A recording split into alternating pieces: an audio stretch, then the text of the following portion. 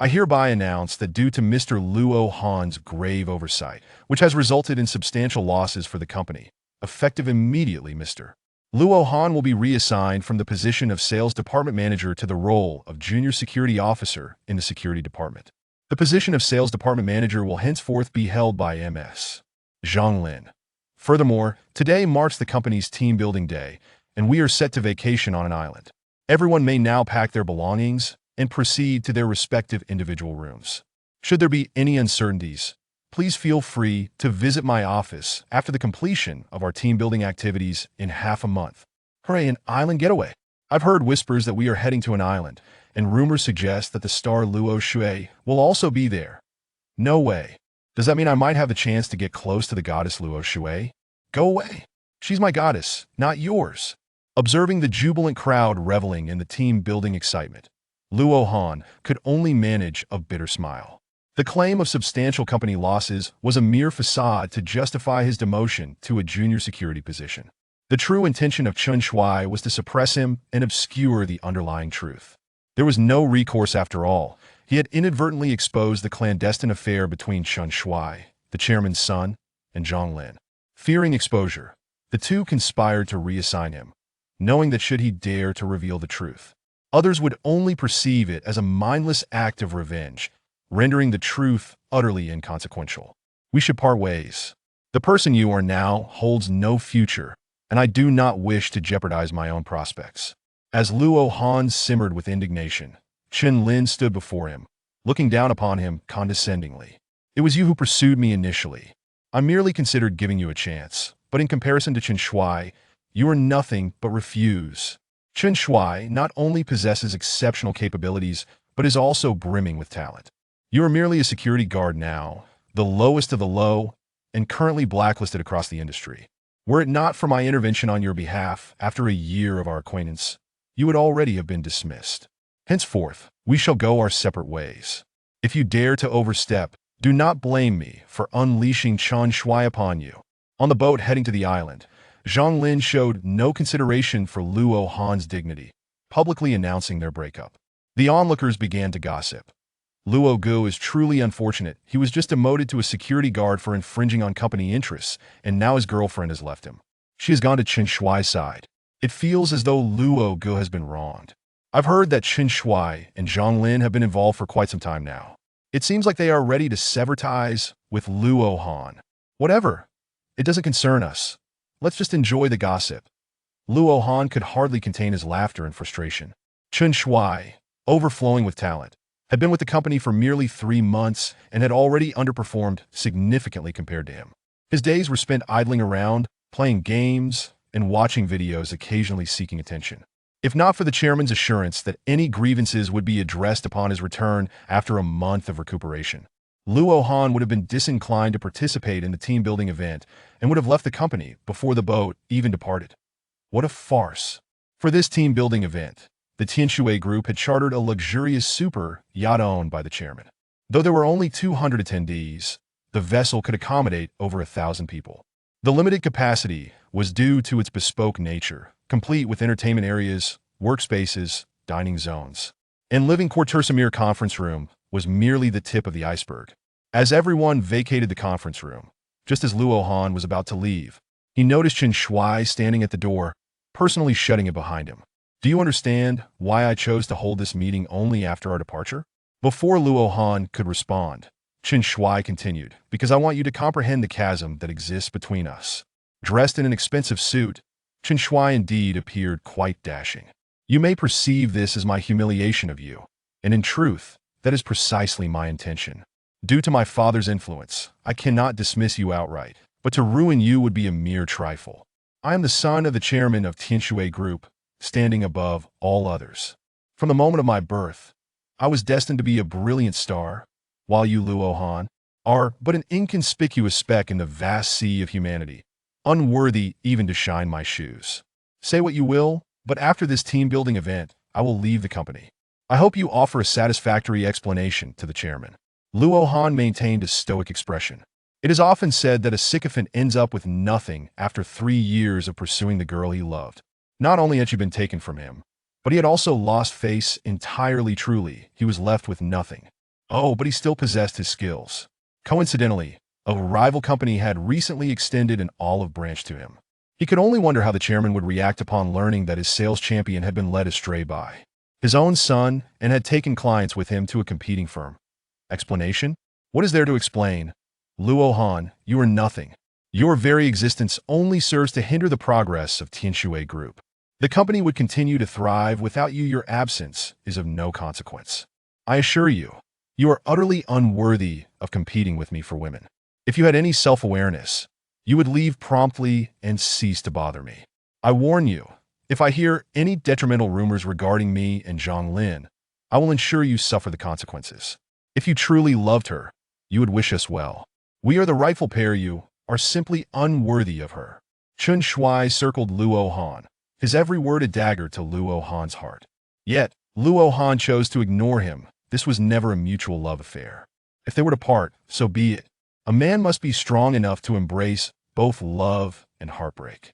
Do you now comprehend the disparity between us, you pathetic fool?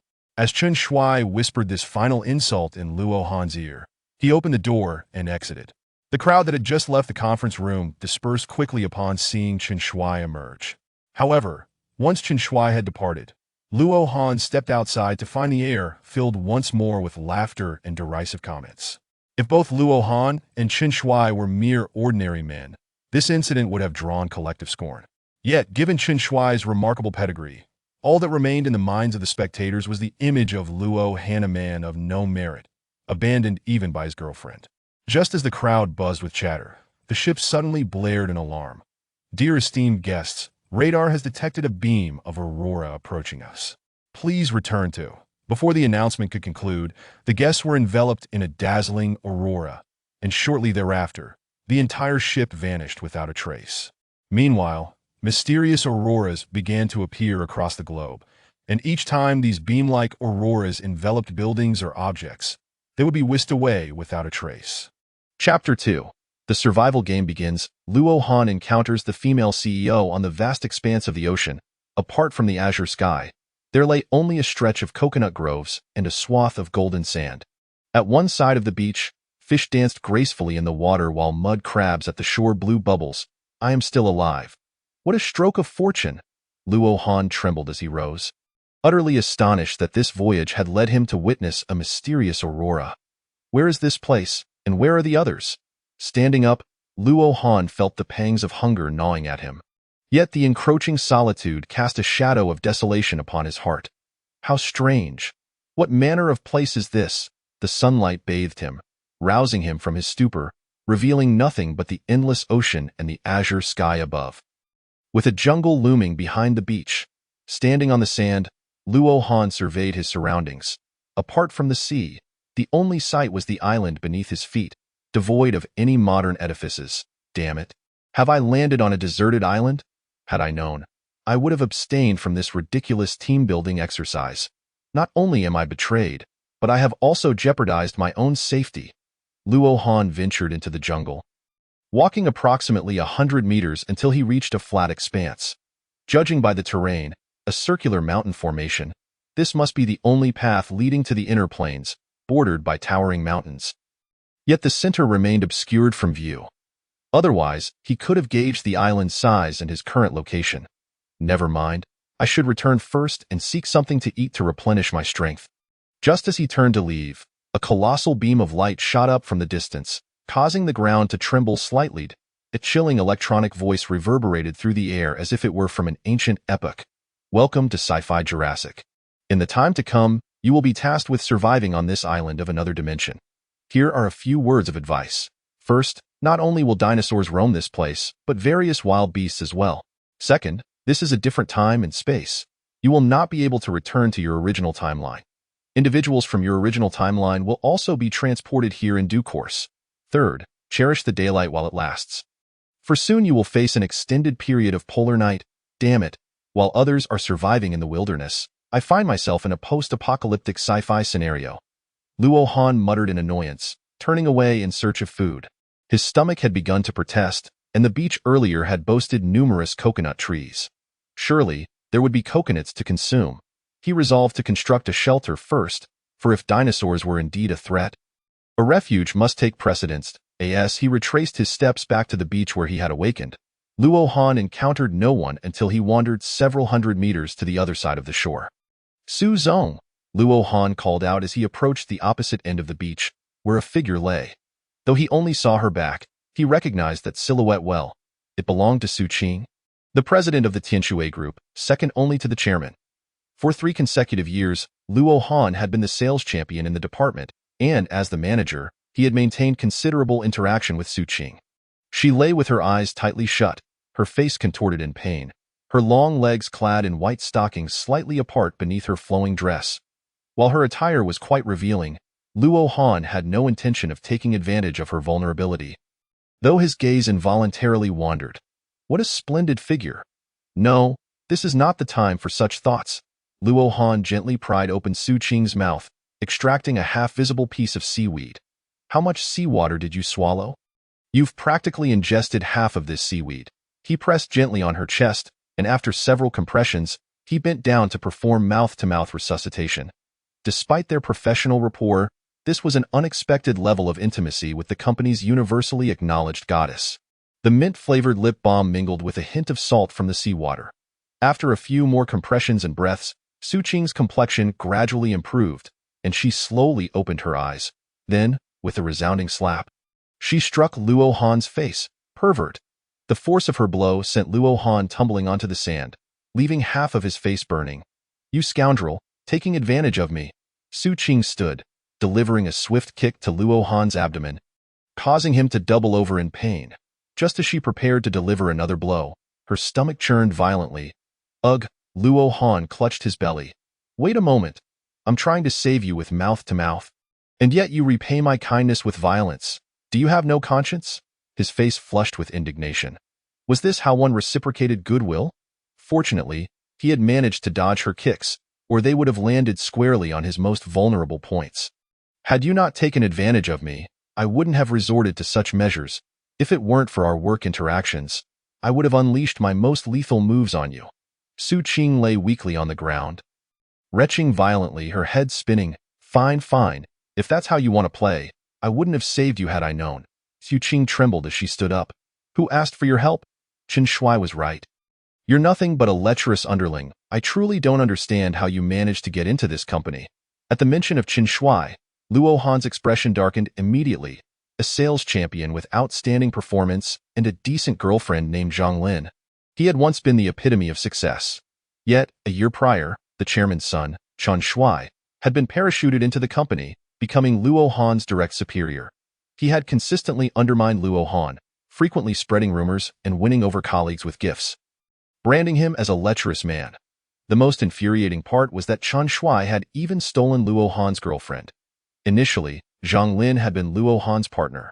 Though they had lived apart, they still commuted to work together daily and spent weekends on outings, watching movies and shopping.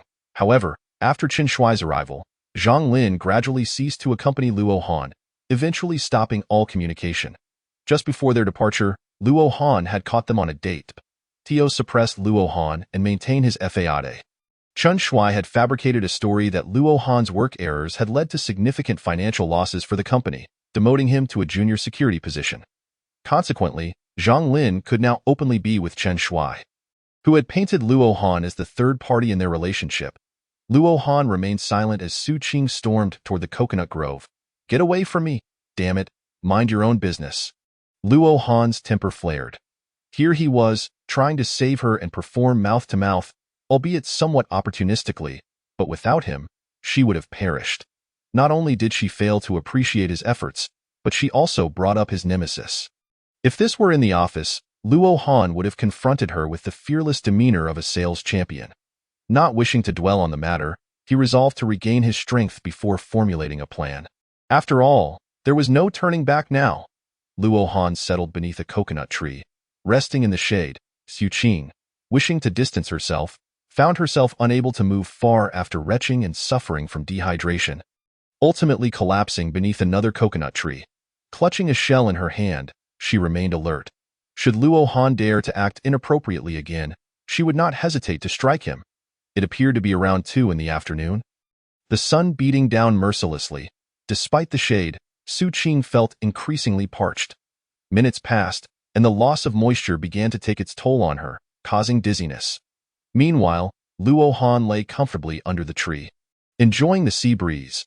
Observing Su Qing's deteriorating condition, she could no longer resist the urge to speak. "Fine, I need some water."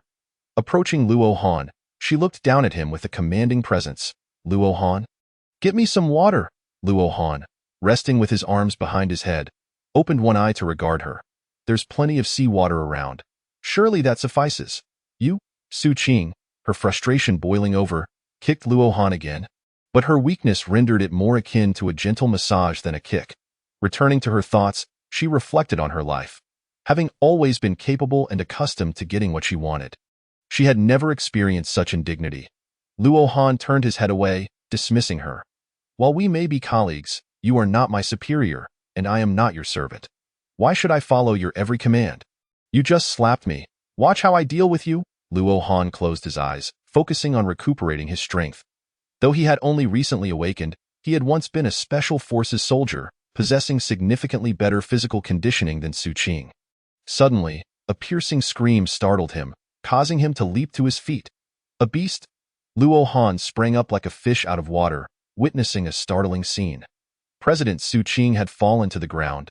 Clutching her backside, her pristine white dress now marred by a significant tear, transforming her long skirt into a mid-length one. If only it had become a mini-skirt, that would have been a sight to behold.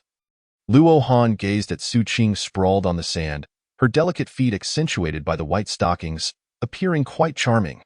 She must have attempted to climb the coconut tree to pluck some coconuts. But the tall, smooth trunks were not so easily scaled. Chapter 3. The cold and distant CEO is infuriated. The two collaborate to gather coconuts. Luo Han, can you climb trees? Hurry over and help me get a coconut. If you assist me now, I promise I won't forget your kindness.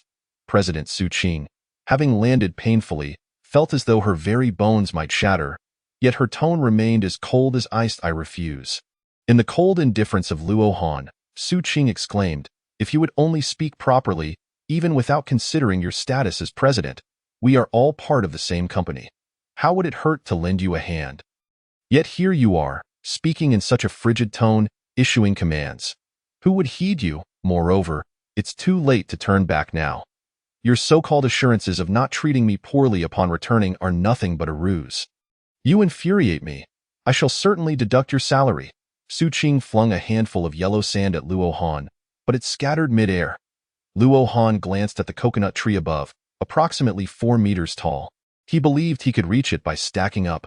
"Well, I'm feeling hungry too. You come here and stand still. I'll climb onto your shoulders to see if I can pluck the coconuts," with a resigned huff. Su Qing replied, "Are you out of your mind? You standing on my shoulders would be more appropriate." Luo Han paused, momentarily forgetting that she was a girl. During their previous training, it was always his teammates beneath him. "Forget it. With your build, you won't be able to bear my weight," he conceded. Luo Han approached, but he would not easily allow Su Qing to reach the coconuts. It was a rare occasion for this lofty president to seek his assistance. How could he not take advantage of it?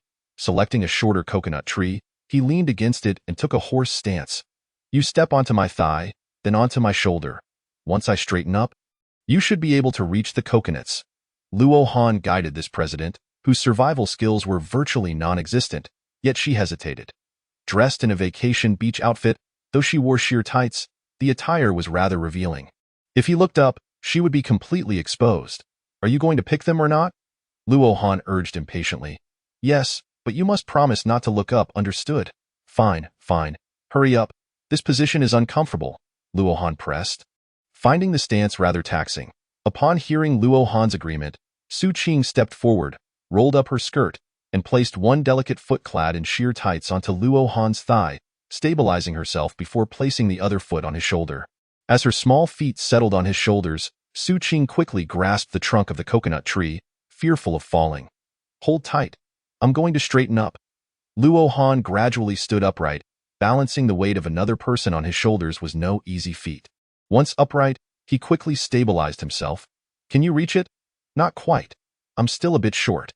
Taking a deep breath, Luo Han extended his hand to his shoulder. "Stand on my hand, and I'll push you up. Is that safe?" You won't drop me, will you? Su Qing looked down anxiously, noting that Luo Han was behaving himself, not stealing glances. Dio, you really think it would take so much effort to drop you? Luo Han, feeling impatient, retorted, if I truly wanted to drop you, I could do it without any fuss. All right, Su Qing conceded weakly, obediently placing herself in Luo Han's hands. He braced himself as she positioned both feet on his hands. With a surge of strength, he lifted the nearly 100-pound Su Qing upwards, her skirt brushing against his nose, releasing a faint scent of perfume. Luo Han mused, not to mention, her feet are quite delicate. Despite exerting considerable effort, the softness of her feet and the lingering fragrance of her perfume ignited a warmth within him.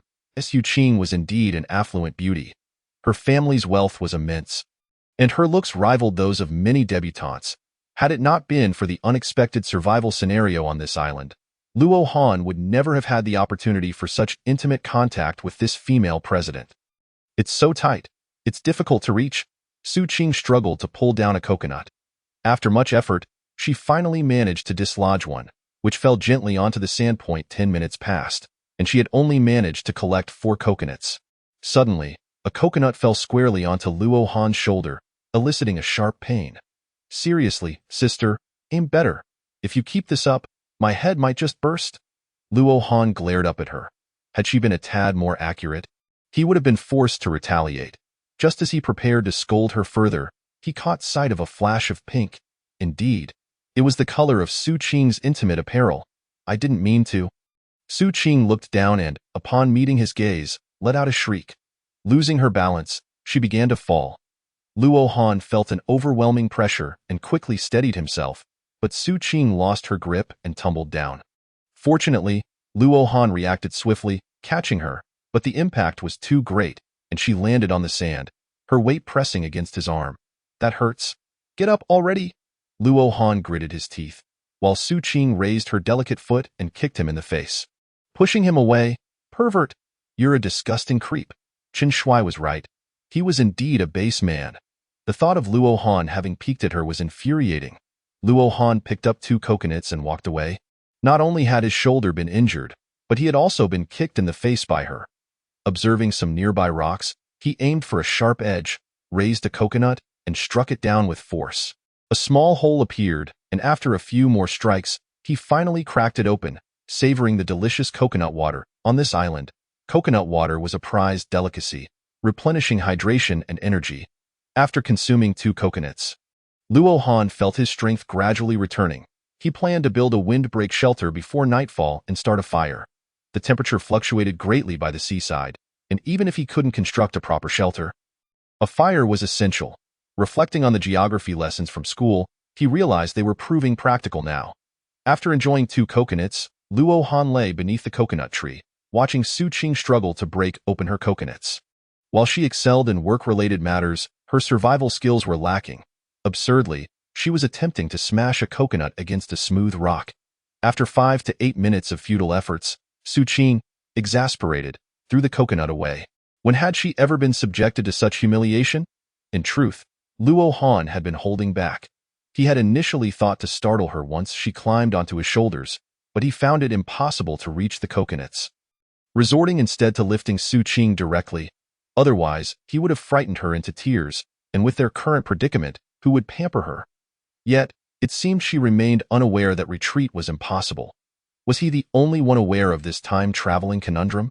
Luo Han clutched his stomach. Despite consuming 2 coconuts, he had gone too long without food, and that small amount was insufficient to sustain him, especially since he had left 3 of the largest coconuts for Su Qing. Such a child, he thought, observing the fuming Su Qing, unable to suppress a smile. He had never imagined the typically icy president could exhibit such a childish side. As her hands began to redden, she realized she had not even broken the skin of the coconut and felt tears welling up in her eyes. Without her noticing, Luo Han approached from behind and, with a coconut in hand, struck it forcefully against a sharp rock. He calmly handed it over to her. Seeing Luo Han's gentle demeanor in that moment, Su Qing felt overwhelmed and burst into tears. This scene left Luo Han both amused and perplexed. What a little child. After assisting Su Qing in cracking open 3 coconuts, Luo Han returned to his previous resting spot beneath the coconut tree, closing his eyes to rejuvenate. The sun was still harsh, likely around 3 in the afternoon.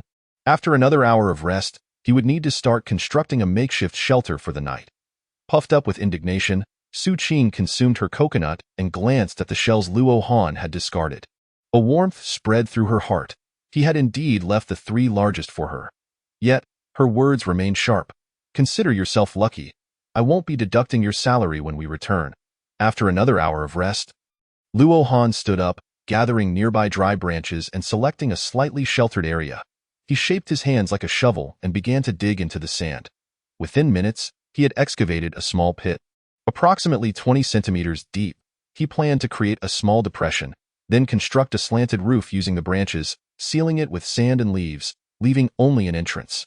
Opposite the entrance, he would dig another small pit, roughly 4 palms wide and 10 centimeters deep, for starting a fire.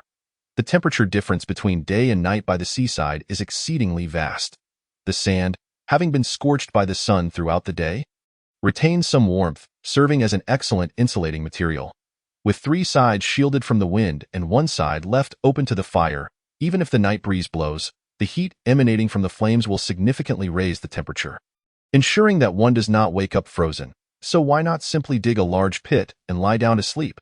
The sand is exceedingly fine, and only the moisture present in the center can guarantee a certain plasticity, which is the principle behind sand art, particularly sand sculptures. However, should one dig a large pit and ignite a fire while lying inside, the heat from the flames would evaporate the water between the grains of sand, leading to a collapse that could entomb the person within. Observing Luo Han's posture, Su Qing also grew curious and slowly approached to take a look. Hey, where are you throwing that? Are you blind? Upon hearing the voice, Luo Han turned to find Su Qing had somehow appeared behind him. As he tossed the sand he had just dug, it landed squarely on Su Qing's head. The white, semi-transparent chiffon dress she wore became soiled by the sand, and the manner in which it landed was indescribable. Who told you to stand behind me? How am I supposed to see you back there? Sand sculpture?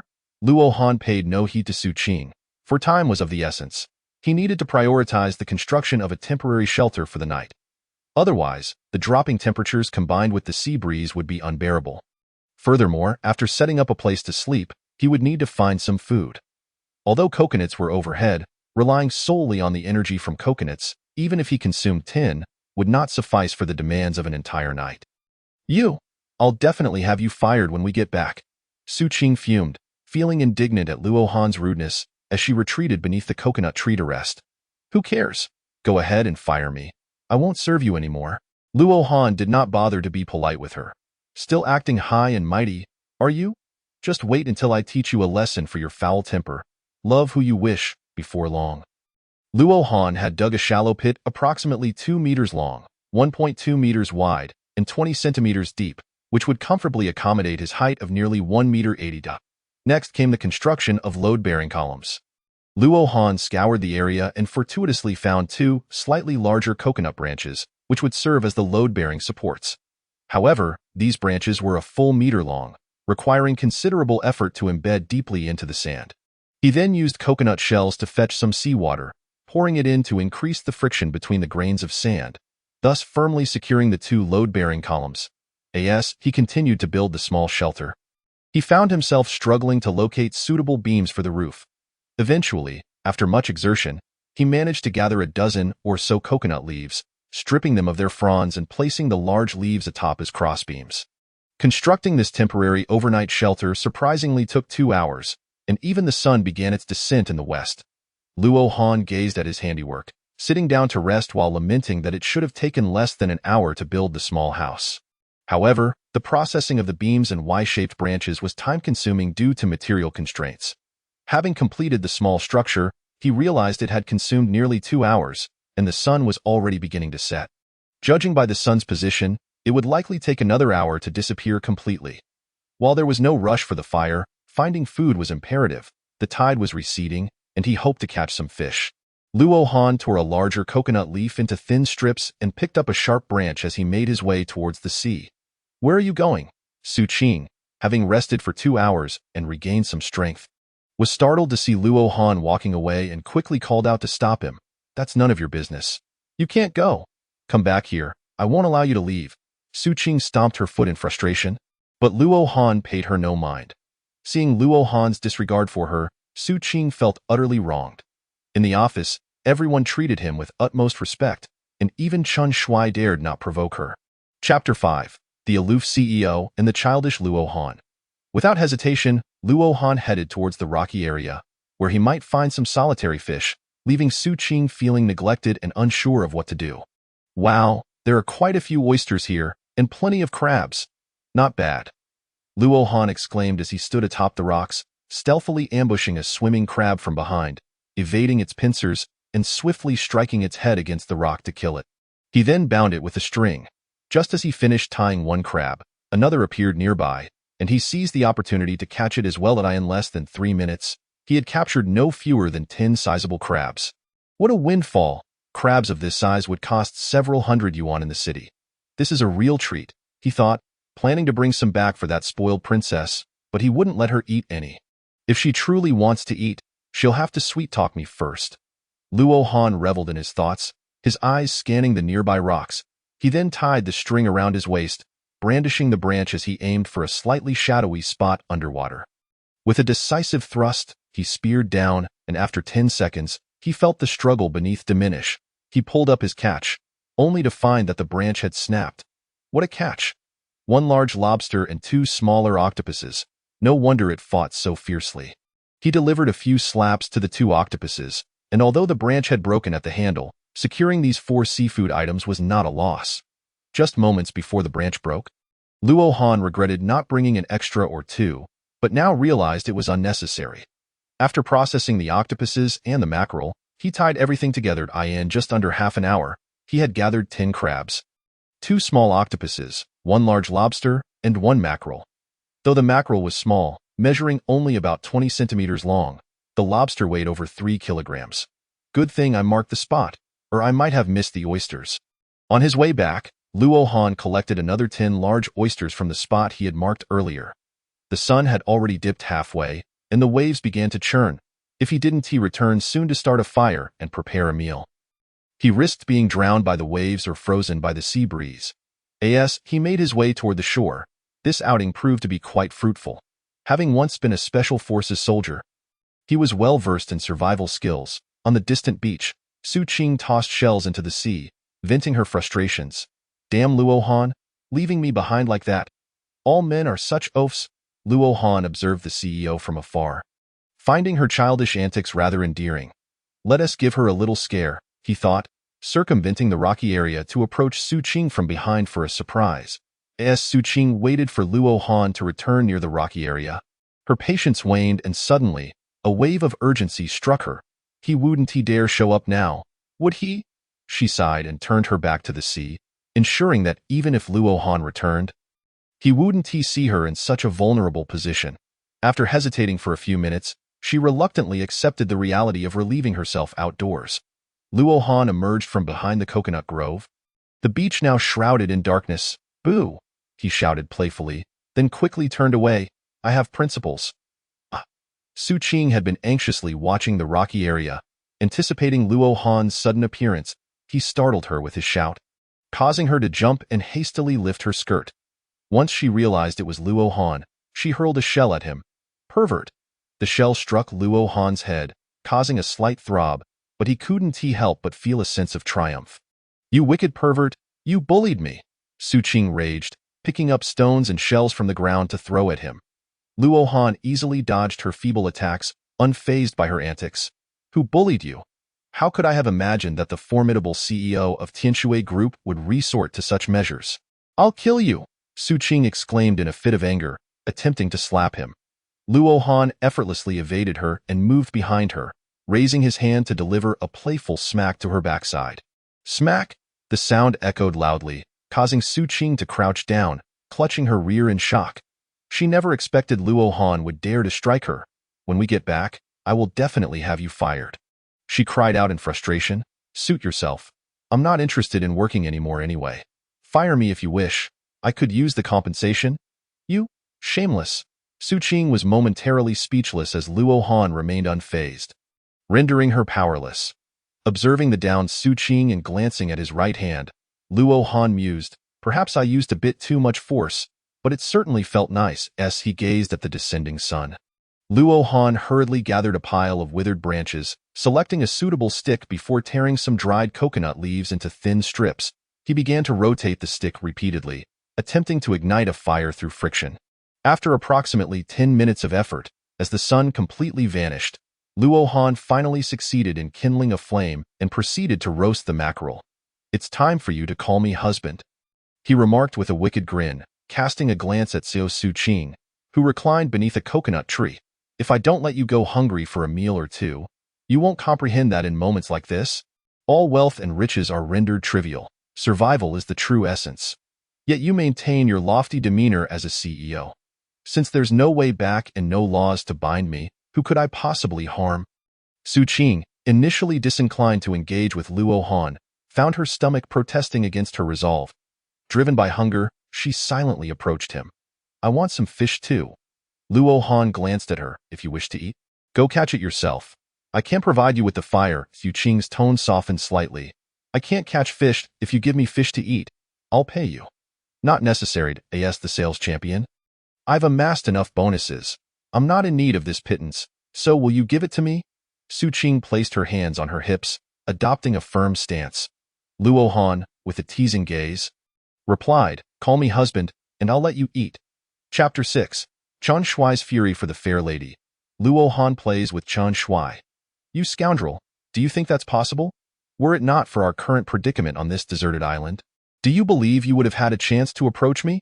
Suqing exclaimed, stamping her foot in frustration. As the president of Tinshui Group, she was accustomed to having fish delivered to her at will, not to mention the more exquisite bluefin tuna or other high-end seafood dishes, with countless suitors vying for her attention. Now, to eat fish, she was required to utter the words husband? Preposterous. Stop flaunting your CEO status in front of me. If you want to eat, obediently call me husband, and perhaps I'll grant you a fish. But if I change my mind, a mere utterance won't suffice. Luo Han coldly retorted. Just as Suqing contemplated snatching the fish, Luo Han raised his right hand. "It seems someone wishes to be reprimanded." Upon hearing this, Suqing could only sulk back under the coconut tree, muttering, "Scoundrel! You big scoundrel! Luo Han is such a fool." While she raged impotently, Luo Han nonchalantly savored the roasted fish. Surprisingly, the mackerel, cooked this way, was exceptionally delicious. Perhaps due to its oceanic origins, even without salt, it retained a subtle briny flavor that did not overshadow the fish's freshness. "CEO Su? Is that you?" Luo Han, relishing his meal and rapidly regaining strength, was interrupted by an unexpected voice from behind. Upon recognizing the voice, his expression soured. It was none other than Chen Shuai, the chairman's son, who had previously humiliated him and stolen his girlfriend. "Chen Shuai, you've arrived just in time. Did you not participate in wilderness survival training? Quickly help me find something to eat. I feel faint from hunger." Upon seeing Chen Shuai, Suqing sprang up as if she had encountered a savior. Chen Shuai, noticing her disheveled state, felt a surge of delight. "I was just thinking that I had no opportunity to pursue you at the company, but heaven has granted me this chance. Oh Su, you cannot escape my grasp." "Leave it to me," Chen Shuai proclaimed, thumping his chest confidently. Observing his demeanor, Luo Han sneered, previously bound by rules that prevented him from retaliating. Now, if Chen Shuai dared to provoke him, he would not hesitate to be ruthless. Noticing the fire nearby, Chen Shuai disdainfully addressed Luo Han. "Luo Han, Su and I are hungry. Bring over that roasted mackerel." Having just finished one mackerel, Luo Han casually tossed the bones onto the beach. "What do you think you are?" He had no intention of indulging Chen Shuai. The grudge of having his girlfriend snatched away was not something he would easily let go of. "In the company, I had to endure your oppression, but now, do I still need to bow down? Say that again, and I'll remind you that the reason Su and I are eating your mackerel is out of respect. Don't be ungrateful." Typically, Chen Shuai was the one who oppressed others. With his status, who dared to offend him? Even if they recognized they were being oppressed, they could only smile and plead for his mercy. Now, Luo Han, in front of Suqing, was openly disregarding him, igniting his fury. "Ungrateful? Of course, you have no face to speak of. I'll take that from you." Luo Han scoffed, showing no regard for Chen Shuai. "Chen Shuai, ignore this lunatic. You participated in wilderness survival. If he can catch fish, surely you can too. That I believe in you, Su Qing urged, gripping Chen Shuai's arm. She was desperate from hunger. Although she had consumed 3 coconuts during the day, that minimal moisture was insufficient, especially since she had vomited upon being revived by Luo Han, leaving her devoid of energy. Of course, I can catch fish. It's just that this guy doesn't know his place.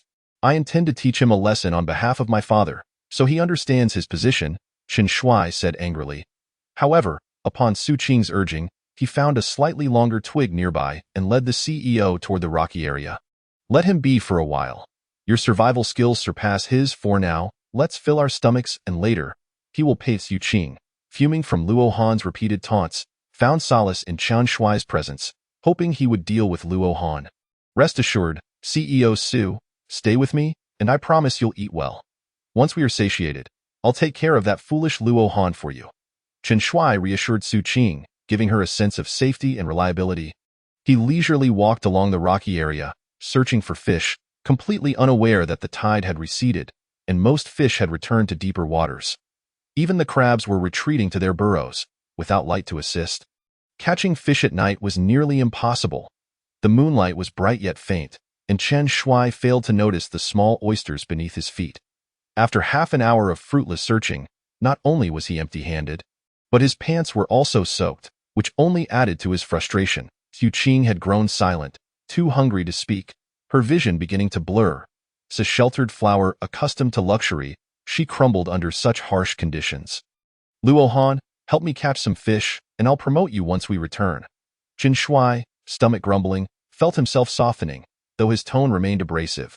Stay where it's comfortable. Don't come before me blabbering. This is your last chance. Surely you've heard in the company that I'm a black belt in Taekwondo. Don't force my hand. Chen Shuai threatened as he approached Luo Han, who remained unfazed at a black belt. What a title to claim. Whether you're a black belt or a mercenary killer, I fear you not. Come on, hit me if you dare. Luo Han stood up, beckoning Chen Shuai with a finger, grinning mischievously. Su Qing interposed herself between them, wishing to prevent any escalation between the employees and no fighting. Are you two disregarding my authority as president? Chen Shuai gently pulled Su Qing aside. Rest assured, CEO, I'll hold back. While I don't wish to steal his food, I cannot allow you to go hungry. His words, cloaked in nobility, only made Luo Han feel nauseated. Don't worry. I'll hold back as well. Otherwise, there will be no punching bag left for me. Luo Han casually cracked his neck, loosening his muscles. Su Qing, realizing she couldn't stop the impending conflict, hoped that once it was over, Luo Han would share some food with her, for she was truly famished. Chapter 7. Luo Han easily overpowers Chen Shuai. Su Qing softens and claims her first kiss. However, Su Qing's concerns were unwarranted. Ha! Chen Shuai bellowed, charging forward with the intent to strike. Luo Han, seeing this, made no attempt to evade. Instead, he reached out and grasped Chen Shuai's fist. Your footing is unsteady, and your punch lacks strength. With a gentle flick, Luo Han cast Chen Shuai aside, revealing just how inadequate he was, stripped of all pretenses. Stop pretending to be cool before me. Chen Shuai retreated a couple of steps, executing a sweeping kick aimed at Luo Han's face. Luo Han shook his head, swiftly maneuvering behind Chen Shuai, delivering a precise jab to his waist. Chen Shuai jumped forward as if electrocuted. Just one more move, and then I'll counter, Luo Han declared, one hand behind his back, the other raised with a single finger. Su Qing, observing the scene, couldn't help but cover her mouth in astonishment. How is it possible that Luo Han can so effortlessly toy with someone who claims to be a black belt in Taekwondo? Panting with anger, Chen Shuai retorted. You'd better hand over that mackerel now, or I'll unleash my ultimate technique. Although I've allowed you 2 moves, your skill has surprised me. I assure you. You want to escape my next strike. Oh dear, I am filled with trepidation. Luo Han gazed at Chen Shuai, who resembled a buffoon, with a mocking smile, completely dismissing him. If you are afraid, quickly surrender the lobster, or else I shall make you regret it. Chen Shuai glared fiercely at Luo Han, determined to at least achieve a stalemate, for to do otherwise would be to lose face in front of President Su Qing. I am already quite handsome. Do I need your validation? You fool! Luo Han retorted disdainfully, declaring that with his meager strength, even if 10 Chen Shuais were to confront him, He would not need to take them seriously to bring them all down. You? Chen Shui was so furious that he could hardly think straight. Not convinced? Then come at me. Strike me if you dare. Luo Han laughed mischievously, his nonchalant demeanor surprising Su Qing and infuriating Chen Shui. Ah? Chen Shui shouted, throwing a punch in Luo Han's direction. Observing his flustered state, Luo Han merely shook his head, swiftly pivoting to Chen Shui's side and delivering a sharp kick to his side. Ah! Chen Shui cried out in pain, falling to the ground like a dog eating dirt. The intense agony made him feel as though the world was spinning. Luo Han approached and placed his foot on Chen Shui's face. Do you think that merely adorning yourself with a few accolades grants you real prowess? If you dare to provoke me again, I shall throw you into the sea to feed the fish with that. Luo Han delivered a crushing blow to Chen Shui's abdomen, causing him to curl up in pain. After speaking, Luo Han returned to the fire, resuming his grilling of the lobster. Su Qing, observing the incapacitated Chen Shui, chose to remain silent. She understood that he was unreliable, and her stomach had been grumbling for quite some time. As the night temperature dropped and the sea breeze blew, she shivered in her light clothing. Luo Han, I implore you, please give me something to eat. Although reluctant, Su Qing ultimately succumbed to her hunger. Forcing herself to lower her guard before Luo Han, if you wish to eat, call me hubby. You? Faced with Luo Han's carefree demeanor, Su Qing felt a mix of embarrassment and anger. After hesitating for a few seconds, she opened her mouth to speak, but Luo Han interjected. If you don't call me, then I shall change my mind. Give me another kiss, and I shall let you eat. You scoundrel! Su Qing clenched her fists, her body teetering on the brink of collapse. When she saw Luo Han approaching with a piece of succulent lobster meat skewered on a branch, she nearly cried from desire. If you don't want it, then I shall eat it myself. This lobster is truly delicious, fresh, sweet, and infused with the taste of the sea. Each bite is sheer bliss. Luo Han commented beside her, sounding like a connoisseur. He understood that someone like Su Qing, accustomed to having everything done for her, would not yield easily. If he did not exert some pressure, she would assume that his kindness was to be expected. Only by playfully tormenting her could he help her shed the airs of superiority and recognize the harsh realities of life. Su Qing took tentative steps towards Luo Han. He thought she intended to snatch the food, but to his surprise, she suddenly wrapped her arms around him and stood on tiptoe. A wave of minty softness brushed against his lips, and a tear fell from the corner of Su Qing's eye. She had finally surrendered. Luo Han's eyes widened in shock. My first kiss has been stolen. I kissed you 3 times, and that lobster belongs to me. Su Qing grasped Luo Han's shoulders, gently shaking him.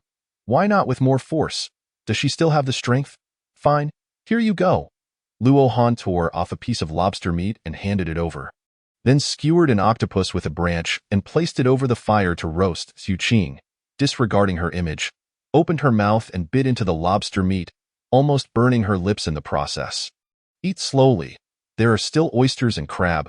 I promise you will be full.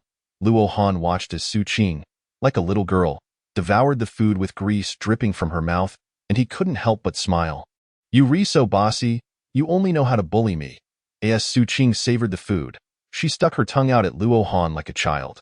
Naya Luo Han chuckled, and in the end, he and Su Qing shared the 3-kilogram lobster, yet neither of them felt satisfied, for lobster meat does not provide the same caloric content as beef or lamb.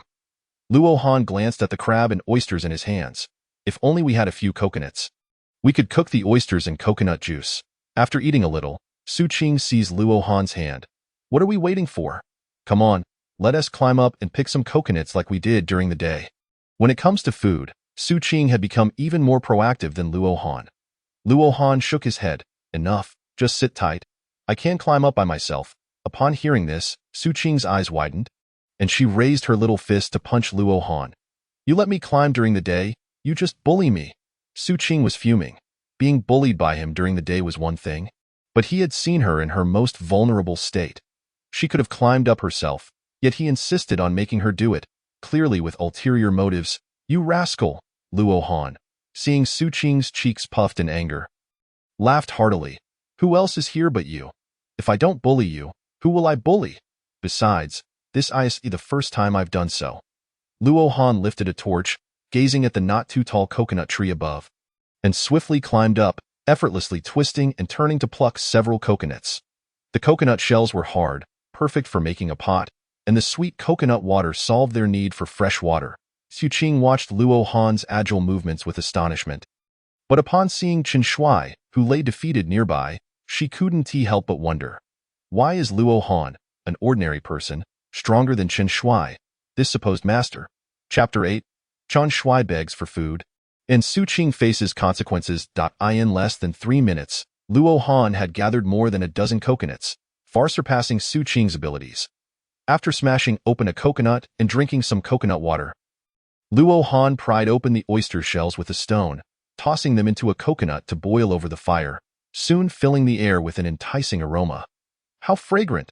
Chen Shuai glared viciously at Luo Han, who was roasting food and enjoying a feast, inwardly cursing. This brute, I will make sure to end you. Why does he get to enjoy such delicacies while I cannot? With that thought, Chen Shuai suddenly crawled toward Su Qing. President Su, please, give me something to eat. I can no longer bear this hunger. Luo Han wrapped his arm around Su Qing's delicate shoulders. Where did this beggar come from? Get lost? Luo Han looked at the disheveled Chen Shuai, who could barely handle such a situation.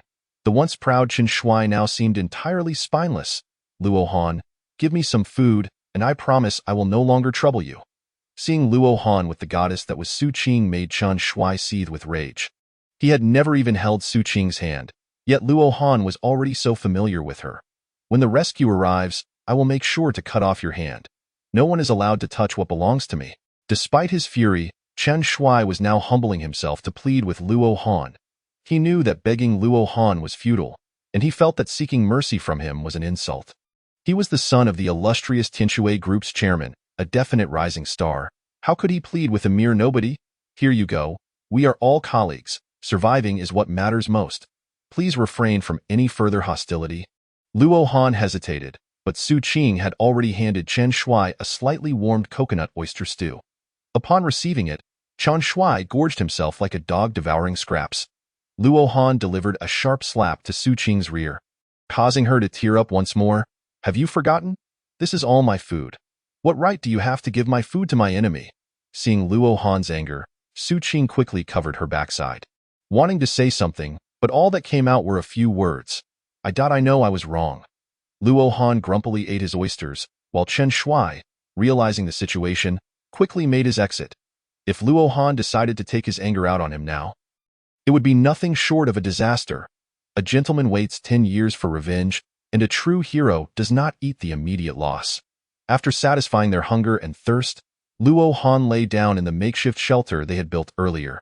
With the warmth from the fire, the cold sea breeze could not reach him. Chen Shuai hid on the opposite side. He had initially laid flat but soon found it unbearable and began to curl up. Shivering uncontrollably, Su Qing, who had been sitting by the fire, found the sea breeze uncomfortable. Drowsiness overtook her. She added more dry twigs to the fire and quietly moved closer to Luo Han. It was scorching hot during the day, yet freezing at night. Why is there such a drastic temperature difference by the sea? Observing Luo Han, who lay with his arms behind his head, fast asleep, Su Qing gradually felt less disdainful. Although this guy is insufferable, I haven't he lost anything. In fact, I enjoyed a delicious meal. Had it been someone else, they would have surely taken advantage of me to force me into doing something in exchange for food. Though I would never agree to that, Su Qing was fully aware that Luo Han had been toying with her today, yet accustomed to her high position, she found the disparity difficult to adapt to. Moreover, she had no life experience whatsoever. She had always relied on a maid for cooking. The sea breeze brushed against Su Qing's back, compelling her to inch closer to Luo Han. Gradually, she found herself lying on the beach, falling into a slumber.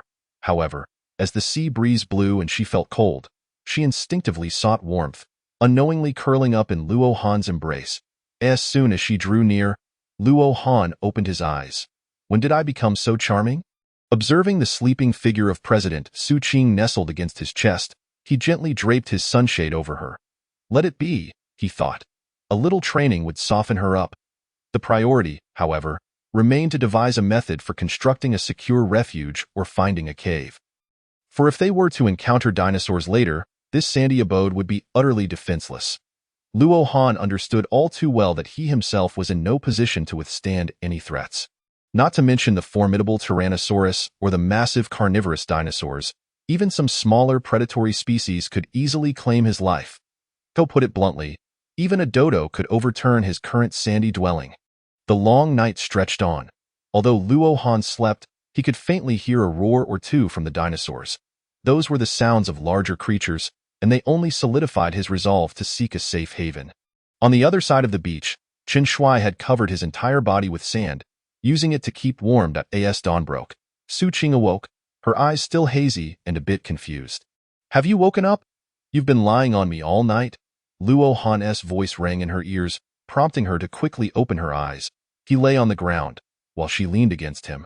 Her long, slender legs draped over him. Su Qing sprang to her feet. Luo Han extended his hand to cover her mouth. "Have you screamed enough? You're making a racket." Su Qing playfully punched him. "You scoundrel. You're taking advantage of me." Luo Han stood up. "Are you certain I allowed you to sleep by my side?" Upon hearing this, Su Qing felt a rush of embarrassment and anger. She had unknowingly crept into Luo Han's shelter and slept in his embrace all night. If word got out, it would be utterly humiliating. "What is going on? What is happening?" Chen Shui rushed over, only to see Su Qing emerging from Luo Han's sandy dwelling. How did you end up sleeping together?" Chen Shui was infuriated. He hadn't even held Su Qing's hand, yet Luo Han was already sharing a bed with her. "Don't misinterpret, we didn't do anything." Su Qing quickly defended herself. "Indeed, she merely used me as a pillow for the night." Luo Han shrugged, exasperated. "You can go to hell."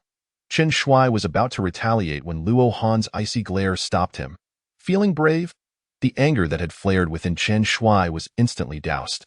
Realizing he was no match for Luo Han, as he hesitated, Luo Han spat dismissively. "Coward!" Luo Han wasn't afraid to confront him. Finding a refuge was of utmost importance. Chen Shui could be angry. Let him be, for he was merely a foolish jester, unworthy of concern. Furthermore, if he dared to provoke Luo Han again, Luo Han wouldn't hesitate to teach him a bloody lesson. Observing Luo Han's assertiveness, Chen Shui recognized he was outmatched and shifted his focus to President Su Qing. "Su, don't believe him. He is only after your body. Come over here, I'll protect you." Chen Shui was aware that Su Qing had suffered greatly at Luo Han's hands the previous day. As long as he could win her over, Luo Han would not dare touch his goddess, for Su Qing was still within his grasp. "Be quiet, you coward." Chapter 9. Su Qing obediently calls him husband. Fiercely rebutting the boastful Chen Shui, "You're nothing but a useless dandy who revels in arrogance, boasting daily without substance." Su Qing chastised Chen Shui.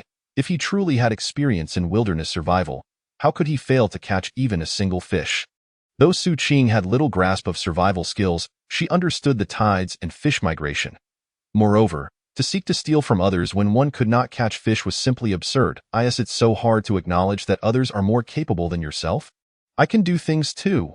Chen Shui attempted to defend himself, but the more he explained, the more inept he appeared, deepening Su Qing's disappointment. "What have you accomplished?" Su Qing demanded, hands on her hips. Having grown weary of Chen Shui's arrogant antics in the office, "I caught fish. Look, I have plenty." Chen Shui pointed to a few fish half covered by leaves, but Luo Han recognized them as mackerel. Albeit deceased, likely washed ashore during high tide, allowing this fool to scavenge. Moreover, the fish's eyes had already turned white, indicating they had been dead for several hours. "Oh, what if you caught fish? Aren't you supposed to be a black belt in Taekwondo? How did Luo Han treat you like a dog?" "It's just because I was too hungry to fight back. If I were at my peak, Luo Han wouldn't stand a chance." Chen Shui insisted, oblivious to Luo Han's presence, who simply rolled his neck. "Is that so? Then I'll wait until you're full before I give you a beating. Within 3 minutes, if you don't run. You redone for." Luo Han raised his thumb, then coldly added, "In 1 minute, if you can still stand, I'm done for." He flipped his thumb downwards. Let it be known, even if Chen Shui were a true black belt, Luo Han could still render him incapable of self-care in a minute. Before Luo Han met Zhang Lin, he had dated someone, but her family rejected him due to his humble background, leading him to enlist in the special forces. With no connections or identity, he resolved to forge his own path. Witnessing Luo Han's overwhelming aura, Chen Shui could only admit defeat, fully aware of his limitations. Luo Han, let us go. We're going fishing to ensure that this conman doesn't get any food. Su Qing tugged at Luo Han, eager to leave. Upon hearing this, Chen Shui panicked. Luo Han was about to whisk away his goddess. Luo Han gently pinched Su Qing's ear, pulling her back. Hey, what are you doing? Su Qing protested, feigning anger as she rubbed her ear. What name do you think you have the right to call me? What do you mean by we going fishing? Can you even catch fish? I thought you were the president, Luo Han scoffed, realizing that this little lady had yet to fully submit. Further persuasion was required. Then what should I call you? Su Qing pouted, sulking. Luo Han leaned closer, teasingly whispering, You should call me husband, understand? It seemed that depriving her of food had helped her see Chen Shui's true colors, yet her pride remained unbroken. Husband. Su Qing obediently lowered her head. A scene that sent Chen Shui into a fit of explosive rage. All right, let us go catch some fish. Okay, Su Qing complied, following Luo Han toward the rocky area. After just a few steps, she tripped over something and landed face first in the sand. Tui. Su Qing glanced at the protrusion beneath her feet, and Luo Han crouched down to dig around it in the sand. It was a suitcase, and when Su Qing attempted to open it, she found it locked. Luo Han chuckled and picked up a rock, smashing the lock. Inside were clothes, a small bag of snacks, and a brand new shoebox. As Su Qing opened the shoebox, she found a pair of women's sneakers, truly a stroke of luck. She desperately needed such shoes. Had Luo Han not provided her with food yesterday, she would have ventured off in search of sustenance. Wow! Luo Han observed Su Qing rummaging through the clothes, noting the styles were even more revealing than her beach dress. Almost like gossamer. Chen Shui trailed behind, unable to confront Luo Han but unwilling to let his goddess slip away. Let us leave the suitcase here. After we catch fish, we'll head inland to find a new refuge. Luo Han gestured toward the coconut grove, where the mountain gaps lay. He had entered from there yesterday and witnessed the mysterious aurora, realizing the grim truth that returning was impossible. Why not wait for rescue by the sea? If a ship passes, we could signal for help, Su Qing queried, confused. This is a different dimension, Jurassic Dinosaur Island. If you don't believe me, just look at the dodo bird at your 3 o'clock. Do you think such a creature should exist in modern times? Luo Han gripped a slender branch, gazing at the not-so-bright president before him. It was time to reveal what he had experienced the previous day. Isn't that a platypus? I've seen one in Australia. In the distance, the dodo bird strolled along the shore, foraging for wild fruits among the bushes. But have you seen a platypus that walks on 2 legs? The size of a Labrador? Luo Han explained, while Su Qing stood frozen in fear. Dinosaurs were already terrifying enough. If she encountered any lecherous ones, who knew what horrific fate awaited her? Aren't you worried Chen Shui might steal it? Su Qing glanced at Luo Han, then nervously at Chen Shui following behind. Luo Han dismissed her concerns. Does he have the guts to do that? Not only would Chen Shui not dare to steal, but if he truly attempted to lay a hand on it, Luo Han would undoubtedly give him a sound thrashing. Luo Han led Su Qing to the rocky area, where the water had already receded significantly. With a few swift motions, he speared 2 slender mackerels. Yet, no matter how hard Su Qing tried, she couldn't catch a single fish. Luo Han observed her sulky demeanor and chuckled as he demonstrated the art of fishing. Fish are inherently wary of their surroundings. You can first dip a branch into the water from the opposite side, gradually moving it to the position above the fish's head, and then seize the moment to strike. When startled, fish will instinctively swim nearby, primarily moving forward. Thus, when you strike, if it darts away, you are likely to pierce its body, securing your catch. Listening intently to Luo Han's guidance, Su Qing soon managed to catch a brand new fish, a cod. Chen Shui, who had been eavesdropping from behind, confidently approached Su Qing, proclaiming, "Isn't it just fishing? Who can't do that?" Saying this, he attempted to stab into the water using Luo Han's method. However, after several attempts, he failed to catch even a single fish. Fool! Each species has its own habits. Using this method requires adapting your approach based on the type of fish. If you don't understand that, boasting about your wilderness survival experience and championship title is utterly meaningless. Luo Han mocked, then with a vigorous thrust, he successfully speared a sizable yellow croaker weighing over 3 pounds. Meanwhile, Su Qing also managed to catch an octopus. The two of them quickly gathered several large fish, while Chen Shui only managed to catch a small one, hardly sufficient to replenish the energy he had expended while fishing. Seeing Chen Shuai's pitiful state, Su Qing ultimately took pity and secretly handed him a larger fish. Luo Han smiled silently, as he certainly did not wish for Chen Shuai to perish so easily. Doing so would deprive him of some amusement. It was rather enjoyable to occasionally give him a beating, and letting him perish without a struggle seemed too lenient. Upon returning to the beach, Luo Han prepared the cleaned fish and started a fire to roast them. Su Qing sat nearby, attempting to learn the art of grilling fish as she preferred not to rely on others. Chen Shuai initially intended to start a fire by friction, but after fiddling for a long time without producing even a spark, he reluctantly approached Luo Han, hoping to borrow some flames for roasting his fish. Want to get beaten? If not, then scram. Luo Han shot him a frosty glare, causing Chen Shuai to break into a cold sweat. Wait, are you really unwilling to lend me a fire? Not a chance. If you're not satisfied, come and fight me. Luo Han dismissed him disdainfully. Su Qing had offered him a fish, but Luo Han had no intention of allowing him to enjoy it so easily. Having already secured breakfast, it was time to commence his daily antics. Su, look at him. Knowing he couldn't best Luo Han, Chen Shuai turned to Su Qing for sympathy. She's not going to help you. Luo Han interrupted as Su Qing opened her mouth. Chen Shuai, gritting his teeth in anger, demanded, "What do you want? Call me daddy. You. If you don't, get lost. If you dare interfere again, watch out for my fists." Chen Shuai, observing Luo Han's nonchalant demeanor, could only bow his head and reluctantly utter, "Dad." He had gone an entire day and night without food. If he didn't eat soon, he would truly faint from hunger. Just as Chen Shuai intended to sit down to roast his fish, Su Qing coldly interjected, "Did I say you could roast fish? Call me grandma, or get lost." Luo Han? Chen Shuai lowered his head and respectfully called out, "Grandma." Luo Han lightly tapped Su Qing on the back of her head. "What? Do you want to be my mother?" Su Qing, gazing at Luo Han with an amused expression, playfully replied, "Should I call you son then? It seems your behind is getting a little itchy." Luo Han feigned a cold demeanor. Raising his hand, Su Qing quickly ducked down, clutching her head. "Honey, I was wrong." She was well aware of how forceful Luo Han could be, having been struck by him twice the previous day.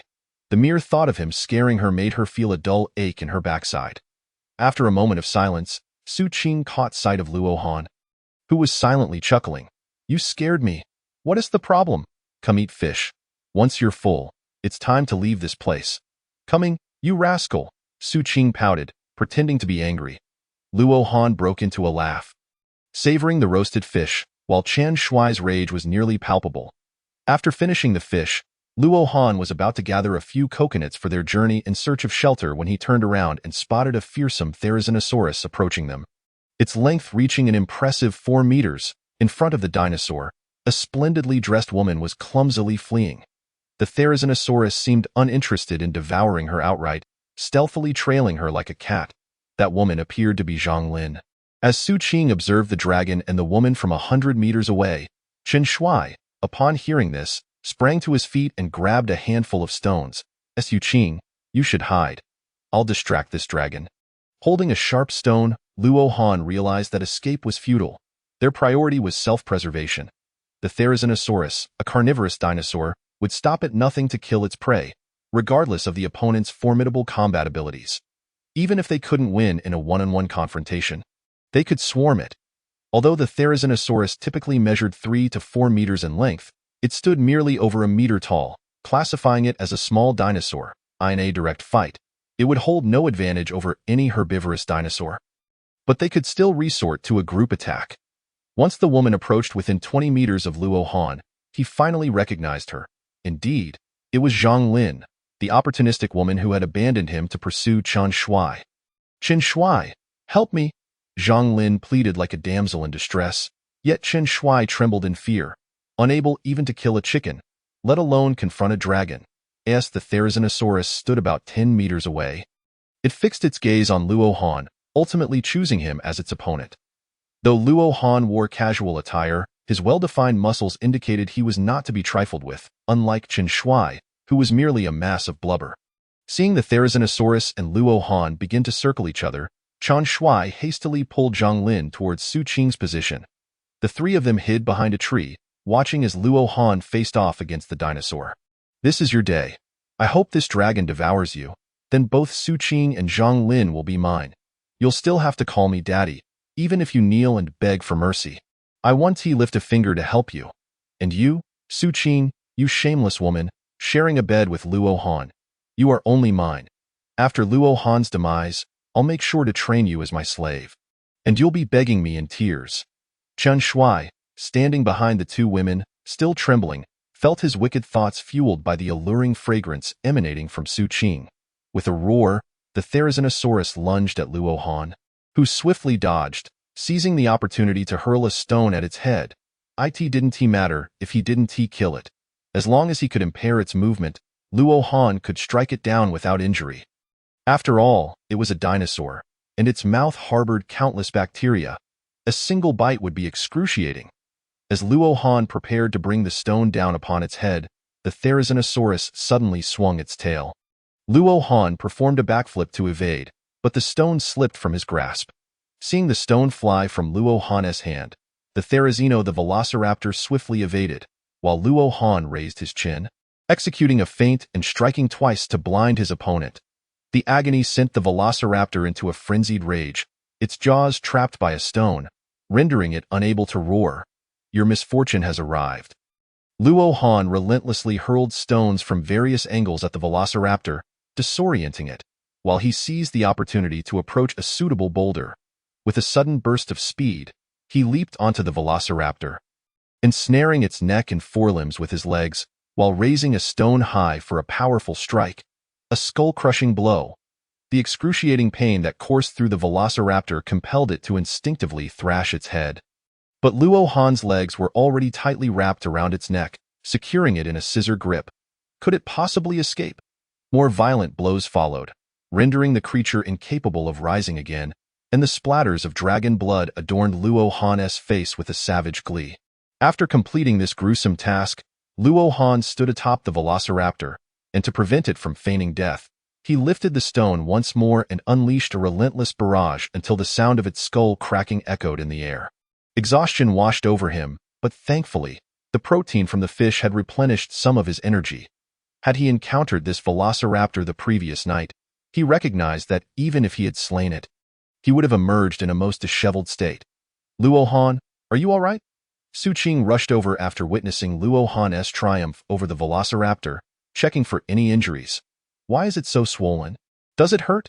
Su Qing gazed at the bruises on Luo Han's arm, her heart filled with concern that I'm fine. Such injuries heal in no time. Luo Han reassured her, ruffling her hair.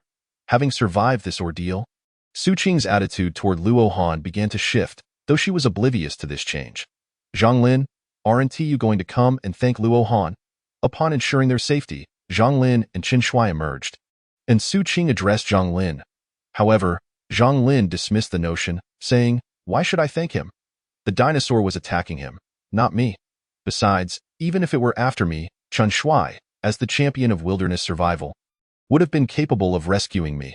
Why should I express gratitude to a loser? You heartless creature," Su Qing retorted. Luo Han cast a cold glare at Chen Shuai.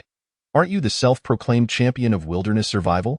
Yet, at the first sign of danger, you retreat. How cowardly, cowardly. You think I should take on the dinosaur? Shouldn't I protect these two women? If another dinosaur appears, Miss Su and Lin Lin would have been devoured long ago. Chen Shuai spread his hands, claiming that the stones in his grasp wouldn't even scratch the Velociraptor. Such righteous indignation, yet you're still a coward, Luo Han mocked, and as Su Qing observed Zhang Lin's refusal to express gratitude, she took Luo Han's hand and began to leave. Yet Zhang Lin crossed her arms, sardonic in tone. I say, Miss Su, how can a CEO like you be so close to a loser? Be careful he doesn't have designs on you. Su Qing ignored her, focusing on gathering food by the campfire, preparing to depart. Don't go. Zhang Lin spat as she watched Su Qing walk away. Fear not, I am here. Darling, are you hungry? Come, let us eat fish. Chen Shuai took Zhang Lin to grill fish, while Luo Han sat aside. If you wish to eat fish, go catch it yourself. Touch my fish, and you'll regret it. Seeing the malevolent glint in Luo Han's eyes, Chen Shuai immediately accused him. What? Lin Lin is practically starving, and you won't even spare her a single fish. You have no conscience, Chen Shuai exclaimed, but Luo Han was unfazed. If she is hungry, why doesn't her current boyfriend catch her some fish to eat? Chen Shuai replied, flustered. By the time I catch some, she'll be faint from hunger. Can you bear to watch a colleague starve? Luo Han scoffed. Whether she lives or faints is none of my concern. Do you have any conscience at all? Conscience? None whatsoever. What can you do about it? Go ahead, beat me if you like. Luo Han replied cheekily, you can try to morally bind me, but as long as I refuse to adhere to your so-called morals, let us see how you'll bind me. You? Chen Shui was infuriated to the point of nearly spitting blood. Zhang Lin watched the quarrel unfold, her gaze drifting to the succulent grilled fish before her, and she couldn't help but salivate. Luo Han, please give me something to eat. We did have a 3-year relationship. Can you really bear to let me starve? Starve to death then. Didn't you say I'm just a loser unworthy of you? Why come begging me now? Get lost. Recalling the humiliation Zhang Lin had inflicted on him aboard the ship, anger surged within Luo Han. After all, they had been together for 3 years, but since Chen Shui's arrival at the company, Zhang Lin had slowly become entangled with him, even conspiring with Chen Shui to frame Luo Han. Such a spineless individual deserved nothing less than oblivion. Chapter 12. Chen Shui's assault backfires, ultimately yielding to Luo Han. So, what must I do to earn some food from you? Zhang Lin stood to one side, her face a picture of weakness. Luo Han regarded Chen Shui with a glimmer of mischief. It's quite simple. You make Chen Shui kneel before me, bow thrice, and bark like a dog, and then I shall grant you food. Chen Shui's temper flared at this. Bastard. What did you just say? Luo Han looked disdainfully at him. Who are you calling a bastard? Chen Shui pointed at Luo Han, declaring, I'm calling you a bastard. Luo Han feigned enlightenment. Ah, so it's the bastard who is calling me. Then you must be the bastard. Speak up, bastard. What do you want from me? Su Qing couldn't help but stifle a laugh at Luo Han's taunting of Chen Shui. Little beast, what did you just say? Chen Shui seethed, fists clenched. Luo Han continued to jest. Who is this little beast referring to?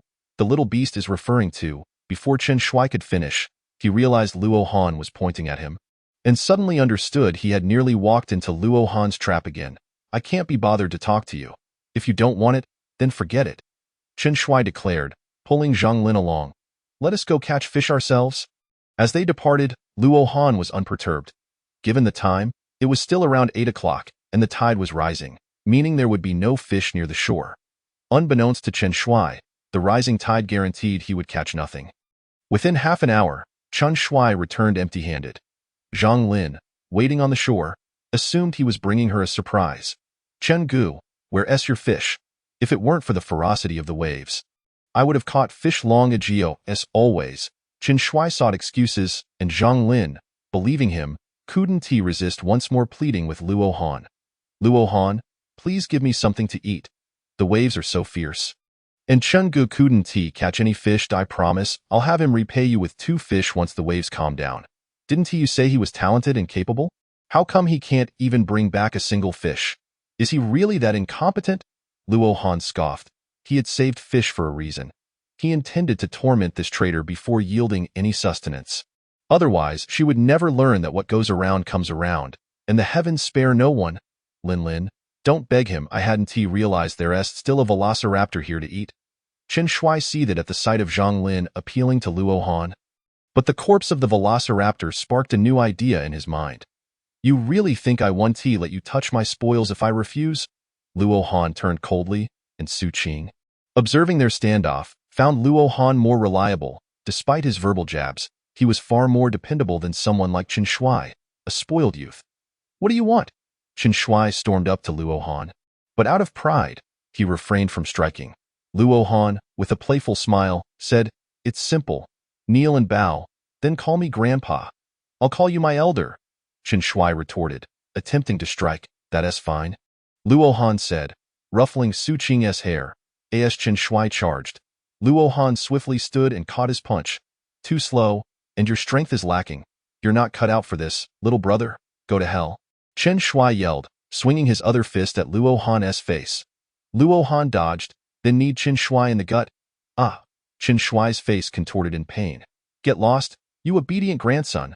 Luo Han spun around and executed a powerful shoulder throw, sending Chen Shui flying several meters away.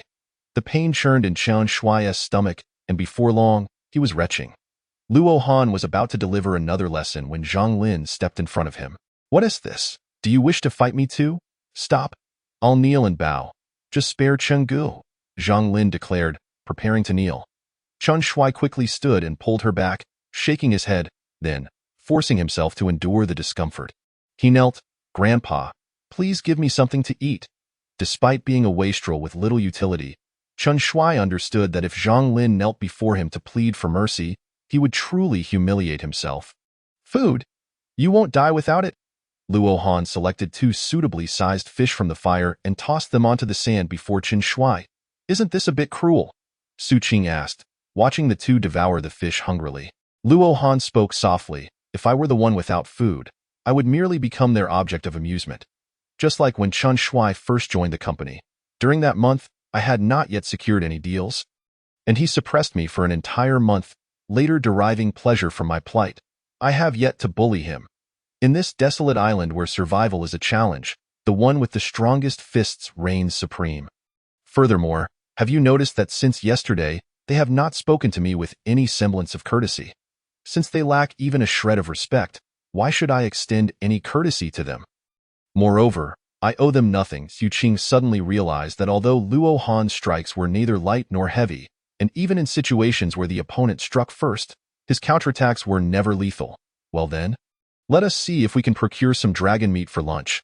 This place is no longer safe, and we must seek a more secure shelter. Luo Han selected a relatively thin and sharp stone, attempting to slice off some thigh meat from the velociraptor. However, the velociraptor's skin proved far too soft. Even when the stone shattered, Luo Han was unable to procure even a morsel of dinosaur flesh. It seems that without iron tools, survival here is exceedingly arduous. If it cannot be done, then let it be. I must not exhaust myself. Su Qing observed Luo Han's reddened right hand and felt a pang of sympathy. She had come to realize who was truly trustworthy on this deserted island. Reflecting on the times Chen Shui had spoken ill of Luo Han in front of her, Su Qing felt somewhat foolish, easily swayed by flattery. Let us go. Take 2 coconuts with us. All right.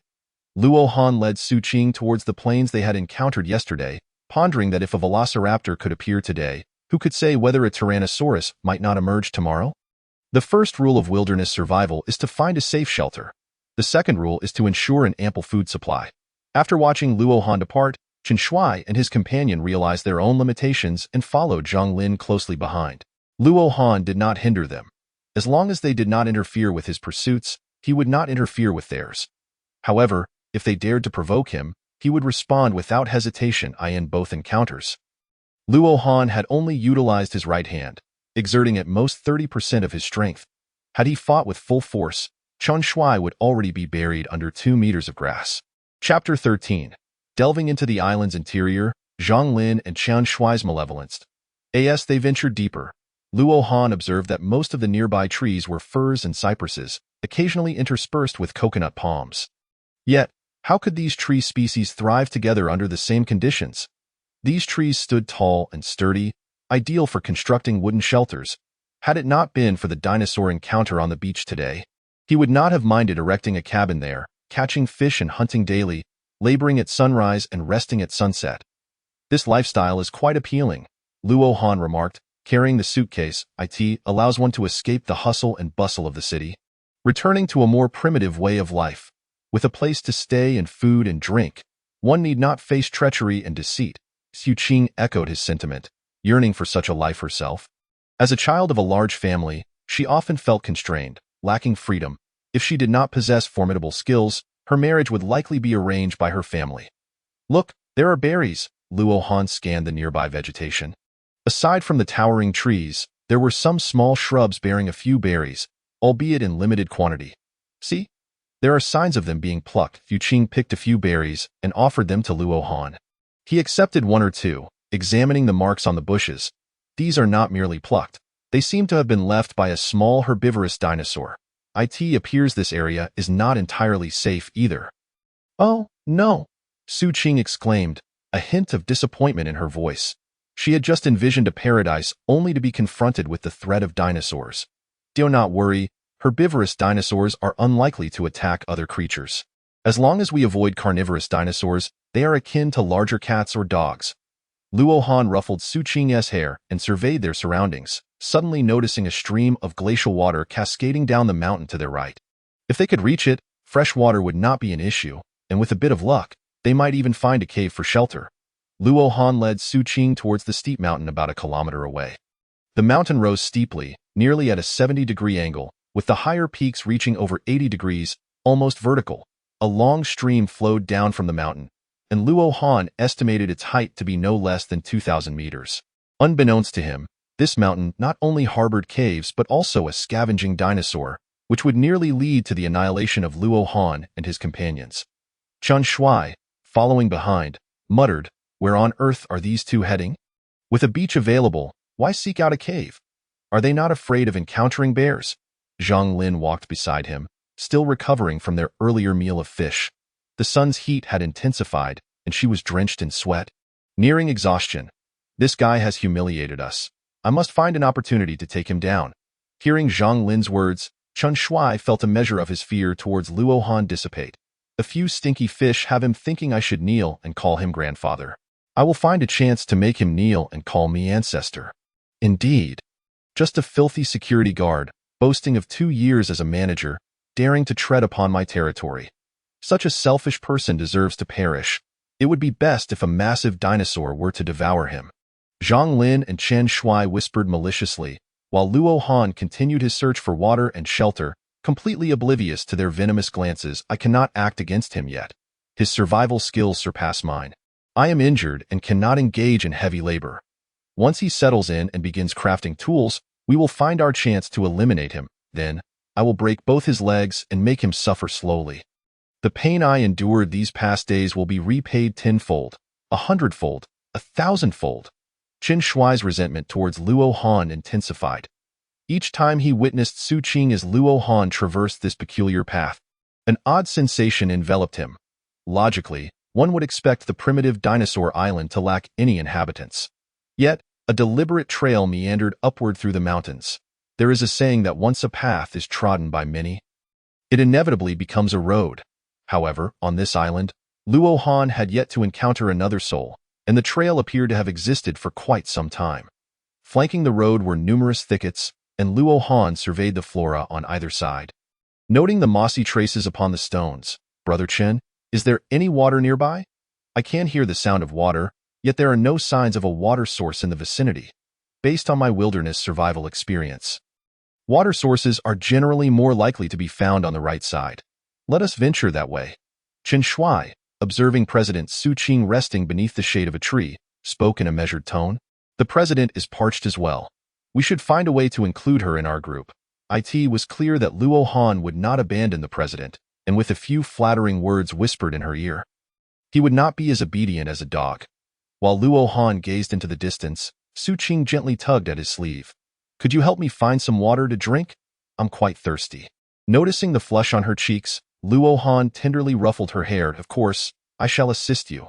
Zhang Lin, catching wind of Su Qing's desire for water, enthusiastically exclaimed, "President Su, you wish to drink?"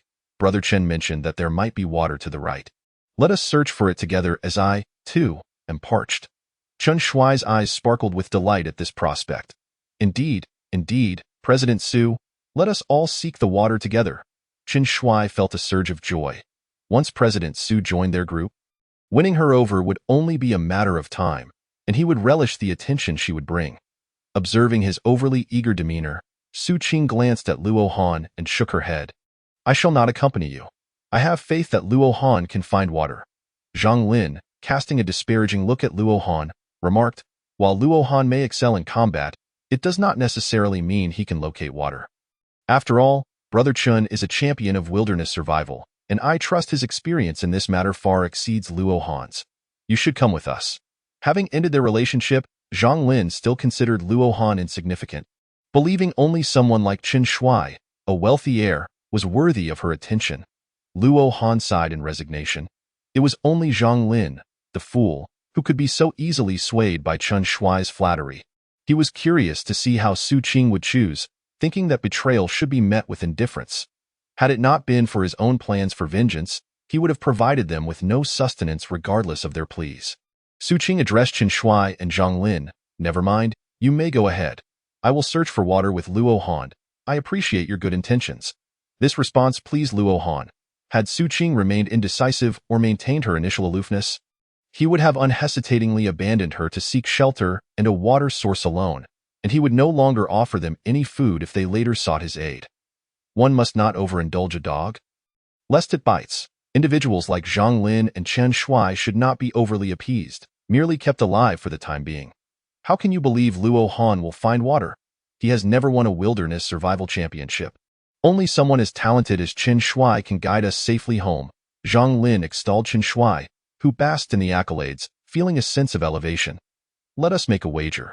If I find fresh water and you do not, you must kneel and bow before me, calling me your ancestor. Luo Han stepped forward, feeling irked by Zhang Lin's continual praise of Chen Shuai. A man should never admit defeat, nor allow others to belittle him. Why should I wager with you? You are merely a lowly security guard. You are hardly worthy of such a challenge, Zhang Lin retorted, linking her arm through Chen Shuai's with an air of arrogance. She regretted giving Luo Han, the opportunist, any food, deeming him unworthy. Luo Han, with a frigid demeanor, noted that not only should Chen Shuai be dealt with, but Zhang Lin also required a lesson in humility. Zhang Lin, silence yourself. Do not forget who saved you just now, Su Qing admonished, recognizing Zhang Lin's spoiled upbringing, which rendered her speech insufferable. With a haughty huff, Zhang Lin grasped Chen Shuai's arm and headed toward the right. Meanwhile, Luo Han knelt down, straining to listen for nearby sounds to gauge the proximity of the water source. We shall proceed to the left. The sound of water is not far from us. Luo Han glanced at Su Qing, who nodded obediently. Their shared experiences had fostered her trust in him. Not only did he possess survival skills, but his unique insights surpassed those of the others. As they walked along the path in search of water, Luo Han wielded a sturdy branch to clear the way. The area was densely populated with thorns and shrubs, which, while not harmful to him, were somewhat obstructive. What makes you so certain there will be water here? Su Qing inquired, following closely behind. Sensing that Luo Han was extraordinary, his survival skills seemingly honed to perfection. Examining the stones beneath their feet, she noted that moss only appeared near water sources. The path they had taken earlier featured stones on the left with traces of moss, while those on the right were smooth and bare. Luo Han replied casually, having studied geography in high school, where he learned such details, and no wonder you wanted to bet with them. It seems you were already aware that water was present here. Su Qing chuckled, her laughter ringing like silver bells, which delighted Luo Han's ears. Details determine success or failure. I do not engage in battles without preparation. I am eagerly anticipating their pleas for mercy. Luo Han smirked, feeling increasingly impatient to once again take advantage of Chen Shuai and the others. While others indulged in their fill and returned home to rest, he relished the thought of satisfying his own whims. Chapter 15. An unexpected reunion with his former father-in-law Luo Han felt a surge of heat within as he pondered. Why demand they call you ancestor? It sounds quite aged, as Su Qing spoke. The sound of water grew ever louder, suggesting that they would soon find the source. I would have him call me father only to grant him fire. You, however, would have him refer to you as grandmother, which would make me your son. If he calls me ancestor, then I could refer to you as my dear daughter and him as my dear grandson. Luo Han joked, merely seeking to tease Chen Shuai. Scoundrel, always bullying me, Su Qing replied. Her cheeks flushed as Luo Han never missed an opportunity to jest with her. Ah, we have arrived. Before them lay a grove of bamboo, reminiscent of a lesson he had once learned. Indeed, water sources are often accompanied by such flora. Scattered among a few bamboo stalks was a pool, approximately 1 meter deep, filled with clear, pristine water, with a natural tiered waterfall cascading beside it. The water flowed gracefully over the stones into the pool, which then trickled down to a river below. Though refreshing, Su Qing exclaimed, cupping her hands to drink. This must be spring water, rich in minerals. Let us rest for a moment. Luo Han also drank from the cool water when suddenly, a rustling in the nearby bushes caught his attention. Who goes there? Show yourself.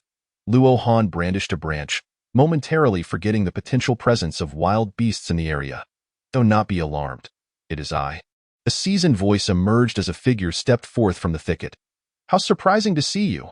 Luo Han was taken aback upon recognizing the man before him, a gentleman in his 50s named Zhang Xianghai, who was Zhang Lin's father. They had met previously, and it was no secret that Zhang Xianghai was once Luo Han's father-in-law.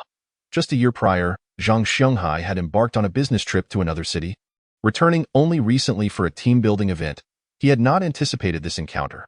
"Young man, is that you? Where is Lin Lin? Are you two not together anymore?" Zhang Xianghai inquired, clearly pleased with Luo Han, even having privately advised him on how to win over his daughter during their first meeting. "Uncle, Zhang Lin is involved with a wealthy heir from the company. We have parted ways." While Zhang Xianghai was a man of great decorum whom Luo Han admired, the boundaries of their relationship needed to be respected. "I wondered why I saw her in such close proximity to some wild boy. It turns out she is involved with someone like this. Zhang Lin, come here."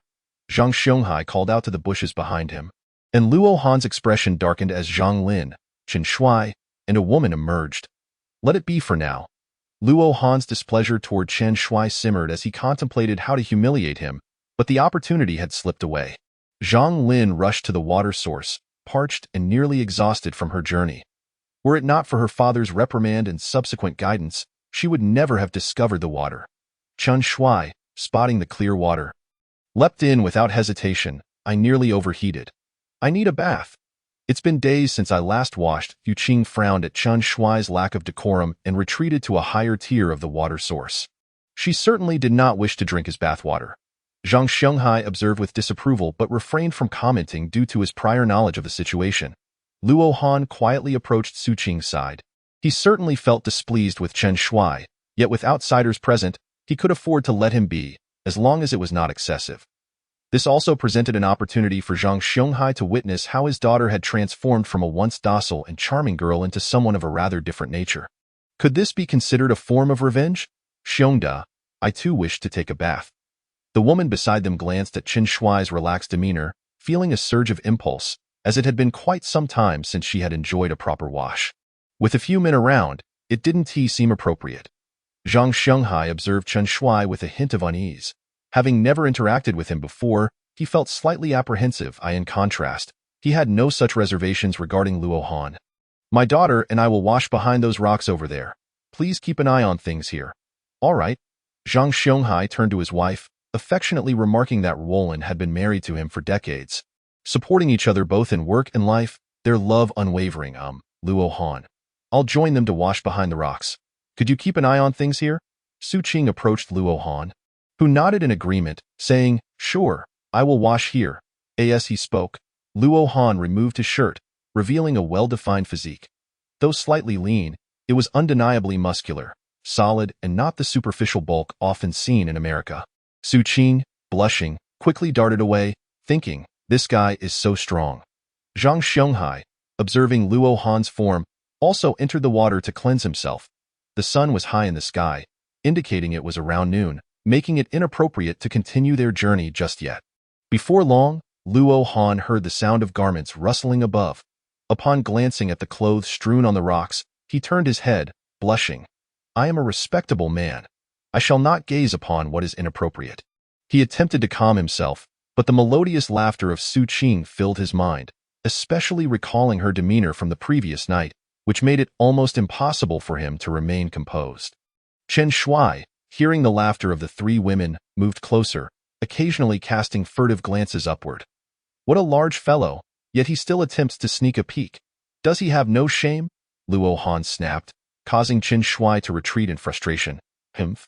Pretending to be a virtuous man. I don't believe you aren't curious," Chen Shuai muttered, while Zhang Xianghai remained submerged, relaxing and oblivious.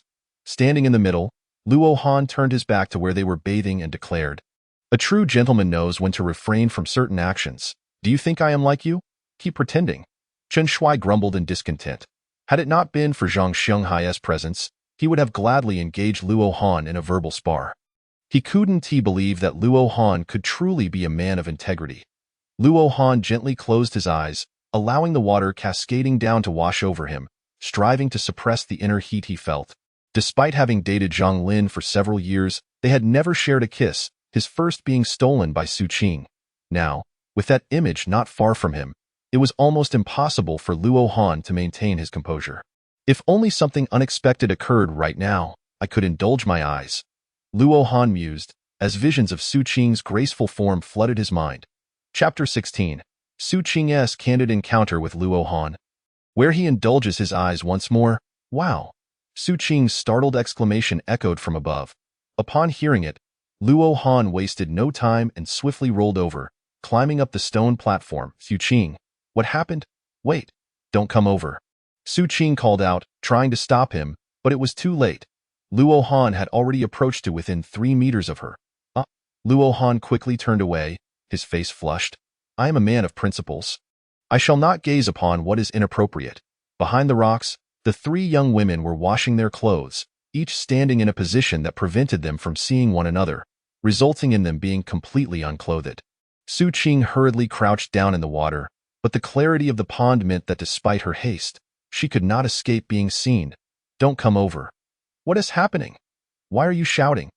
Luo Han turned his back, adopting a stance to calm his racing heart, feeling as if steam was billowing from his ears, his breathing becoming rapid. A slippery fish just swam past my feet. I thought it was a snake and it startled me. Su Qing covered herself, wanting to express her thoughts, but Luo Han had approached too swiftly for her to crouch down in time. Indeed, a eel had just swum by, nearly slipping into her, which had left her quite flustered. Luo Han exhaled, feeling a weight lift off his shoulders. What is it? Su Qing provocatively gazed at Luo Han, extending her long legs from the water. Luo Han, upon hearing her, slightly turned to glance at her. What? Still looking? Get down. Su Qing splashed water with her hand, the droplets hitting Luo Han's face. Seeing this, he quickly retreated, saying, It's not like I haven't seen it before. You just want to take advantage of me. Su Qing blushed at Luo Han's words, realizing this was truly a moment of candidness between them. Returning to the water below, Luo Han stood, yet his mind was filled with thoughts of Su Qing's alluring figure. What happened to the principles of a true gentleman? It seems I am no better than a beast. Chen Shui observed Luo Han's hasty retreat, and he couldn't resist mocking him. Luo Han glared at Chen Shui, his expression darkening. If I am a beast, then your capabilities are even less than that of a beast. Don't forget, you've already been defeated by me twice. Upon hearing this, Chen Shui's expression soured. The truth stung. Ever since their arrival, he had been consistently outperformed by Luo Han, whether it was in combat skills or survival knowledge. Luo Han could easily leave him in tatters, like a father overpowering his son, or rather, like a grandfather chastising a grandson. You? Chen Shui clenched his fists, while Luo Han coolly tilted his head. Not convinced? Come, let us fight. Seeing this, Chen Shui had no choice but to retreat in frustration. He certainly didn't believe Luo Han would show mercy. When the opportunity arises, I will surely put you down. After mentally cursing Luo Han, Chen Shui began washing his own clothes. The sun was blazing, and there were several large rocks nearby, perfect for drying clothes. Observing Chen Shui concede, Luo Han closed his eyes once more, practicing punches in the water. Watching Luo Han's vigorous movements, Zhang Xianghai sighed to himself, wondering how his daughter could be so blind as to choose a good-for-nothing over a capable man. Although he was aware that Chen Shui was currently Zhang Lin's boyfriend, he could see that Chen Shui was unreliable. Luo Han, could you help me bring that suitcase over? Su Qing's voice called out. Luo Han smiled slightly. The suitcase contained mostly light clothing, and though they were casual, the short skirts were particularly eye-catching. Did Su Qing intend to wear something like that? Over the past few days, she had donned white beach attire, but now, he was in for a visual treat. Luo Han responded affirmatively and carried the suitcase, placing it by the edge of the water where Su Qing was. However, as soon as he returned to the lower area, he overheard the 3 women's voices. This fabric is so thin. Why is it this kind of clothing? I'm nearly 50. This skirt is so short. Luo Han's lips curled into a wry smile as he patiently waded downstream to enjoy the fashion show, even neglecting his own form while practicing punches. Su Qing, donning the short skirt, paired it with Luo Han's oversized sun-protective shirt, which effectively covered her body. Luo Han attempted to maintain his composure, while Chen Shui stealthily crept closer, his eyes gleaming with desire. Chen Shui, are you looking for a beating? Luo Han was determined not to let Chen Shui see anything inappropriate. It was for his eyes alone. What? Is it wrong for me to glance at my own girlfriend? Chen Shui sneered at Luo Han. Not believing him to be a man of integrity, he had seen it all, so why shouldn't he look? Wasn't he that fair? No. Zhang Xianghai's stern voice cut through the air. Although Chen Shuai was the son of a company chairman, if he were to marry Zhang Lin, that would make Zhang Xianghai his father-in-law. Could Chen Shuai still act brazenly in front of him? Very well then. Chen Shuai returned to the lower area, casting furtive glances upward with a lecherous gaze. Before long, the three women descended, spreading their clothes out on the rocks to dry. The sun was intense, and they would likely dry within 3 to 4 hours. Su Qing, clad in the revealing outfit and draped in Luo Han's sun-protective attire, displayed her long, fair legs to the open air, glistening with a radiant sheen. Just now, I saw quite a few fish swimming a few levels down. Su Qing spoke softly to Luo Han, who was now clad only in tight-fitting attire, revealing his robust abs, making her wish to touch them. Moreover, she now wore nothing to cover her lower half except for that exceedingly short skirt. It was her first time donning such attire, and she felt a tinge of shyness, especially considering that the person before her was Luo Han. I'll set a fire first, then we can go fishing. Let us take a short break before we follow this water source upstream, Luo Han suggested. As he gazed at Su Qing's long legs, she appeared to him like a bashful girl next door. Fidgeting and blushing, we've come this far only to find a water source, and now you want to leave. If you want to go, you can go alone. We will stay. Upon hearing that they were to continue enduring hardship, Chen Shuai quickly stepped forward. He knew that the three women were reluctant to leave, and he was determined not to let Luo Han isolate himself. If Luo Han were left alone, he was confident he could become the anchor for these individuals. Besides, with Zhang Xianghai by his side, surely they could not be compared to Luo Han alone. Chapter 17. Luo Han's knowledge is truly extensive. While Chen Shuai only boasts at midnight, numerous fierce beasts would approach the vicinity of the water source. If you're not afraid of death, then feel free to stay. At that point, you might not even be able to leave with your whole corpse intact, Luo Han retorted. He was well aware of Chen Shuai's intentions, and he found it laughable that Chen would dare to challenge him with such trivial schemes.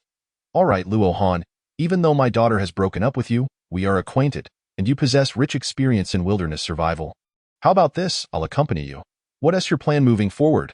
Zhang Xianghai spoke up, genuinely appreciating Luo Han, despite his disappointment that his daughter had left him for financial reasons. Nonetheless, this did not overshadow his fondness for Luo Han. Ruo Lin looked at Luo Han with a hint of disdain. Although she acknowledged his formidable abilities, she believed that Chen Shuai's background was superior. She was convinced that once they were rescued, Chen Shuai would provide her with a better life. Little did she know, there was no turning back now. Uncle, thank you for your trust. I will gather some vines nearby to weave a small fishing net. You and I will head downstream to fish, while Chen Shuai will be in charge of starting the fire. If the three ladies can, please help collect some dry branches for firewood, Luo Han said with a smile. He held no grudge against Zhang Xianghai. The two shared a camaraderie akin to that of old friends, though they had grown somewhat estranged over the past year. Upon hearing Luo Han's arrangement, Zhang Lin immediately protested. Why should you be the one to decide? Feeling indignant, she added, if you don't like it, don't eat the fish. I'm only holding back because there are elders present. Don't think I'll continue to indulge you. Luo Han's tone turned icy. Were it not for Zhang Xianghai and Ruo Lin being there, he would have already cast them aside. We're on a deserted island. Who fears whom? I will confront anyone who defies me until they relent. I am in agreement. Luo Han and I will take the lead. You all can follow suit, Zhang Xianghai said, glancing at his ineffectual daughter. He tore off a vine and began weaving the net alongside Luo Han. Before long, a rudimentary fishing net was completed. Rather than a net, it resembled a fence. Though the holes were small, its shape was more akin to that of a barrier. Luo Han and Zhang Xianghai ventured downstream to catch fish. Observing Luo Han's adeptness, Zhang Xianghai remarked, Young man, your skills have become quite impressive. Have you been training regularly since leaving the army? Indeed, even while working, I often train. One cannot simply forget their past as a special forces soldier. Luo Han replied, deftly maneuvering the net to herd the fish. He held a slender branch in his other hand, ready to spear the fish once they were corralled into a confined space. With so many people around, and the fish being small, he knew he had to employ his wits rather than rely on brute strength. If only you were my son-in-law, you would truly astonish everyone. Zhang Xianghai mused, yet he understood that Luo Han and Zhang Lin could never return to their former relationship, especially with Su Qing, the captivating CEO, by Luo Han's side. How can I compare to your son-in-law? He has participated in wilderness survival challenges and reportedly won. I have never faced such trials, Luo Han said with a hint of sarcasm, his tone laced with irony. Zhang Xianghai chose to remain silent, and soon the two had caught about 10 fish and returned upstream, only to find that Chen Shuai had still not managed to start a fire. Luo Han nearly kicked him for his incompetence. How could he not know that kindling was essential for starting a fire? Aren't you the wilderness survival champion? How can it take you so long to start a fire? Zhang Xianghai, watching Chen Shuai's futile attempts, couldn't help but chuckled. In our day, we always had lighters. We didn't need to drill wood to make fire. Chen Shuai, feeling defensive, looked for excuses as he fumbled. I've got fire. I've got fire. Su Qing brushed her hair aside and looked excitedly at Luo Han. Luo Han smiled back, sensing that Chen Shuai was now utterly embarrassed, especially since Su Qing had never participated in wilderness survival. Am I not impressive? Su Qing approached Luo Han, eager to take credit. Luo Han regarded the lively Su Qing and asked, how did you manage to do it? Pulling Luo Han over to her fire. Su Qing explained, every material has a different ignition point, requiring varying amounts of heat. Place the dry leaves, which have the lowest ignition point in this area, beside the sticks, and of course, I could start a fire.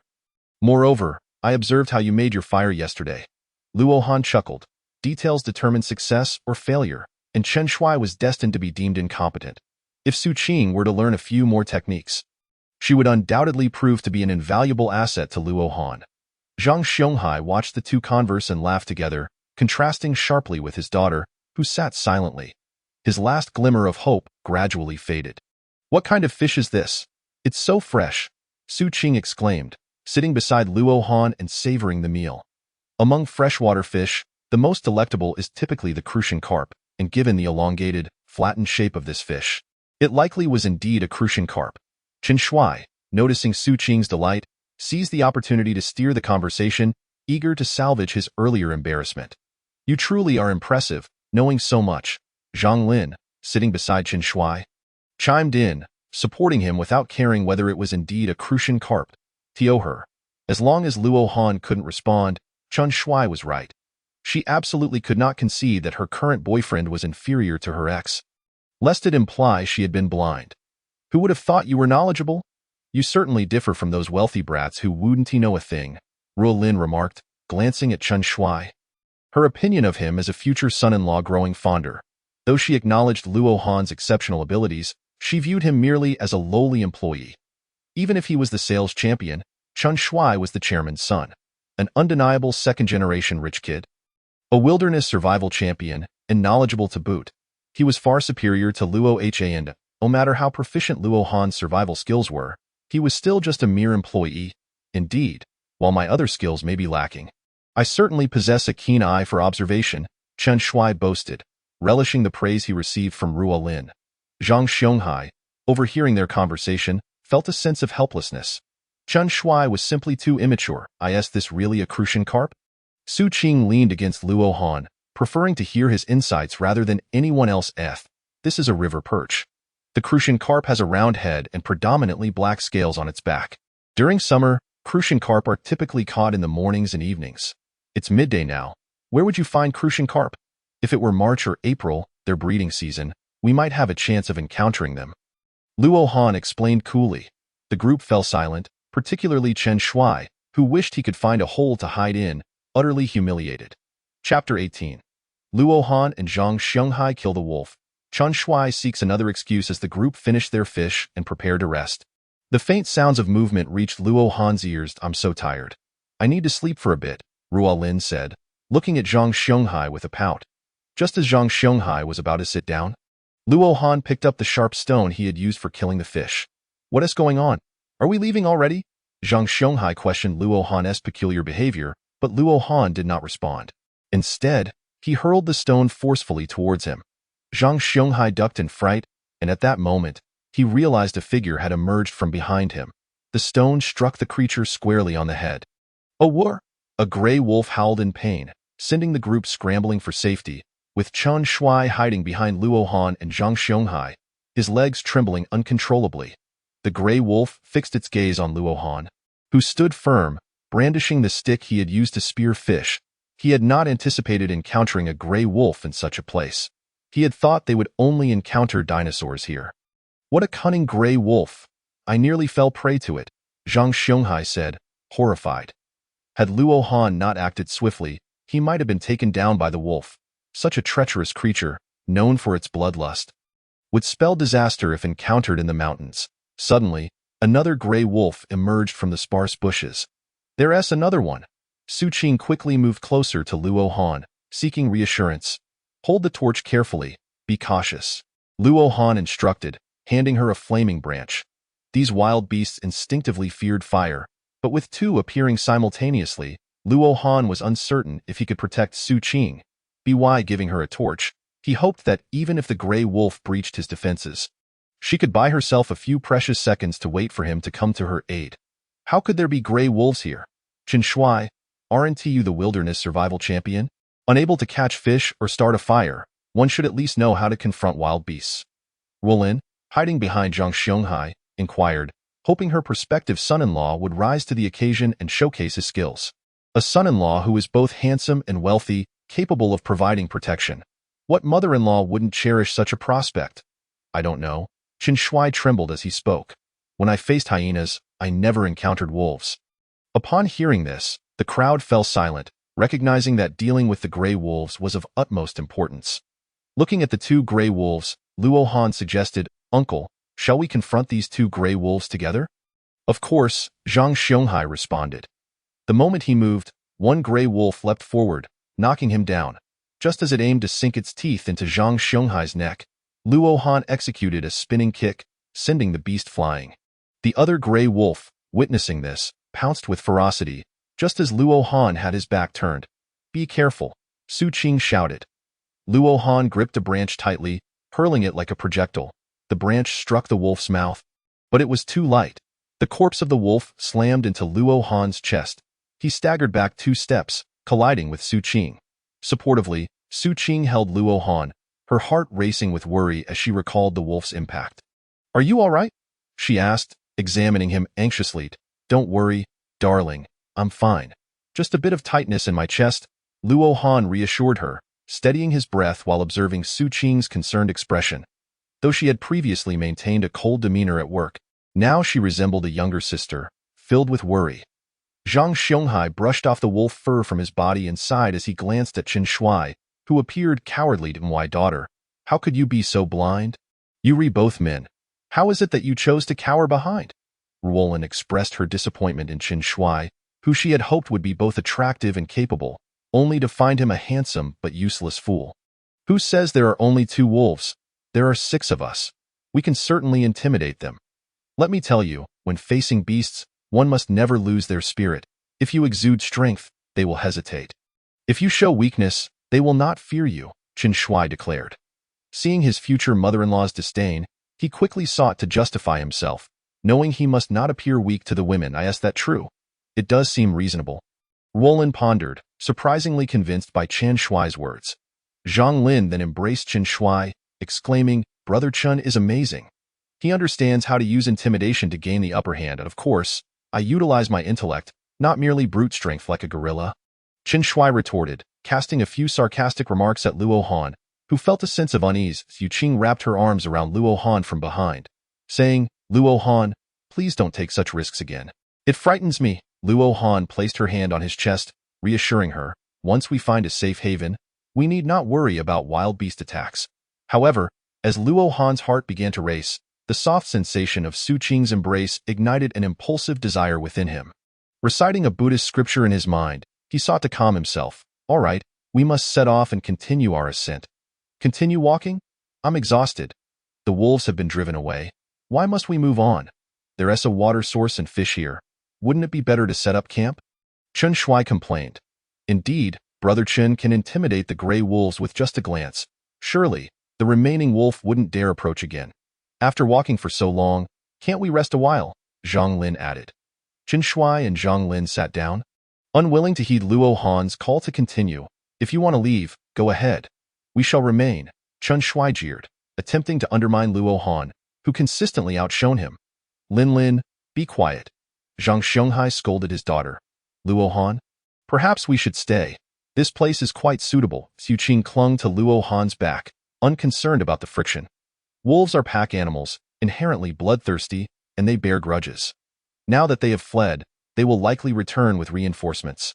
If we do not find a secure location, when the wolf pack arrives, we could be in grave danger, Luo Han remarked helplessly, feeling the stark reality of their situation. Chapter 19. The iron shoes sought in vain. Yet fortune comes effortlessly, go if you wish, but we will not accompany you, Chen Shui coldly stated, eyeing Luo Han. As long as he could rally the others to his side, it mattered little if Luo Han departed. With Zhang Xianghai present, securing fish and water posed no problem. As long as they were cautious with the fire, their camp would remain lit. Whether or not Luo Han was there was inconsequential. Perfect.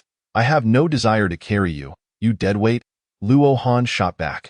When the wolf pack strikes, do not expect my help. Some individuals need to learn through painful lessons to grasp the harsh truths of reality. Luo Han, let's go, Su Qing declared, standing firmly beside him, using the word we for the first time. Previously, she had merely inquired where he intended to go, but now she was resolute in her choice. Even though venturing deeper held the risk of greater dangers, Luo Han, remain here.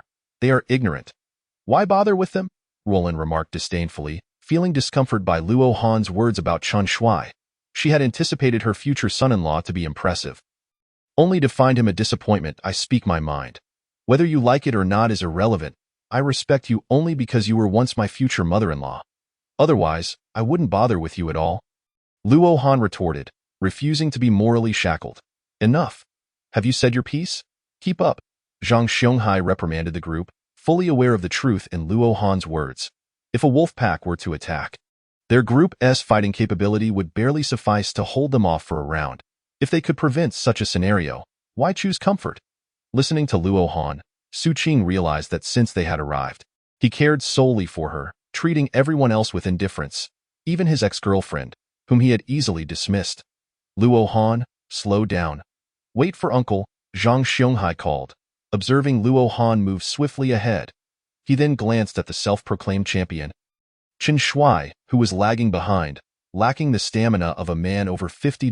Why rush?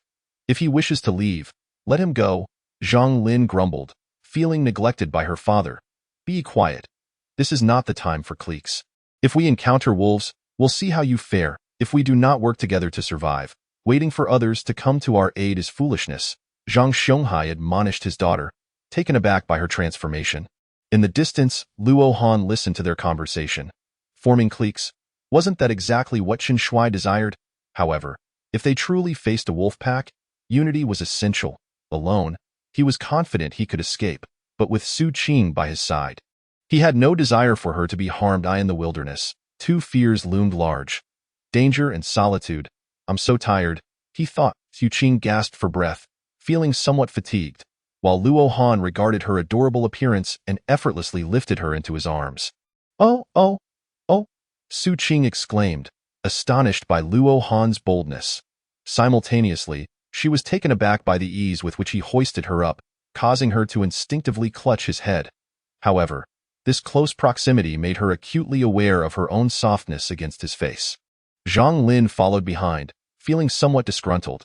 Luo Han had previously treated her like a princess, yet now he was being intimate with Su Qing right in front of her, their actions exuding an intimacy akin to that of an old married couple. When the opportunity arose, she vowed to confront him, questioning why he received preferential treatment simply because he was the CEO while she did not. After walking for about 10 minutes, Luo Han gently set Su Qing down and began inspecting the nearby footprints by the riverbank, with Su Qing trailing closely behind him, resembling his little shadow. The riverbank was dotted with numerous footprints, along with some droppings, indicating that the deeper they ventured, the greater the peril. Luo Han surveyed the dense forest before him, feeling a sense of unease akin to living in a state of uncertainty. Ruo Lin followed closely behind Zhang Xianghai, while Chen Shui and Zhang Lin lingered at the back, as their relationship with Luo Han was somewhat strained. And Chen Shui's gaze remained fixated on Ruo Lin. The couple, Zhang Xianghai and his wife, were undoubtedly the company's elite, particularly Ruo Lin, whose remarkable abilities and impeccable maintenance belied her nearing 50 years. Despite her age, her presence was strikingly mature. Chen Shui discreetly licked his lips, diverting his gaze, musing inwardly. Indeed, she still possesses charm. Luo Han examined the surrounding vegetation and then glanced at the increasingly steep mountain path above. Upon closer inspection, he noticed a cave approximately 3 meters high in the distant waterfall, with turbulent waters nearby. If they could find refuge there, large carnivorous dinosaurs would likely be unable to enter such a small cave, while smaller carnivorous dinosaurs and wolf packs would be deterred by the raging waters, which would keep them at bay. He called Su Qing over, feeling as though his efforts had yielded success. After traversing such arduous terrain, we have found what we sought without much exertion. Chapter 20. Unexpected discovery of iron-rich soil. Luo Han constructs a bridge to cross the raging river. Wonderful, we've found it, Su Qing exclaimed upon seeing the cave, her joy evident as she impulsively kissed Luo Han's cheek, wrapping her arms tightly around him. Luo Han, taken aback by this sudden display of affection, felt his cheeks flush. Others are watching, he stammered. Yu Qing made a playful face and whispered something in his ear, causing his face to redden further, his ears and nostrils flaring like a steam engine. Seeing Luo Han's flustered state, Su Qing couldn't help but laugh, her melodious laughter prompting Luo Han to regain his composure. If we were in ancient times, you would undoubtedly be that enchanting seductress, Daji, he remarked, blushing as he gazed at the playful Su Qing. Then you must be King Zhou, and I am your alluring Daji? Su Qing teased, relishing the rare sight of him flustered. Luo Han averted his gaze, a phrase echoing in his mind. Please, feel free to command Daji. After exchanging playful banter for a few minutes, Luo Han pondered how to reach the cave. Despite the river's swift current, he believed that hand in hand, they could support each other and make it across, though it was clear that they couldn't continue this way indefinitely. Look, there's clay here, Su Qing exclaimed, crouching down to inspect the soil. Luo Han picked up a handful, sniffing and tasting it. This isn't pottery clay, but it contains a high iron content. We must figure out how to get to the cave and settle there. This iron-rich soil could be refined to extract iron, and if successful, we can forge tools and weapons to defend ourselves against any wolf pack that dares to approach. With you by my side, I fear nothing, Su Qing replied softly, recalling how Luo Han had protected her throughout their journey, confronting every danger head-on to safeguard her from harm. Luo Han gently tousled her hair, feeling grateful for such a devoted companion. Elated at discovering both the cave and the iron ore, Luo Han shared his joy with Zhang Xianghai, completely forgetting their earlier discord. Fantastic! Now we need not worry about wolf packs encroaching upon us, Zhang Xianghai exclaimed, gazing at the cave in the distance, his spirits lifted. Moreover, there were also a few fruit-bearing trees nearby, a safe dwelling, an abundance of food, and fresh water. These three essential conditions were simultaneously met. They merely needed to find a way across. Luo Han casually broke off a branch from a nearby tree and tested the water's depth, discovering it to be approximately 1 meter deep. While he and Zhang Xianghai, being strong men, could likely manage, it would be a struggle for the four of them, as one misstep could lead to being swept away. How are we supposed to cross that river? Zhang Lin complained, glancing at the turbulent waters. Uncle, let's gather some large stones nearby, toss them into the river, and then use branches to anchor them down. If we can't find a passage, we can build a bridge ourselves. Luo Han chose to ignore Zhang Lin. Ever since she had associated with Qian Shui, she had lost her princess-like demeanor yet continued to act spoiled. If it weren't for Zhang Xianghai not harboring any deep-seated grievances against him, Luo Han would have abandoned them the moment they banded together. As he once stated, your survival means nothing to me. Are you trying to exhaust us? Can't we just build a boat to cross? Qian Shui interjected, opposing the proposed method. Protests are futile. Come on, Luo Han, I want to help, Su Qing said, pulling Luo Han along to gather branches. Zhang Xianghai looked at Qian Shui and shook his head. Come help, or I will leave you behind with Luo Han. Hearing Zhang Xianghai's command, Qian Shui reluctantly approached another tree to gather branches. Observing his unwillingness, Luo Han mischievously remarked, you should start moving stones? And choose the larger ones. Why should I? Do you really think you're in charge here? Qian Shui retorted angrily, feeling increasingly agitated by Luo Han's constant demands and sarcastic remarks. If you have a problem, let us settle it with a fight. But if you lose, you must leave, Luo Han replied, noticing Qian Shui's reluctance to engage. Qian Shui, realizing the unfairness of such a challenge, fell silent. He was not keen on fighting Luo Han. It hardly seemed fair. Just hurry up and move the stones, it's a mere 10-meter distance. It should take no more than 3 or 4 hours. Even your girlfriend is helping her father move stones? As a man, you should have some responsibility. Luo Han taunted Chen Shuai, who remained silent, clearly frustrated. It appeared that he had been too generous with him, and perhaps it was time to reduce his rations tonight to teach him a lesson. After all, one should not feed a dog too much, lest it become disobedient. Angered, Chen Shuai felt as though he could explode, yet he was powerless to retaliate, having grown accustomed to speaking with money. Here, he was nothing but a nuisance. If Luo Han truly wanted to dispose of him, he lacked the means to resist. For now, he still needed Luo Han to catch food and could not afford to turn against him. After collecting branches for a while, Luo Han and Su Qing approached the riverbank, inserting the branches into the water a few centimeters apart.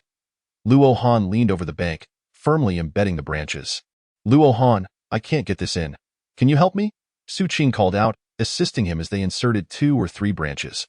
Luo Han then removed his shirt and stepped into the river, the water reaching just above his navel. Uncle, pass me the stones. I'll clear a path. Zhang Xianghai, seeing Luo Han standing in the river, followed suit and jumped in, shedding his shirt. Kid, hand me the stones.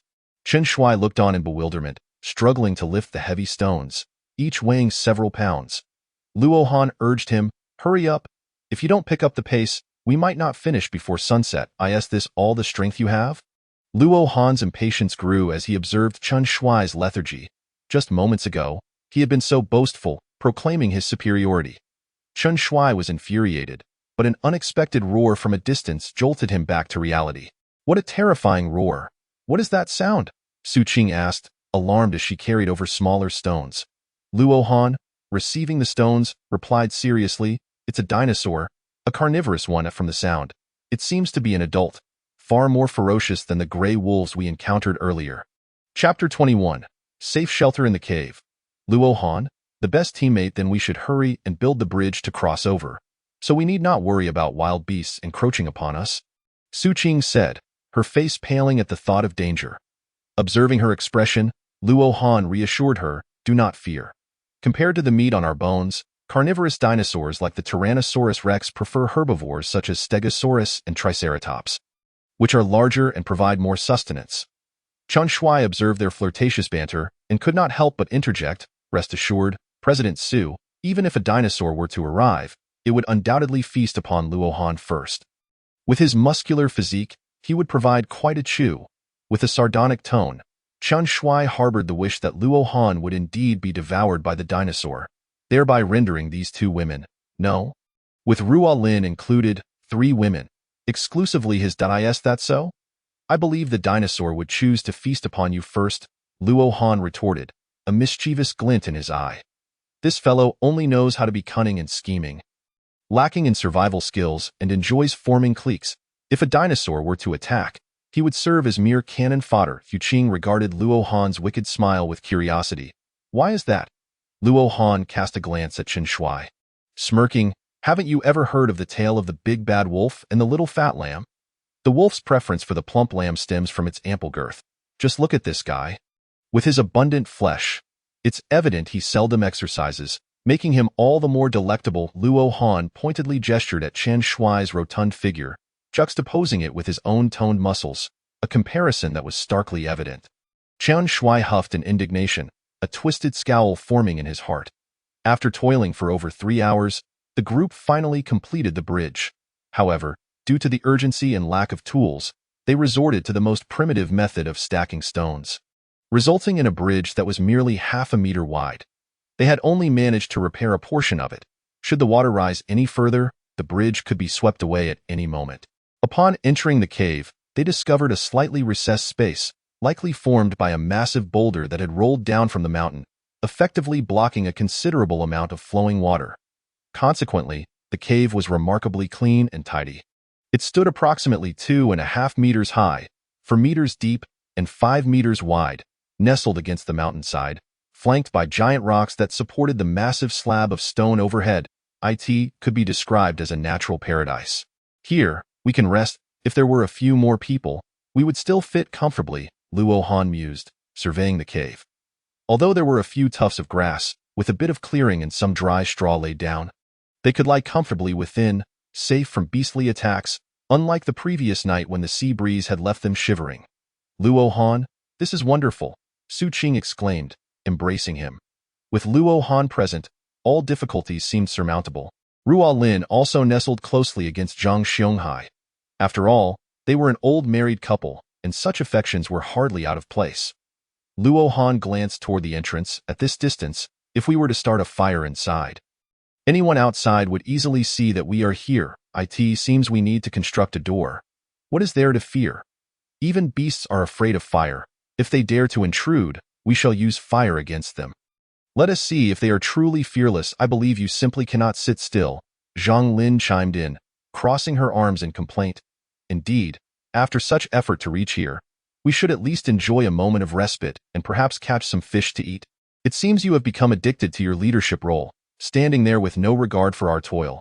Chen Shuai and Zhang Lin continued to grumble, especially Zhang Lin, who resembled a disgruntled wife. Having spent 3 hours constructing the bridge, they were utterly exhausted, and the last thing they wanted was to build a door.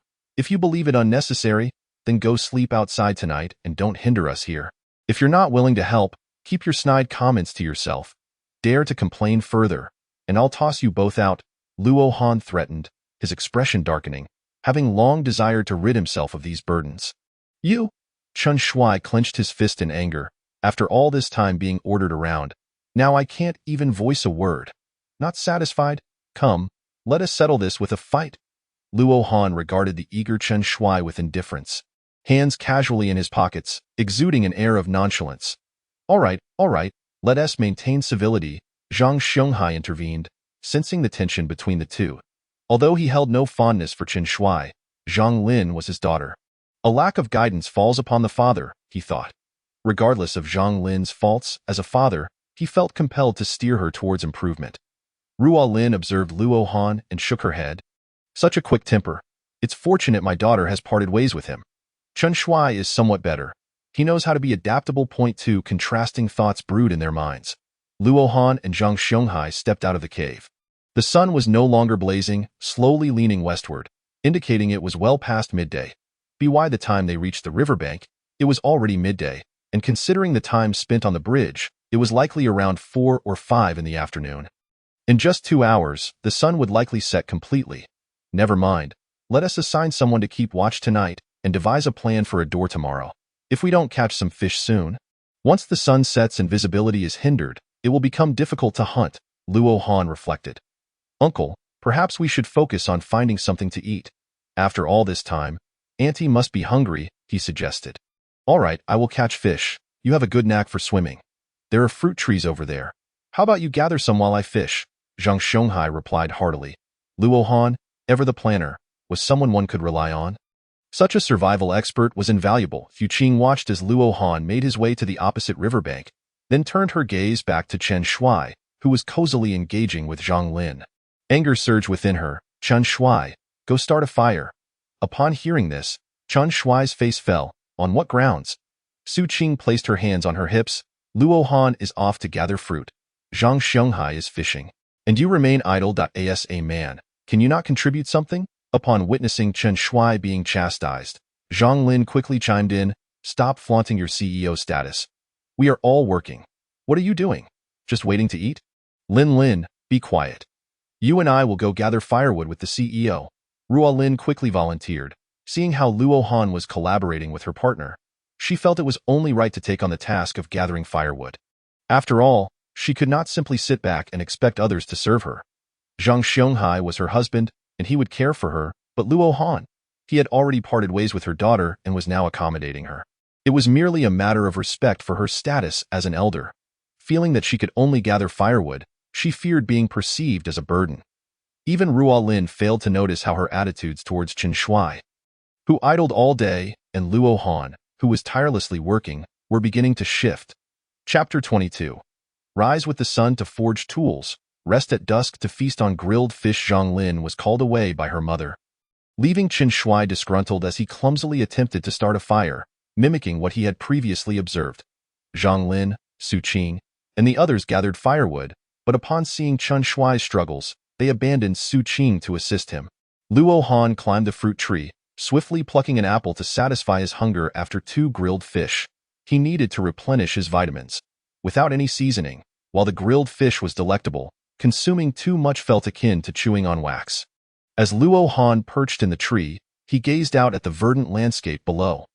Majestic brontosaurs congregated by the river, while triceratops foraged for berries in the underbrush. In the distance, pterosaurs circled the high mountains.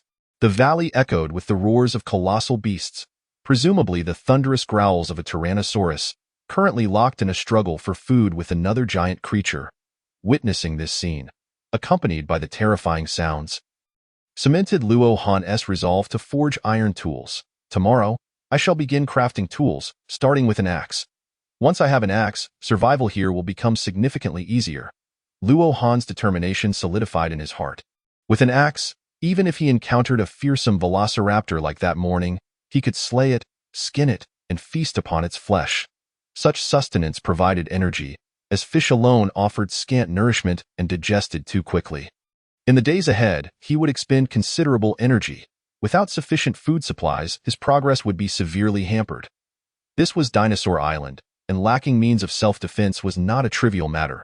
By the time Luo Han returned, his shirt filled with fruits, Su Qing and Rua Lin had gathered a substantial amount of firewood, and Chen Shuai had, for once, managed to ignite a fire. Had it not been for his animosity toward Chen Shuai, Luo Han would have thought their small team quite commendable, functioning collaboratively, rising with the sun to work and resting at dusk. Everyone remained silent, each consuming their respective food. After the meal, Luo Han took his post at the cave entrance to keep watch, strategizing the tasks for the coming days. As long as they had this cave as shelter and constructed a door, utilizing leverage, the beasts outside would pose no threat. The only remaining concern was crafting tools. Possessing tools would signify a leap from the primitive era into the age of iron. An epic-defining advancement. I can't sleep. Su Qing emerged from the cave, settling beside Luo Han. Perhaps it was the absence of Luo Han that left her feeling insecure. Do you think the others are still alive? She asked, leaning against him, relishing his embrace. Something unthinkable in the past. Perhaps they have ended up in other parts of this island. I encountered you first. Then those two, and later, Uncle and Auntie by the pond. It's possible some of our colleagues were washed ashore on the opposite side of the island, he replied, contemplating their situation. Luo Han offered solace. For he too had pondered this topic. However, stranded on Dinosaur Island, he could not afford to dwell on such matters. Could you arrange for me to accompany you on your next venture? I find it unsettling to be among them, as it evokes a peculiar sense of intruding into others' lives, like a third party. Su Qing gradually reclined in Luo Han's embrace, and he reflected on his enjoyable collaboration with Zhang Xianghai. Yet, having parted ways with Zhang Lin, it could be said that apart from Su Qing, the four of them formed a familial bond, and no wonder, he felt the sensation of being an outsider. That moment, they were at the pond where they had rested earlier that day. Several robust men held torches, roasting the lifeless gray wolf. The leader, a bald man, puffed on a cigar and remarked, "It seems there are others present here. Let us rest for now. Tomorrow, we shall search for other locations to see if anything is amiss." This group consisted of only 5 or 6 individuals, yet they appeared to be a gang, with the bald man as their leader. Thanks to Luo Han's slaying of the gray wolf, they had feasted well. Their arrival also heralded the betrayal of Chen Shuai, but that was a matter for another time. The following morning, after breakfast, Luo Han and the others made their way to the riverbank. Zhang Xianghai regarded Luo Han with increasing admiration. Today, we shall begin crafting tools. Once the entrance is completed, we will no longer need to keep watch at night. Chen Shuai, you and your uncle will handle the lumber, securing the raw materials. As for the assembly, leave that to me. Auntie, you and Zhang Lin should gather more firewood. I will need it for charcoal production later. Su Qing and I will be responsible for constructing the smelting furnace. Let us divide our tasks and work together. The sooner we create our tools, the sooner we can hunt other animals. Luo Han methodically assigned tasks, while Rua Lin took her spoiled daughter nearby to collect firewood. How are we to fell trees without axes? Your leadership leaves much to be desired. Chen Shuai grumbled as he was conscripted for the arduous task of lumbering, feeling quite disgruntled. Luo Han picked up a stone polished by the river and struck it forcefully against a cedar tree with a diameter of approximately 10 centimeters. Are you not the self-proclaimed champion of wilderness survival? Must I teach you even this? Seeing this, Chen Shuai begrudgingly began to strike the tree with the stone, venting his frustrations towards Luo Han. Luo Han observed the two laboring diligently. If they only had axes, felling trees would be a trivial task. He led Su Qing to the mound of soil rich in iron content they had discovered the previous day. Gathering clay to commence the construction of the smelting furnace, he tore down vines into thin strands, twisting them together to create cordage, and used stones to strip a section of bark from a tree. He then secured the branches within, leaving an opening at the bottom to insert a sharp stone shard, thus completing a pivot. Estimating the diameter for the pivot, Luo Han found a stone and marked the ground to outline its position. Piece by piece, he encircled the furnace with clay, while Su Qing assisted by handing him clumps of mud. During this process, Luo Han inquired if Su Qing felt dirty, considering her previous life as a CEO, accustomed to a life of luxury. Yet, Su Qing found it quite enjoyable, and by the time Luo Han had constructed the base of the furnace, approximately 50 centimeters wide and 1 meter long, Zhang Lin and her daughter brought back a considerable amount of branches. After collecting the branches, Luo Han arranged them vertically inside the furnace, sealing the outer edges with clay, leaving an opening for the fire and a series of small holes at the bottom for ventilation. This design would ensure that as moisture evaporated, the branches would transform into substantial amounts of charcoal. Tio smelt iron. Charcoal was an essential material, yet the meager amount gathered for cooking fish would hardly suffice for even half a month. Chapter 23. Chen Shuai's First Night Watch. The group encounters a double-crested dinosaur after laboring until nightfall. The 6 of them gathered for dinner, which consisted of grilled fish. This time, however, the fish was spicy. As Ruo Lin had unexpectedly discovered a chili plant, its flavor robust though not as fiery as millet peppers. Everyone relished the meal. Once they finished, Luo Han turned to Chen Shuai. Tonight, you will keep watch. Should anything arise, wake us immediately. Why must it be me? Do you truly fancy yourself a leader? Chen Shuai retorted, disgruntled. He had toiled all day chopping wood, and now at night, he was to keep vigil? Was this a task fit for a human? Even a workhorse, after a day of labor, deserved a good night's rest, yet here he was, burdened with night watch duties, especially after Luo Han had spent the day playing in the mud.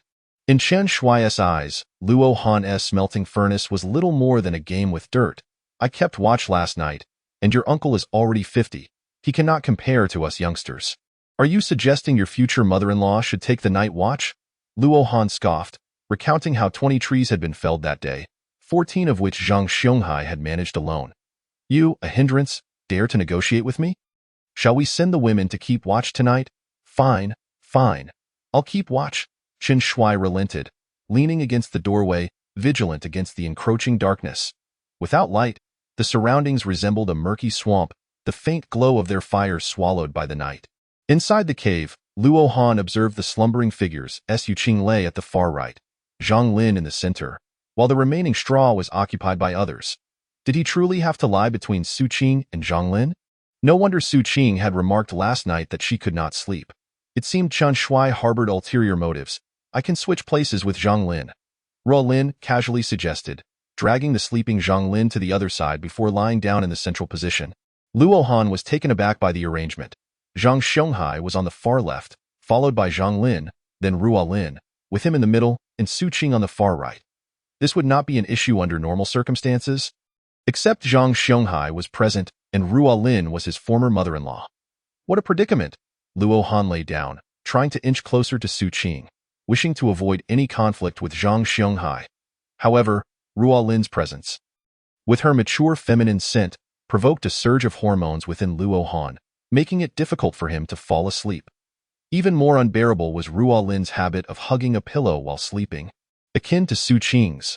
After an hour, Luo Han remained awake, while Su Qing had already nestled against him, her long, supple leg draped over him.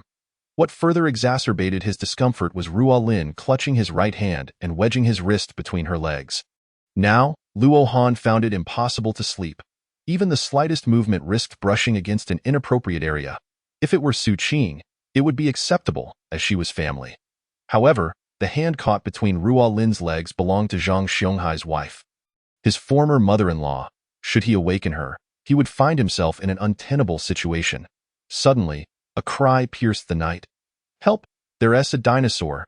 In the middle of the night, just as Luo Han was about to drift into slumber. Chen Shuai's shrill scream jolted everyone awake. Seizing the opportunity, Luo Han withdrew his hand from between Ruo Lin's legs. He could not afford to let his reputation be tarnished. Grabbing a torch, he rushed to the entrance, only to find a dinosaur, approximately 6 meters long and 2 meters tall, with a mouth full of fangs and a double crest on its head, being warded off by Chen Shuai with a torch. In his panic, Chen Shuai was knocked to the ground by the creature's powerful kick. Zhang Lin fainted at the sight, while Zhang Xianghai seized a torch and hurled it at the dinosaur. Unfamiliar with such objects, the dinosaur recoiled in fear from the flames, only to then open its massive jaws to bite at Zhang Xianghai. "Hubby!" Ruo Lin cried out, only to be struck by the dinosaur's tail at the cave entrance, rendering her unconscious. "Darling, I shall fight for you."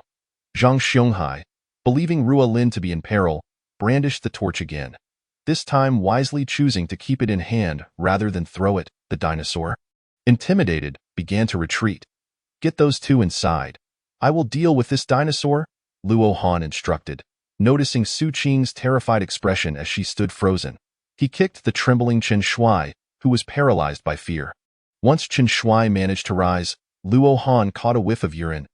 Ugh! He is so scared he wet himself. Feeling somewhat nauseated, Luo Han stepped back, clutching the torch in one hand and a short stick in the other as he charged forward. "I am here to assist." Zhang Xianghai admired Luo Han's swift kick that sent the dinosaur back several meters. "Good kick. Be careful. This dinosaur has a double crest. It might be a double-crested dinosaur. It is a scavenger, which means its mouth harbors a plethora of virulent bacteria. If it bites you, you will be in grave danger." Luo Han recalled reading about this very dinosaur in a book titled Dinosaur Encyclopedia. He remembered that the venom of the double-crested dinosaur was on par with that of a cobra. Should it bite him on this desolate island, amputation would be necessary for survival, but could one endure amputation in a place devoid of medical facilities? The outcome is inevitable. Thus, being bitten by this double-crested dragon signifies death. To my astonishment, encountering a dinosaur on this island is beyond belief. Youngster, tonight we shall join forces and slay this wretched double-crested dragon. Zhang Xianghai bellowed triumphantly, swinging a club at the creature. The dragon swiftly evaded the flames in his grasp, retaliating with a powerful tail swipe that sent him crashing into the river with a heavy thud. "Beast!"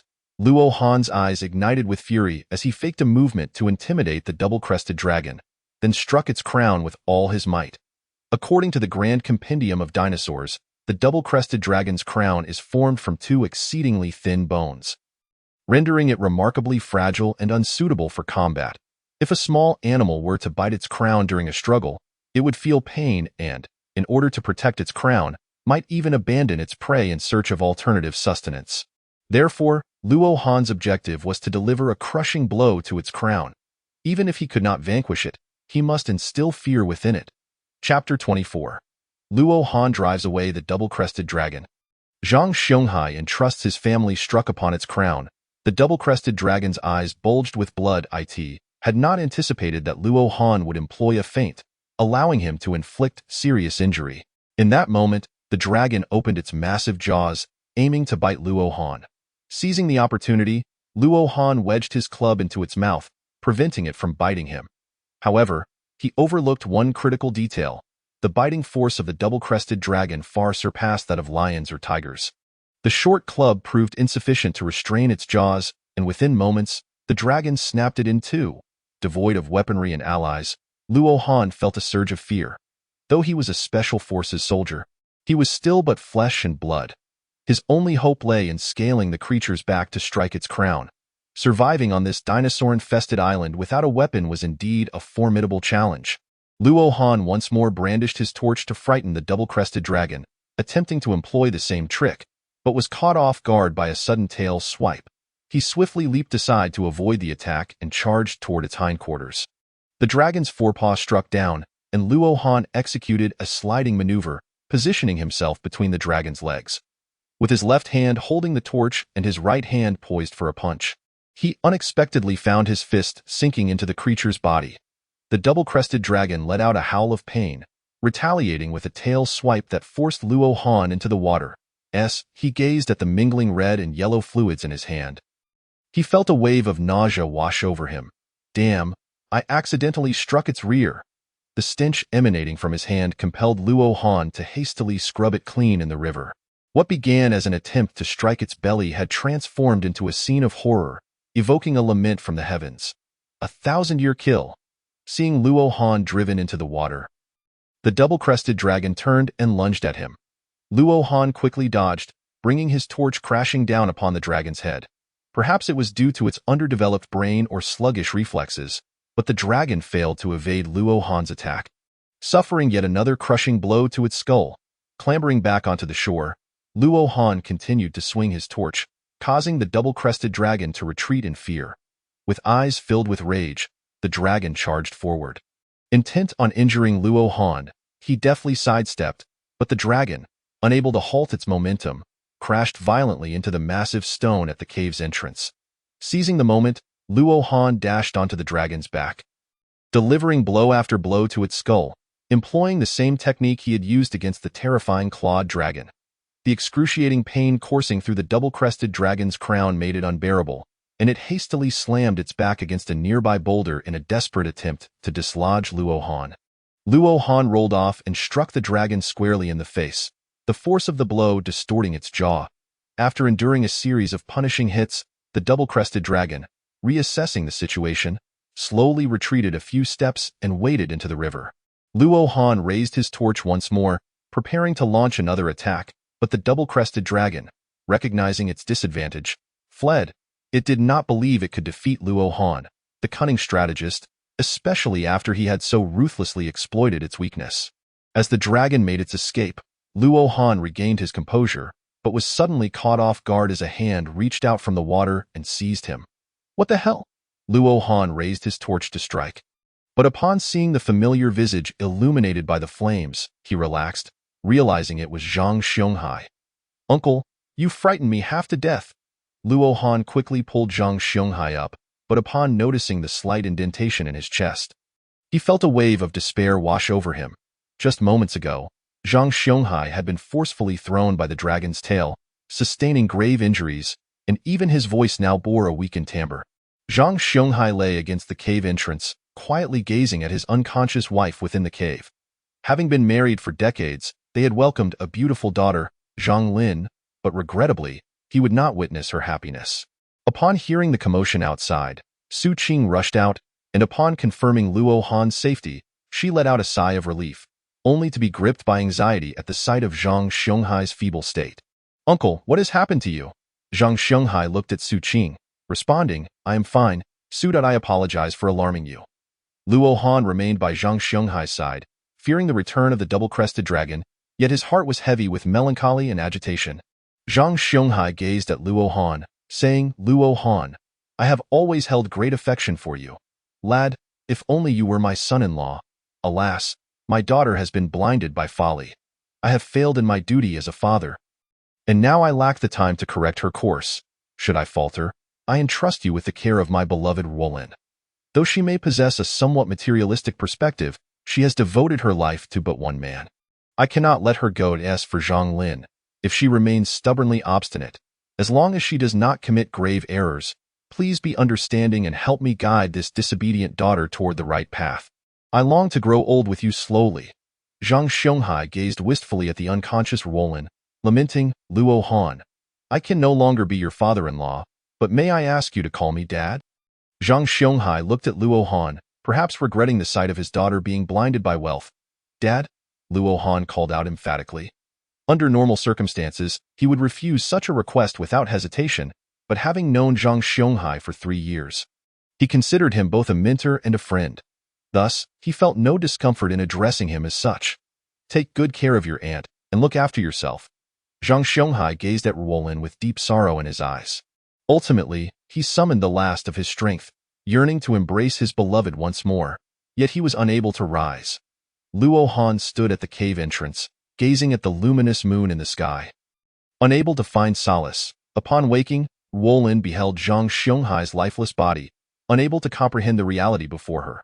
Zhang Lin, too, was in disbelief, and it took all of Chen Shuai's persuasion to prevent her from rushing out to avenge her father. Seeing Luo Han lost in thought at the cave entrance, Zhang Lin kicked him into the river. I'll kill you. Why didn't you protect my father? Luo Han said nothing, standing in the river, allowing the rushing waters to wash away his inner turmoil. I'll kill you. Zhang Lin, heartbroken by Luo Han's silence, grabbed a stick from the fire pit and swung it at him. Get lost with your madness. Su Qing seized Zhang Lin's wrist, flinging her aside.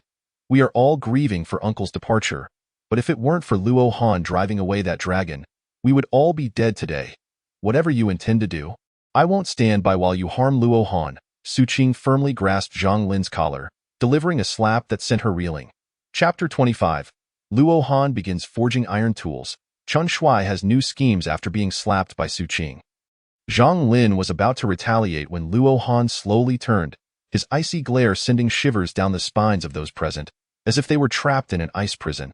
Uncle is gone. I have no desire to debate right or wrong. He entrusted me with the care of Auntie, and if possible, to correct your mistakes. But if you throw another tantrum, I will toss you out myself. Luo Han's terrifying presence silenced Zhang Lin, forcing her to sit down in defeat. That night, Luo Han found no respite in sleep, and only as dawn approached did he finally drift off in Su Qing's embrace. She said nothing further, gently resting his head upon her lap, while she sat there quietly. Ruolin gathered a substantial amount of firewood, igniting a blaze with her own hands. Luo Han did not awaken until noon, and after a light meal, they resumed crafting tools. Approaching the clay furnace where coal had been produced the previous day, Luo Han struck the hardened clay, revealing the dark coal within. This would suffice for smelting iron. Clenching his fists, Luo Han reflected on how, had he possessed these iron weapons yesterday, he would not have allowed that detestable double-crested dragon to claim Zhang Xianghai's life. He could have defeated it without injury. Ensuring that the beast met its end right then and there, Luo Han extracted a portion of coal, crushing it into powder with stones, then mixing in iron-rich rare earth materials and clay to form a cohesive lump. He carefully placed them within the branches of the smelting furnace. With a roaring fire ignited below, he added the coal on top. By heating both simultaneously, the iron elements from the rare earth materials would react chemically with the carbon in the coal, forming iron-carbon compounds. Luo Han yearned to forge steel. However, the low carbon content required for steel production was unattainable under the current conditions. It was still not hot enough. He had to push harder. Luo Han extended his hand to check the temperature of the smelting furnace. He then took out the axle, utilizing the rope attached to it to continuously slide and increase the airflow, thereby intensifying the flames. The fire blazed on as Luo Han tirelessly forged iron, while Su Qing looked on with a heart full of concern. Luo Han had always been striving for survival. He continued to use the axle as a bellows to heat the furnace until he began to feel exhausted. Let's take a break, Su Qing suggested as she approached Luo Han. She had spent the day assisting him in producing coal. Fortunately, she had observed his operations from the previous day. Although the mud furnace she constructed was quite rudimentary, it was capable of yielding a considerable amount of coal. Ruo Lin had remained silent throughout the day, quietly transporting stones to the edge of the bridge, discarding them one by one to reinforce the stone bridge they had built with their own hands. As the day passed without incident, Luo Han was just about to sit down for the night watch when Ruo Lin suddenly appeared at the cave entrance. I'll keep watch tonight, she offered. Luo Han was startled by her sudden appearance. He noticed her eyes were slightly swollen, suggesting she had been crying for quite some time. It's all right, Auntie. I'm fine on my own. Luo Han sensed a subtle change in Ruo Lin, but he couldn't find the words to address it. Shall I teach you how to assist me tomorrow? For now, I can only manage what I'm capable of, and I feel a bit guilty, Auntie. Ruo Lin slowly took a seat and engaged in casual conversation with Luo Han. It was evident that Zhang Xianghai's departure had profoundly affected her, yet she refrained from expressing her feelings, not wanting to burden the entire team. In recent days, Chen Shuai had also refrained from troubling Luo Han. Having noticed the significant shifts in his emotions, Su Qing had yet to return to the cave for rest, quietly dozing off at the cave's edge. Inside the cave, Chen Shuai and Zhang Lin huddled in the far corner, speaking in hushed tones. Once he forges the tools, we can quietly bind him while he sleeps. I've seen him. He sleeps very deeply and won't react, Chen Shuai whispered to Zhang Lin. He certainly wouldn't dare to ambush Luo Han alone, knowing that should he do so, he might be tossed out to feed the dinosaurs. However, Zhang Lin was different. Chen Shuai had heard with his own ears that Zhang Xianghai had entrusted the two of them to Luo Han. Isn't that a bit inappropriate? If he reacts, I might end up being thrown out, Zhang Lin said, glancing nervously at the cave entrance. What are you afraid of? Your father entrusted you and your aunt to him. Does he dare to harm you? Besides, he has oppressed us for so long, making us do this and that, asserting his authority over us. Are you really willing to remain under his thumb? Chen Shui urged. Observing Zhang Lin's worried expression, as long as we bind Luo Han with tools in hand, I'm confident we can deal with him at that point. All three beautiful women will be mine. You're right. We can't let him continue to dominate us. He treats Su Qing, the president, with such courtesy, and even your mother. Yet he shows me nothing but disdain. It infuriates me. Zhang Lin thought back to her past interactions with Luo Han, feeling a surge of anger. But even more so, dissatisfaction towards Su Qing. Luo Han had once been utterly compliant to her whims, but now he was cold and distant, even exhibiting signs of aversion. Zhang Lin attributed all of this to Su Qing, believing that if she hadn't appeared in Luo Han's life, even if she and Chen Shui had become close, Luo Han would still have been her loyal admirer. In her current state, Zhang Lin blamed all her grievances on Su Qing, failing to realize that she had been the one to cast Luo Han aside, pushing away the very person who had once catered to her every need. It was her ambition to align herself with Chen Shui, the wealthy heir that had led her to forsake Luo Han, who had always treated her well. This experience had caused Luo Han to lose face in the company, to see the harsh realities of life, and to understand the helplessness of being bullied when one is down. Thus, he had transformed into someone both gentle and ruthless. Gentle towards those he considered his own, like Su Qing, and ruthless towards the ungrateful. Like Zhang Lin and Chen Shui in the dead of night, Luo Han sat beside Su Qing, gently resting against her. After he fell asleep, Ruo Lin quietly approached and settled next to him. She gazed at Luo Han. Her expression softened, losing its previous coldness. Meanwhile, downstream, the double-crested dinosaur lay slain on the ground, surrounded by 7 robust men, 2 of whom had already fallen. It appeared a fierce battle had ensued, with both sides sustaining injuries, and the double-crested dinosaur had become a casualty beneath their fists. A bald man stood triumphantly on the dinosaur's head, exclaiming, "What the hell is this thing? It took down 2 of my brothers." One of the men, adorned with white tiger tattoos on his arms, remarked, "It looks like a dinosaur." "Impossible. Dinosaurs have been extinct for how many years?" Another interjected. Their discussion continued, and it was their presence that ultimately led to Chen Shui's complete betrayal of Luo Han. It was during that moment that Luo Han uttered a phrase that would become legendary. Chapter 26. Ruo Lin's craftsmanship. Luo Han acquires abundant iron as the night passed. Luo Han was the first to awaken. At this moment, he realized that he was resting against 2 individuals, one being Su Qing and the other Ruo Lin. Gently adjusting Ruo Lin's head, he slowly exited the cave, feeling that something about Ruo Lin seemed peculiar. She always leaned against him, especially that last time when she had used her legs to trap his wrist, leaving him too frightened to move, lest he trespass upon her mysterious domain. A true sacrilege. Luo Han stepped outside and made his way to the smelting furnace. His immediate task was to forge steel. Although the iron he had acquired was of inferior quality, it was sufficient for his needs on this island. He removed the clay lumps from the furnace and smashed them with stones, revealing irregularly shaped granules, roughly the size of broad beans. Each clay lump yielded 3 or 4 granules. Is this the iron produced through chemical reduction? He pondered, if I put in more effort today and refine a bit more, I could be ready to cast. Luo Han surveyed the 70 or so iron granules in his hand, the fruits of a day's labor. This was merely the first day's achievement, and to ensure success, he had only placed 24 clay lumps in the furnace, occupying about 1/3 of its capacity. If he filled the entire furnace, he estimated that he could produce over 200 pieces of iron in one go, weighing approximately 2 pounds. Was the iron production ever this high in earlier times? Luo Han squeezed the iron granules in his palm. According to his memory, such quantities were impossible to yield. He had anticipated that it would take at least half a month to refine enough iron for a single axe. Could it be due to this alternate dimension, reflecting the Jurassic era? Back then, the resources had not yet been exploited, leading to a higher iron content in the rare earths, allowing me to fortuitously obtain so many granules? He did not dwell on the question further. As long as it did not interfere with his plans, it would suffice. I found a rather peculiar type of soil over there. See if it might be of use to you. Ruo Lin stood on the bridge, observing Luo Han as he busied himself for quite some time. Although she did not fully comprehend his actions, she could make some guesses. "Auntie, you're up so early?" he greeted, noticing the strange look in her eyes, which held a captivating allure reminiscent of a ripe peach. "Next time, just give a little shake of your shoulder. There's no need to deliberately adjust my head position." Ruo Lin squinted slightly, gazing at Luo Han with an almost enchanting expression. In truth, she had woken up long ago but had wanted to lean against him, despite having looked down on Luo Han in the past. After encountering dinosaurs, she had learned from Su Qing that returning to the modern world was impossible. With Luo Han's abilities evident, she realized that relying on him, a powerful ally, was far better than continuing to indulge Chen Shuai, whom she deemed useless.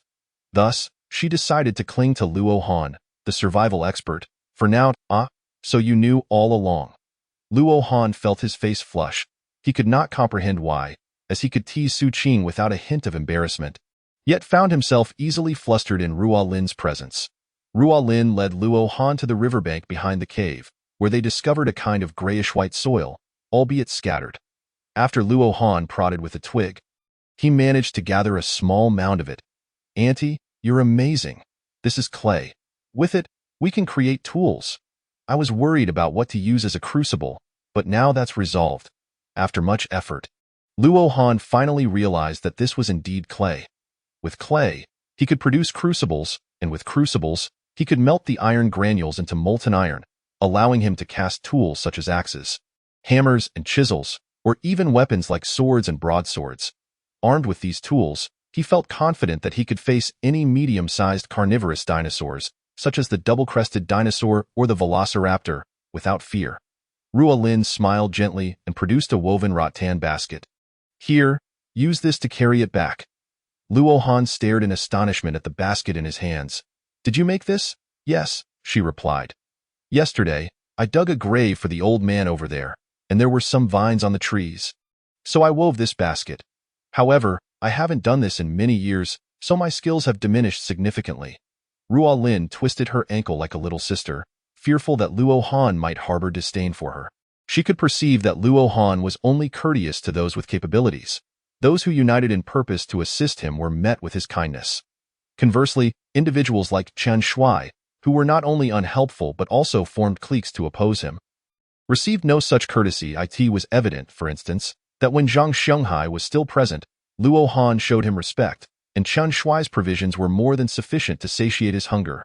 However, after yet another quarrel between Chen Shuai and Luo Han the previous night, Luo Han had reduced his rations, providing him with only 2 fish, barely enough for a half-full stomach. Had there not been fruit trees nearby, Chen Shuai would surely have made a scene, and Luo Han would have dealt with him without hesitation. As he himself stated, "The uncle is dead. I have no heart to listen to right or wrong." Luo Han glanced at the somewhat rudimentary wicker basket in his hand, which was suitable for storing various items. He had not anticipated that Ruo Lin possessed such craftsmanship. Upon their return to the cave, Su Qing had already grilled the fish. This scene evoked a sense of nostalgia in Luo Han. Could this be considered a case of men plowing while women weave? Ruo Lin sat beside Luo Han, personally handing him a grilled fish, which he received with a mix of surprise and appreciation. This display struck Su Qing as peculiar, yet she could not articulate why. Ruo Lin was nearing 50, and though she was well preserved, resembling a woman in her 30s, what was this feeling of competing for a man? To dispel her unease, Su Qing plopped down beside Luo Han as well. Chen Shuai observed Luo Han laughing and conversing with the 2 women from a distance, filled with envy and stark contrast to his own situation, where only Zhang Lin mindlessly fawned over him. The other 2 women hardly spared him a glance. After encountering the twin crown dragon, even Ruo Lin no longer shielded him, turning her attention to Luo Han instead. The way they regarded him felt akin to viewing a mere child. Their looks were tinged with disdain and a hint of contempt, rendering Chen Shuai exceedingly uncomfortable. He and Zhang Lin exchanged few words, as he fixated on a singular thought. Once Luo Han forged his tools, he would eliminate him, and then he could claim dominion. At that point, these 3 women would be within his grasp. Chapter 27. Boredom and the Great Iron Smelting. The show is set to begin after breakfast. Luo Han assigned new tasks. Chen Shuai was to move stones and toss them into the river to stabilize the bridge they were constructing. Zhang Lin was to gather timber. Su Qing continued to produce charcoal at the mud furnace. This way, they would no longer rely on branches to grill fish, as the smoke produced by burning branches was detrimental to their health. Furthermore, charcoal emitted less light at night, making it less likely to attract wild beasts while also providing warmth. With little to occupy her, Ruo Lin resumed weaving her wicker basket, finding even a modest receptacle useful. Luo Han, beside the smelting furnace, shaped a cylindrical crucible approximately 20 centimeters tall, with a capacity of about 1 liter. Equipped with a fan mechanism for air supply, he was confident he could produce a significant amount of molten iron. Moreover, when it came to forging weapons, it was impractical to work in small increments of time. Whether it was tools or weapons, they had to be completed in one go. Cooling could wait, but if the pouring was done in segments, the differing temperatures of the components would adversely affect their hardness and, consequently, their quality. Having already utilized most of the iron-rich soil, Luo Han estimated he could forge an axe, a chisel, and a knife. Why not create a hammer? By merging the axe's blade with a hammer, he could produce a tool that served both functions. Once he finished shaping the crucible, he placed it beside the smelting furnace to dry, planning to bake it thoroughly before placing it inside for final refinement. This crucible would withstand temperatures exceeding 1,000 degrees without cracking, knowing that the melting point of iron reached 1539. Smelting iron was no simple task. Ruo Lin, sitting nearby and weaving, occasionally cast enticing glances at Luo Han. Yet he remained oblivious to her charming gaze, wholly absorbed in his work. This prompted Ruo Lin to exclaim in exasperation, "What a blockhead!" During the iron particle refinement process, she occasionally assisted in turning the fan, allowing Luo Han a brief respite while checking the progress of other tasks. Luo Han gathered all the felled timber at the cave entrance, securing each piece using leverage to create a barricade. Any intruder would need to pull the logs to breach it, as pushing would be futile. To prevent the logs from scattering, he collected some vines and bound them together, leaving an entrance about half a meter high. Once everyone was inside, they would block the entrance with additional timber, ensuring that in the darkness, no one would suspect that there were people sleeping soundly within the cave. Observing the newly installed entrance, Luo Han exhaled in relief. The first and second rules of survival had been accomplished, allowing for the third, securing a safe dwelling and ample food. With fresh water already sufficient, it was time to focus on the third survival rule, crafting useful tools and weapons. Upon returning to the smelting furnace, Luo Han noticed the two women engaged in light-hearted conversation and curiously approached. "What is it that brings you such joy?" Seeing Luo Han arrive, Su Qing stifled her laughter, replying, No, we were just discussing matters between women. You needn't pry." "Really?" Luo Han observed Su Qing's evasive demeanor and decided not to press further. He felt gratified that the two women could coexist amicably. Ruo Lin's weaving skills complemented Su Qing's ability to fish and grill, granting Luo Han more time to focus on iron smelting and crafting additional tools. After Luo Han returned, Ruo Lin resumed her weaving, asking, "Do you think I could make a fish trap? The river flows so swiftly. Will it catch any fish?" She gathered a substantial amount of vines and inquired about the turbulent waters. "Let us give it a try. The current is strong here, and fish are scarce, but setting a fish trap could save us time in hunting." Luo Han adjusted the fan's mechanism, causing flames to erupt in the smelting furnace with a roaring sound. A fish trap would not only reduce hunting time, allowing more moments for charcoal production and tool crafting, but it would also enable them to keep surplus fish alive for future meals. Hearing Luo Han's reasoning, Ruo Lin set about weaving a large fish trap, ensuring it was at least 60 centimeters deep to allow for effective fishing. From a distance, Chen Shui watched the trio, secretly summoning Zhang Lin. "I just saw your mother weaving a fish trap, and Luo Han is likely to craft tools like axes in the next few days. We should eliminate him then." "All right, Chung Gu. That Luo Han is a scoundrel. He doesn't even spare my mother. You wouldn't believe it, but this morning, I woke up and saw her resting against his shoulder. This guy is utterly outrageous." Zhang Lin replied, her eyes brimming with resentment toward Luo Han. Chen Shui, observing Zhang Lin's Luo Han, turned to gaze at Su Qing, who had just approached him after taking a bath in the river under the cover of night. Having recently dined, she felt no fear of prying eyes in the darkness, as visibility was severely limited. "What's the matter? After a long day, you still refuse to rest?" Luo Han observed Su Qing, realizing that they had unwittingly spent nearly a week on this island. Zhang Xianghai had departed on the third night, and since then, Luo Han had devoted himself to iron smelting and other tasks, scarcely paying attention to Su Qing. Not really. I was simply squatting there burning coal, and my legs are sore and I can't sleep. Would you mind giving them a little massage? Su Qing pouted, gently wrapping her arms around Luo Han's neck. He embraced her tenderly. Initially, he found delight in teasing her, relishing her flustered reactions, but now, with pressing matters at hand, he played with her for the past few days. All right, I'll help you out. Su Qing settled beside him, placing her legs on Luo Han's lap. It was then that he noticed her change of attire. Apart from a pair of snug, ultra-short shorts, she had donned black stockings. These stockings were undoubtedly from the suitcase, which contained only women's clothing, leaving Luo Han to wear his garments during the day, washing them every 2 days, specifically at night, hanging them to dry by the fire at the cave entrance, so he could wear them again upon waking. After all, with both Su Qing and Ruo Lin present, it was rather undignified to remain bare below the waist. What prompted you to wear that? Luo Han gently massaged Su Qing's legs, and soon a rosy hue blossomed across her cheeks in the firelight. Oh, it's nothing. I heard that men like this sort of thing, so I thought I'd wear it for you, she replied bashfully, avoiding his gaze. Luo Han, noticing her shyness, remarked, could it be that having Auntie around these past few days has made you a bit jealous? Luo Han spoke candidly. Having experienced 2 previous relationships, he understood perfectly why Su Qing, after a long day, would don such revealing black stockings to seek his company, fearing that someone might replace her in his heart. Absolutely not. You've hardly teased me these past few days. And seeing you so busy, I just wanted to come and keep you company, Su Qing slowly responded, her cheeks flushing deeper, leaving Luo Han momentarily stunned. With eyes still soft and warm, Su Qing leaned in slightly, wrapping her arms around him and planting a sweet kiss on his lips. Luo Han, instinctively, pulled her into a tighter embrace. Su Qing resisted momentarily, but when she found she could not break free, she surrendered and clung to him tightly. Though her kisses were awkward, revealing her inexperience, her body quickly began to soften against him. Luo Han's hands, however, were not idle. You silly girl, he murmured, playfully tousling her hair. He knew that Su Qing was feeling jealous, which was why she had chosen to wear such alluring stockings. Reflecting back, aside from the time she had stolen his first kiss during their initial playful banter, they had not shared such sweetness before.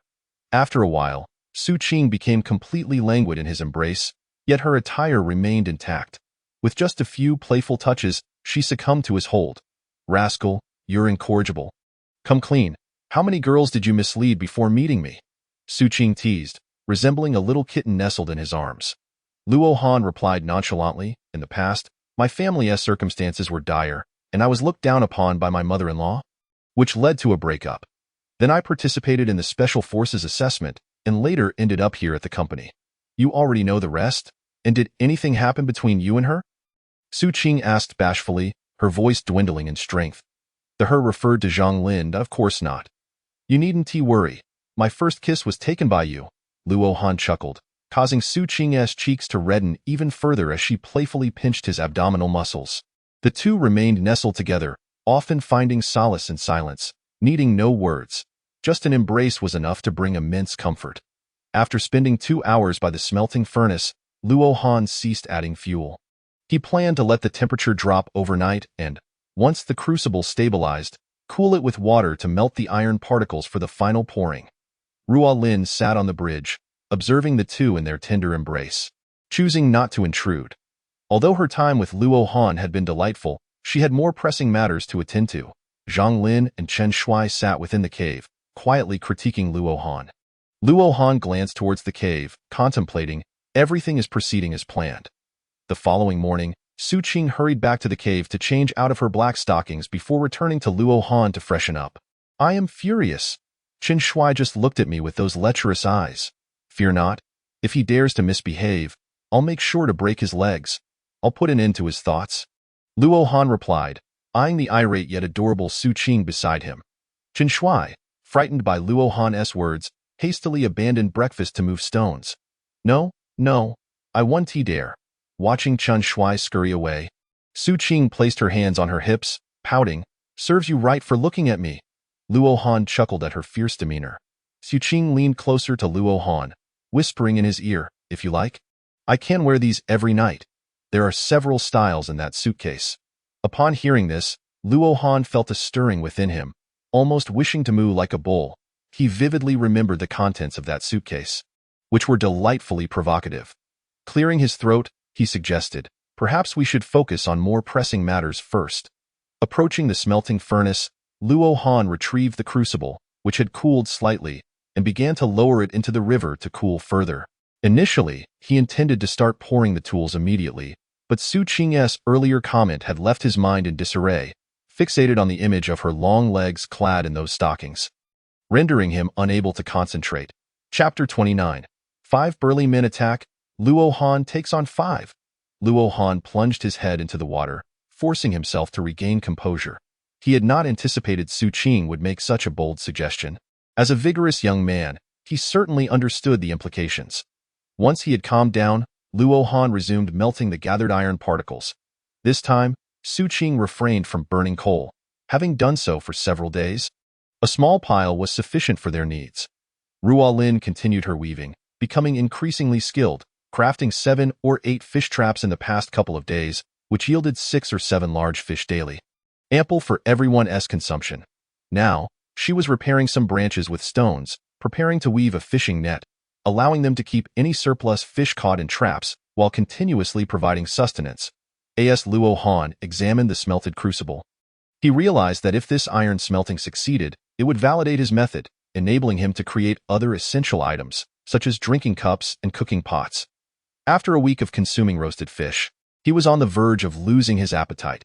However, with no other food sources available and lacking the equipment to hunt, he found himself pondering the absurdity of hunting dinosaurs. Before long, the iron particles within the furnace began to melt, while Su Qing swiftly shaped molds from mud. Creating molds was simple. She flattened the mud into squares, outlined the shapes with branches and stones, and then refined the edges. Luo Han used 2 branches to extract the crucible, pouring the molten iron into the first mold, an axe. The reason for crafting an axe first was to prepare for potential dinosaur encounters. A knife would be ineffective against their tough hides. With his craftsmanship being rather rudimentary, he feared that after laboring for hours, the blade would dull, merely grazing the creature. Thus, an axe would serve better. Lengthening the handle would allow for a safer distance to strike the dinosaur's head, delivering a powerful blow. With his strength and the axe's sharpness, no dinosaur would dare withstand such an impact. It was not like a cartoon where a character foolishly believed their head was impervious to a hefty trident. Moreover, with an axe, Luo Han could also construct furniture. Although they resided in a cave, they were not primitive beings. Now, all that remained was to let it cool. Luo Han gazed at the filled mold with molten iron, contemplating whether they were on the brink of entering the Iron Age. How wonderful! Su Qing, thrilled by their collaborative efforts, joyfully embraced Luo Han. Just as they reveled in their happiness, it was suddenly interrupted by Zhang Lin's voice. "What are you two up to? Don't come any closer."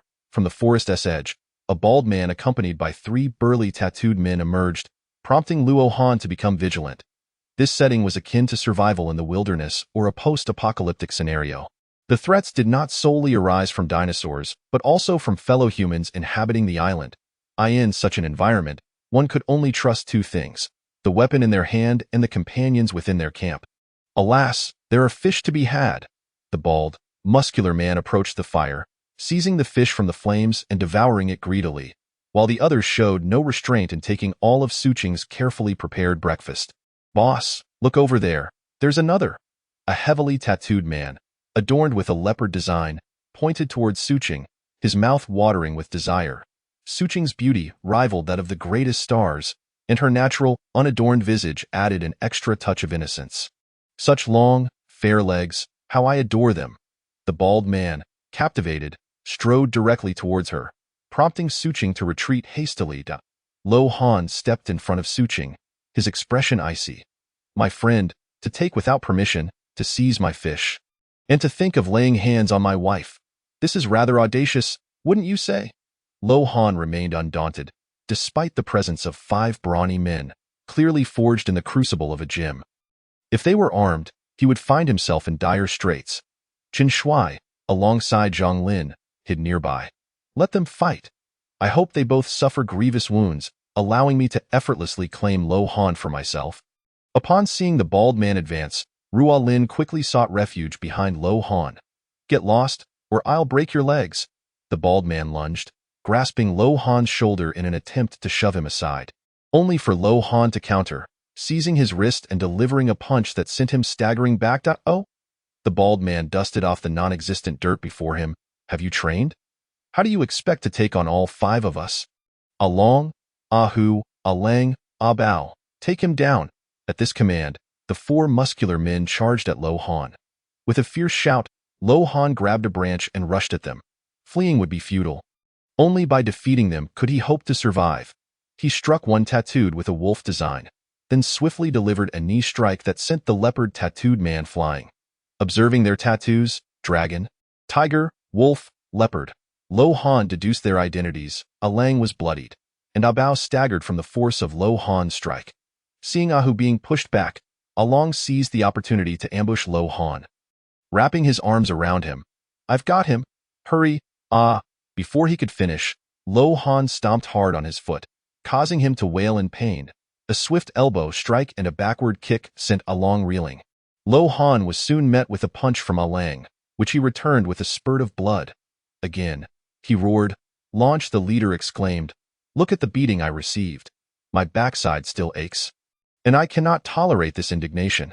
The bald man lamented to the suited gentleman, unaware that Luo Han would employ such underhanded tactics, catching him off guard and bringing him down with a single strike. This was, of course, easy to dismiss. With a Fu around, a mere wild brat posed no significant threat. The suited man cast a sidelong glance at the brawny figure devouring meat nearby, a sly smile creeping across his face. Chen Shui followed the flickering flames, his gaze landing on the imposing figure clad in tactical attire. Their hair dyed a vibrant red and styled upwards, reminiscent of Aisha Mate look, yet exuding a terrifying aura. This was an energy Chen Shui had only felt from Luo Han on the day Zhang Xiongkai departed. A Fu, it seems, has piqued your interest. The suited man regarded the Sha-Mate-styled A Fu with a provocative demeanor. A Fu, however, ignored him, fixating his gaze on the nearby thicket, and with a sudden leap, he delivered a swift kick, declaring, Since you have arrived, why hide in the shadows? Chapter 31. Chen Shui encounters his uncle. A Fu confesses his intentions against Luo Han. A Fu's foot crashed into the thicket, startling Chen Shui into a hasty leap to evade. Not act rashly. I am merely here to convey a message. Chen Shui, aware that he could never compete with his opponent, quickly switched allegiances. Otherwise, with a Fu's prowess, he would surely be reduced to a mere pulp. Enough with the nonsense. Behold my dragon claw technique. A Fu spun around, his right hand mimicking a dragon's claw as it slashed toward Chen Shui, who promptly crouched down in fear. Cease this. Just as a Fu prepared to strike, the suited man interjected unexpectedly. A Fu, unable to retract his strength in time, struck the tree beside Chen Shui, tearing its bark asunder. By heavens, I am saved. Chen Shui exhaled a sigh of relief. Young man, do you still remember me? The suited man approached Chen Shui, looking down at him from his elevated position. Chen Shui, upon recognizing the suited man, exclaimed in excitement, You are? Uncle. He rose, brushing off his rear, initially intending to feign the role of a messenger, embellishing the conflict between the parties, but now he saw no need.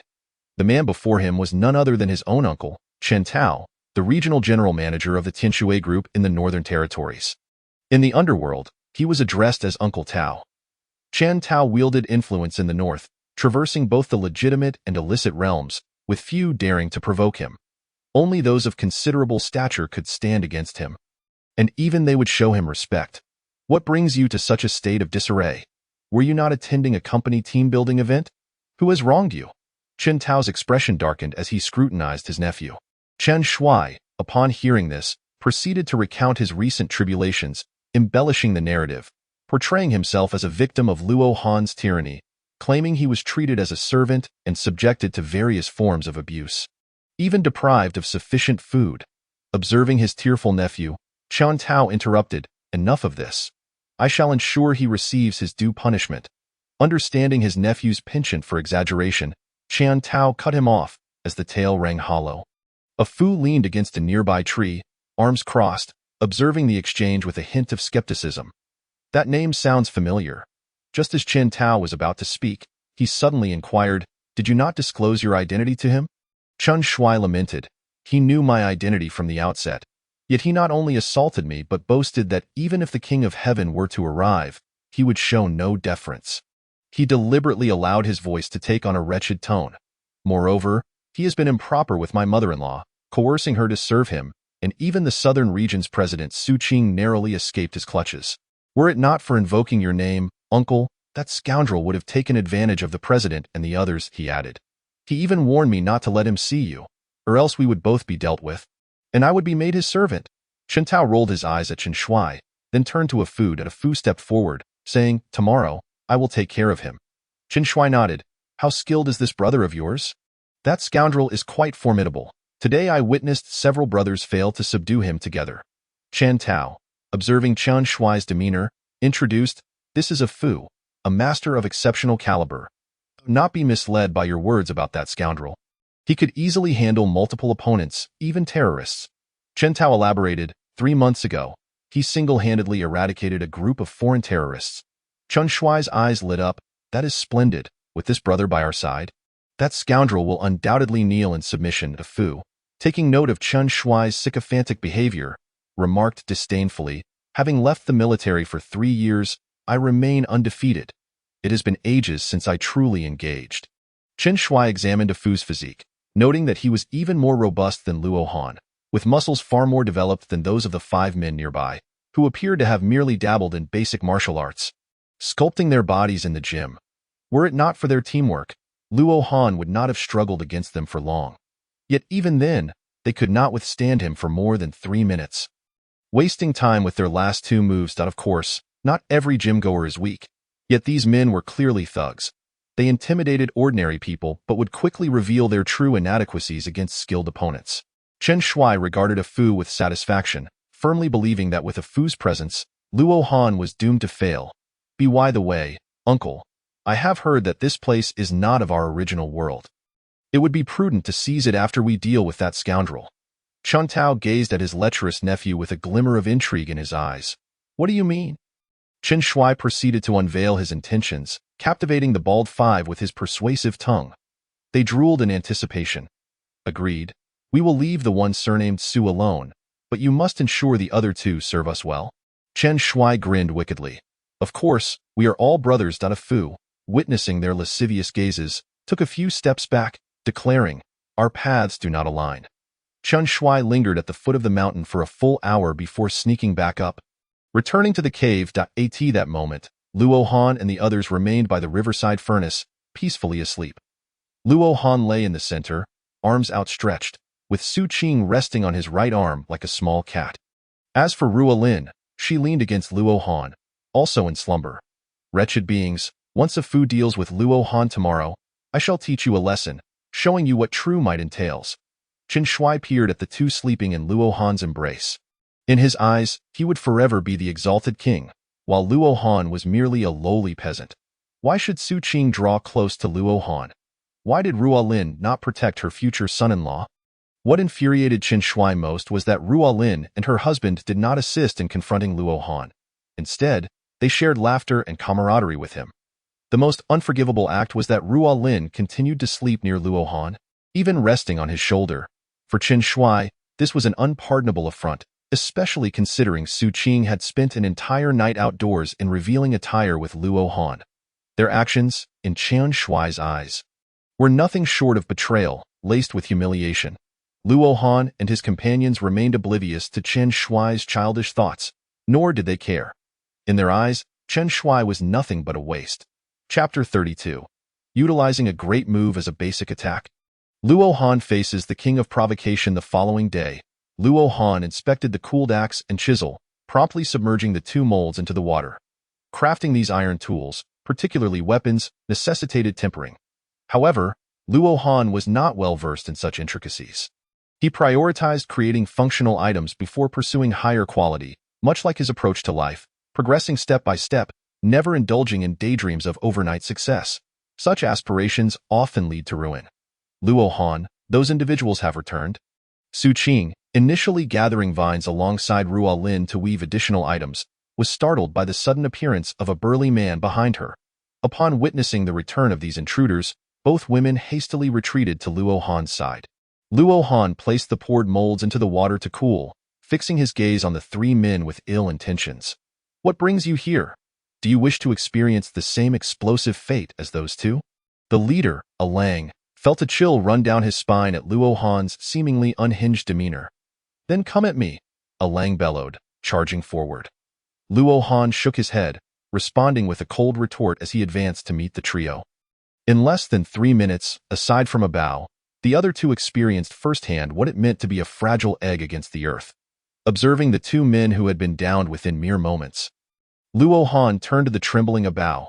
"Friend over there, if you do not emerge soon, I shall have to deal with you as well." "Marvelous, marvelous." Qin Tao emerged from the thicket, casually standing with his hands clasped behind his back. "Indeed, a formidable expert. I am Qin Tao, the general manager of the Tianshui Group in the northern region. I assume you have heard of me." Luo Han observed his surroundings with an air of vigilance, acutely aware of an unseen presence nearby. "Of course, Mr. Qin, we shared a drink at last year's New Year's Eve dinner at the headquarters," he continued. "Given that, you should be cognizant of my methods. As the saying goes, even when striking a dog, one must regard its master. Now, tell me how you propose to resolve the matter of those who have wronged me." Qin Tao regarded Luo Han with disdain. Their previous encounter had sparked a flicker of recognition. It was only when Luo Han mentioned their shared libations that Qin recalled him as the sales champion for the southern region of the Tianshui Group, a man responsible for over 80% of the subsidiary's performance. "I can't be bothered with a resolution. Let it be as it is," Luo Han said, cautious not to act recklessly. "In that case, incapacitate him," Qin Tao commanded, gesturing towards a nearby tree as he took a step back with a bow. Suddenly, from the thicket, a figure leaped upwards, effortlessly perching atop a tree without any apparent support. "Who are you?" Luo Han demanded, eyeing the figure adorned with a mask, sporting red-tinted hair and a robust physique. The individual coolly declared, "I do not slay nameless foes. A name shall be given to those who dare challenge me." With that, he tucked a pendant hanging from his neck into his pocket. Luo Han's pupils constricted, and he retorted coldly, "Once I have you on the ground, I'll be sure to inform you." The figure, known as a Fu, unleashed a fist upon the adjacent trunk before executing a spinning leap. Exclaiming, "Behold my dragon claw!" Chen Xuan, observing from the cave entrance with Zhang Lin, remarked, "Those men from yesterday were under the command of my uncle. That one is his most formidable fighter. Splendid. Quickly incapacitate Luo Han. I wish to torment him thoroughly," Zhang Lin venomously added. Luo Han rolled to evade the dragon claw and swiftly leaped backwards twice. "Now, witness my serpent fist," a Fu bellowed, coiling his fingers into the shape of a serpent. Delivering a sweeping strike aimed directly at Luo Han's forehead. Performing a backflip, Luo Han narrowly avoided the blow. Shattered melon fist, scorpion palm. Luo Han continued to retreat, while a Fu relentlessly alternated between techniques, each accompanied by a unique battle cry, seemingly without any limit to his stamina. "So much bravado. Can't you simply land a regular hit instead of all this shouting?" Luo Han quipped, maintaining his distance. "Every move I execute is designed to kill. Enough chatter. Witness my prowess. Two dragons play with pearls." A Fu, frustrated by Luo Han's evasions, lunged forward with a double-finger strike aimed at Luo Han's eyes. In response, Luo Han executed a palm push, deflecting the force before retreating hastily. Is evasion all you can do?" A Fu challenged, arms outstretched, observing Luo Han's consistent withdrawal after each of his attacks. "Very well. Allow me to showcase my technique." Luo Han began to perform a peculiar footwork, raising his right hand in an unusual posture. "Prepare yourself. Observe my elephant kick." A Fu launched into a flying kick, while Luo Han charged forward, delivering a flying kick of his own. "Behold my Leo flying kick." The two collided mid-air, exchanging blows and deftly dodging each other's attacks. Luo Han utilized palm pushes and elbow strikes to dissipate a Fu's power, countering his onslaught with a blend of rigidity and fluidity. As their confrontation persisted, the two began to drift further apart, their dialogue peppered with theatrical expressions. Mount Tai presses down. Water buffalo strikes the mouse. Sickle sweeps the ground. When did Luo Han become so verbose? Ruo Lin mused, observing his somewhat juvenile naming of techniques. He's always been this way, Su Qing remarked, her cheeks inexplicably flushed, as the two continued to battle into the distance. Su Qing and Ruo Lin hurriedly followed, cognizant that without Luo Han's protection, they would be no match for Chen Tao and his companions. Chen Tao, watching the unfolding scene, gradually approached. Come, let us witness the spectacle. A bow trailed behind him as the fight escalated. The two combatants found themselves grappling in the water, eventually entangled in the river's center, where the depth was a substantial 1.5 meters. Their struggle sent waves crashing, and had it not been for the knowledge that they were merely sparring, Su Qing and her companions might have feared for their safety. After what felt like an eternity, they emerged from the water and made their way back to the shore. Upon reaching land, Luo Han leaped, grasping a branch to propel himself up, narrowly avoiding a Fu's strike. A Fu leapt after him. But Luo Han evaded, executing a front flip to land beneath the tree. A Fu perched on a branch. Then, utilizing his legs, he launched himself, knees poised to strike, arms bent at his sides. Crow takes flight. Chapter 33. Luo Han defeats the King of Banter. Chen Xuan's poisonous scheme. Thank you for the instruction, Crow, Luo Han remarked, watching as a Fu charged at him. He leapt, delivering a kick aimed at a Fu. Mid-air, they collided, each targeting the other's abdomen. However, Luo Han shielded himself with his arms, while a Fu's limbs were bent at his sides. Upon impact, a Fu fell to the ground, clutching his abdomen, while Luo Han stood. His arms slightly reddened from the exchange. They paused for a moment before re-engaging, but this time, Luo Han had adopted a strategy of countering a Fu's moves. After 3 minutes of intense grappling, Luo Han executed a Brazilian jiu-jitsu lock, securing a Fu's right arm behind him. Observing a Fu's diminished strength, Luo Han seemed to smirk, as if about to say something. Chen Tao, witnessing a Fu subdued, was about to speak when a pained cry escaped a Fu's lips. Luo Han released him, and a Fu clutched his right arm tightly. Chen Tao stared at Luo Han, incredulous. What did you do? None of your concern, Luo Han retorted. Excellent, excellent indeed. Chen Tao clapped, turning to leave, while a Bao assisted a Fu to his feet. Next time, I will surely defeat you, a Fu vowed, bowing slightly to I concede. Luo Han replied, mirroring the gesture. The onlookers, Su Qing and Ruo Lin, were left in a state of disbelief as they processed the outcome of the bout that had transpired over the course of half an hour. It seemed as though they had fought, yet not fought at all. They had grappled in the water for over 20 minutes, splashing wildly, making it difficult to discern the true nature of their struggle. Yet, amidst the chaos, their banter had been incessant. After Chen Tao and his companions departed, Luo Han gazed into the distance towards the cave, a smile gracing his lips. Still smiling? Have you been struck senseless? Su Qing remarked, touching Luo Han's forehead, to which he responded with an exasperated glance. The coming days promised to be rife with turmoil. Luo Han watched the direction Chen Tao had taken. Perhaps others had not noticed, but both he and a Fu were acutely aware that they had not fought with their full strength. By noon, Luo Han retrieved an axe and chisel from the mold, sharpening the axe against stones by the riverbank. He selected a fine branch, crafting a handle for the axe, marking their entry into the age of iron tools. After lunch, he instructed the others to attend to their respective tasks before stealthily carrying the last mold from the water to the opposite bank. Concealing himself among the fruit trees to sharpen the blade as he honed its edge, he tested its sharpness against the trees, his gaze towards Chen Xuan growing increasingly frigid. Luo Han was considerate, allowing everyone a few hours of rest after their midday meal, for the temperatures would soon rise to their peak afternoon, making it easy to suffer heat stroke in such conditions. Su Qing and Ruo Lin chose to relax in the shade, enjoying the breeze, while Chen Xuan and Zhang Lin preferred to retreat into the cave to sleep, ostensibly keeping an eye on Luo Han. They would often deride him, voicing their grievances to quell their simmering frustrations. I never expected a Fu to be no match for him.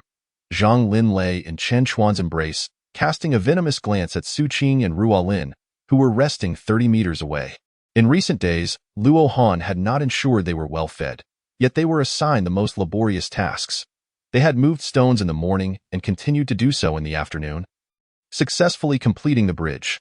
Now, the structure spanned a full meter in width, constructed from piled stones with gravel between them, rendering it sturdy. Additionally, Every meter featured deliberately spaced gaps filled with branches, allowing the river's flow to pass through, significantly reducing the force exerted on the bridge and enhancing its stability. Luo Han couldn't possibly expect Chen Chuan to fill the distance from the riverbank to the cave with stones. Once he subdued Luo Han, he planned to bind him to a tree, starve him for a few days, and then relish in tormenting him using the very tools he had crafted. Chen Shuai's gaze swept the surroundings. Failing to spot Luo Han, just as he was about to speak, Zhang Lin diverted his attention. Tonight, we will take action. I have seen that he has already crafted an axe and a chisel. After they fall asleep, you go call Uncle Air to bring everyone over. We will seize the opportunity to bind him. I refuse to believe that, with his hands tied, he can still contend with a Fu. All right, no problem. Initially, I thought a Fu could handle Luo Han on his own, so I did not plan on resorting to this tactic. However, given his formidable physical prowess, I am left with no choice but to employ this strategy, Chen Shui remarked, producing a capsule from his shoe. This capsule was given to him by Chen Tao. Last night, Chen Shui had intended to bring a Fu back for a surprise attack to subdue Luo Han. But Chen Tao insisted on keeping a backup plan. If a Fu proved no match for Luo Han, they would act in concert to take down the trio. What is this? Zhang Lin inquired, eyeing the capsule in Chen Shui's hand. With a mischievous grin, Chen Shui replied, my uncle said this capsule will render Luo Han's muscles exceedingly relaxed. Thus, even if he awakens while we are binding him, a Fu and the others will strike, and with his muscles relaxed, he will lack the strength to retaliate. After all, Chen Tao was well versed in both the light and dark sides of the world. Having navigated its intricacies for many years, he understood the importance of having a backup plan. You are so wicked, I quite like it, Zhang Lin remarked, gazing at the capsule in Chen Shui's hand. Suddenly feeling optimistic about the success of their operation, Chen Shui wrapped his arms around Zhang Lin, his hands beginning to roam, igniting a warmth within her. There are even worse things, Chen Shui teased, his hands becoming increasingly audacious. Zhang Lin playfully protested, you scoundrel, how annoying. Within the cave, Zhang Lin blushed furiously from Chen Shui's advances. Meanwhile, downstream, a Fu, with a Bao's assistance, finally reattached his arm. I admit defeat, a Fu uttered. Sitting silently to the side, Chen Tao observed a Fu, perplexed. Strange, this guy is usually not so weak. How could he not even handle a loser? Reflecting on their battle earlier that day, Chen Tao noted that although they had not unleashed their full powers on the shore, a Fu had ultimately been defeated by a single kick from Luo Han. The chaos of their underwater struggle had obscured much of what transpired. Take a break, a Bao. Find a way to capture a hostage, Chen Tao instructed, glancing at the 4 incapacitated bald men nearby. Regret washed over him as he pondered why they hadn't all attacked Luo Han together today, instead of sending themselves one by one to their demise. Chapter 34. You captured him, why should I let you pass? Once Luo Han and his companions had rested, they resumed their labor, while Zhang Lin noticed a Bao's unwelcome return. Why are you back? Do you wish to experience what it means to suffer a total loss? You little brat, what did you say? A Bao retorted, feeling insulted. Why must you provoke me? If you don't leave now, I will have my ex-boyfriend smash you so you can never be a man again. Zhang Lin shot back, her anger flaring at a Bao. Taken aback by her words, growled. You seem to have misjudged the situation. Fuming, he hadn't anticipated that a mere girl would dare to act so brazenly in front of him. What, do you wish to fight me? Zhang Lin taunted, placing her hands on her hips and stepping closer, her voice dripping with mockery. Come on, hit me, she challenged, playfully patting her own face. How audacious, a Bao thought. And with a sudden movement, he pushed her down, seizing her wrists tightly, recalling her earlier provocation. Zhang Lin, realizing he was truly going to strike, meekly pleaded, please don't hit my face, and threw him a flirtatious glance. In a swift motion, a Bao slapped Zhang Lin across the face. She cried out in distress, and the sounds drew Su Qing and the others over to oh, I forgot about the main issue. We must retreat. A Bao realized, noticing that Su Qing, Ruo Lin, and Chen Shui had surrounded him, weapons in hand, axes and chisels, save for Chen Shui, who held only a stick. I can't act while bound to this person. I must withdraw, a Bao decided, turning to flee down the mountain, only to find Luo Han standing at the entrance. Run? Where do you think you are going? Luo Han taunted, observing a Bao's growing panic. He had witnessed a Fu's defeat at Luo Han's hands. How could he possibly be a match? Seeing Luo Han and his companions approach, Zhang Lin shouted defiantly, "You scoundrel! If you don't release me, I'll have Luo Han break your legs." A Bao, who moments ago had been anxious, now felt emboldened. "You better clear the way, or I will kill her." Chen Shuai, desperate and panicking, stepped in front of Luo Han, pointing at him. "Do you see the situation clearly? Either let her go, or I will beat you up and then make you release her." His bravado elicited disapproving shakes of the head from Ruo Lin and the others. Even Luo Han felt a wave of nausea at Chen Shuai's audacity. "When there's a need, you are with me. When there's not, you oppose me. Such a two-faced individual cannot be left alive. I'll say it again. Clear the way," a Bao barked, confronted by the triangular formation of his opponents. Chen Shuai, maintaining his cool demeanor, reiterated, "I will say it once more. Release my girlfriend. Otherwise, I will have Luo Han serve you a total loss combo, rendering you incapable of being a man." He turned to Luo Han, seeking affirmation. "About what? You won't even save your girlfriend, and you expect me to be your free muscle?" Luo Han dismissed him with a glance. Stepping forward, "What a joke. How dare you steal the spotlight from me? What did you say? That dog over there is too loud." "I didn't hear you." Luo Han pointed at Chen Shuai, clearly indicating his irritation. Chen Shuai, frustrated, wanted to strike Luo Han but dared not. The latter's combat prowess was too formidable. He could defeat wolves and dinosaurs alike, and he feared that a single blow from him could lead to his own demise. Moreover, for the sake of the bigger picture, he knew he had to exercise restraint to accomplish his grand ambitions effortlessly. "I said, clear the way," a Bao insisted, struggling to maintain his composure in front of Luo Han. Luo Han snatched the stick from Chen Shuai's hands, pointing it at a Bao. "What if I refuse?" Chen Shuai, thrilled at the unfolding drama, silently urged them to engage in combat. "I will kill her if you don't let me pass." A Bao threatened fiercely, knowing Chen Tao wanted him to bring back a hostage, yet he had no intention of releasing Zhang Lin. Not only did she know their plan, but she could also undermine their efforts. He had no desire to sever ties with her, especially not with Luo Han opposing him. "Are you kidding me?" Luo Han laughed derisively, unimpressed by a Bao's threats. "You think you can use Zhang Lin to intimidate me? How absurd! Do I look like I'm joking?" a Bao retorted, drawing a dagger and holding it to Zhang Lin's throat. "You think that will make me let her go?" Luo Han challenged, brandishing the stick threateningly. "Let her go, or I will kill her," a Bao growled, his resolve firm. Even Chen Shuai felt a twinge of fear at the thought that a Bao might actually act on his threat. As he had yet to fully enjoy his time with Zhang Lin. "You captured him. Why should I let you pass?" Luo Han shouted, his voice cold and commanding.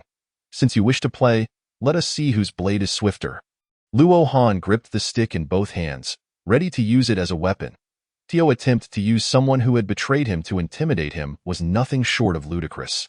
Let alone Zhang Lin, even if a Bao were to bind Chen Shuai as well, Luo Han would not yield. He had no attachment to either of them, nor did he care if they were captured. "What do you intend to do?" a Bao stammered, realizing the gravity of the situation. Luo Han observed a Bao's flustered demeanor, a sly smile creeping across his face. So this is what it feels like to be in control. Recalling his own experiences, he was reminded of a similar moment from his childhood. "You scoundrel, what are you doing?" Chen Shuai cried out as he saw Luo Han preparing to strike. If anything were to happen to Zhang Lin, his plans for the night would be ruined. "This is my territory. Do you hear me?" Luo Han kicked Chen Shuai to the ground, causing Zhang Lin to panic, realizing that a Bao appeared to be on the verge of acting out in earnest. "Luo Han, I was your ex-girlfriend. Could you really bear to let me suffer? Save me, and I promise I won't defy you again. You claimed your boyfriend was a wilderness survival champion and a black belt in Taekwondo. Why not have him save you?" Chapter 35. Chen Shuai is about to take drastic measures. Luo Han devises a new plan. "After 3 years of being with you, you can bear to see me suffer? May you face a most unfortunate fate." Zhang Lin screamed like a madwoman, but the words only intensified Luo Han's growing disdain. "We had agreed to strive together, yet I toiled painstakingly for our future. And what about you? You betrayed me halfway, humiliating me in this manner. Were it not for my uncle's last wish, you would have been cast aside days ago. You fool!"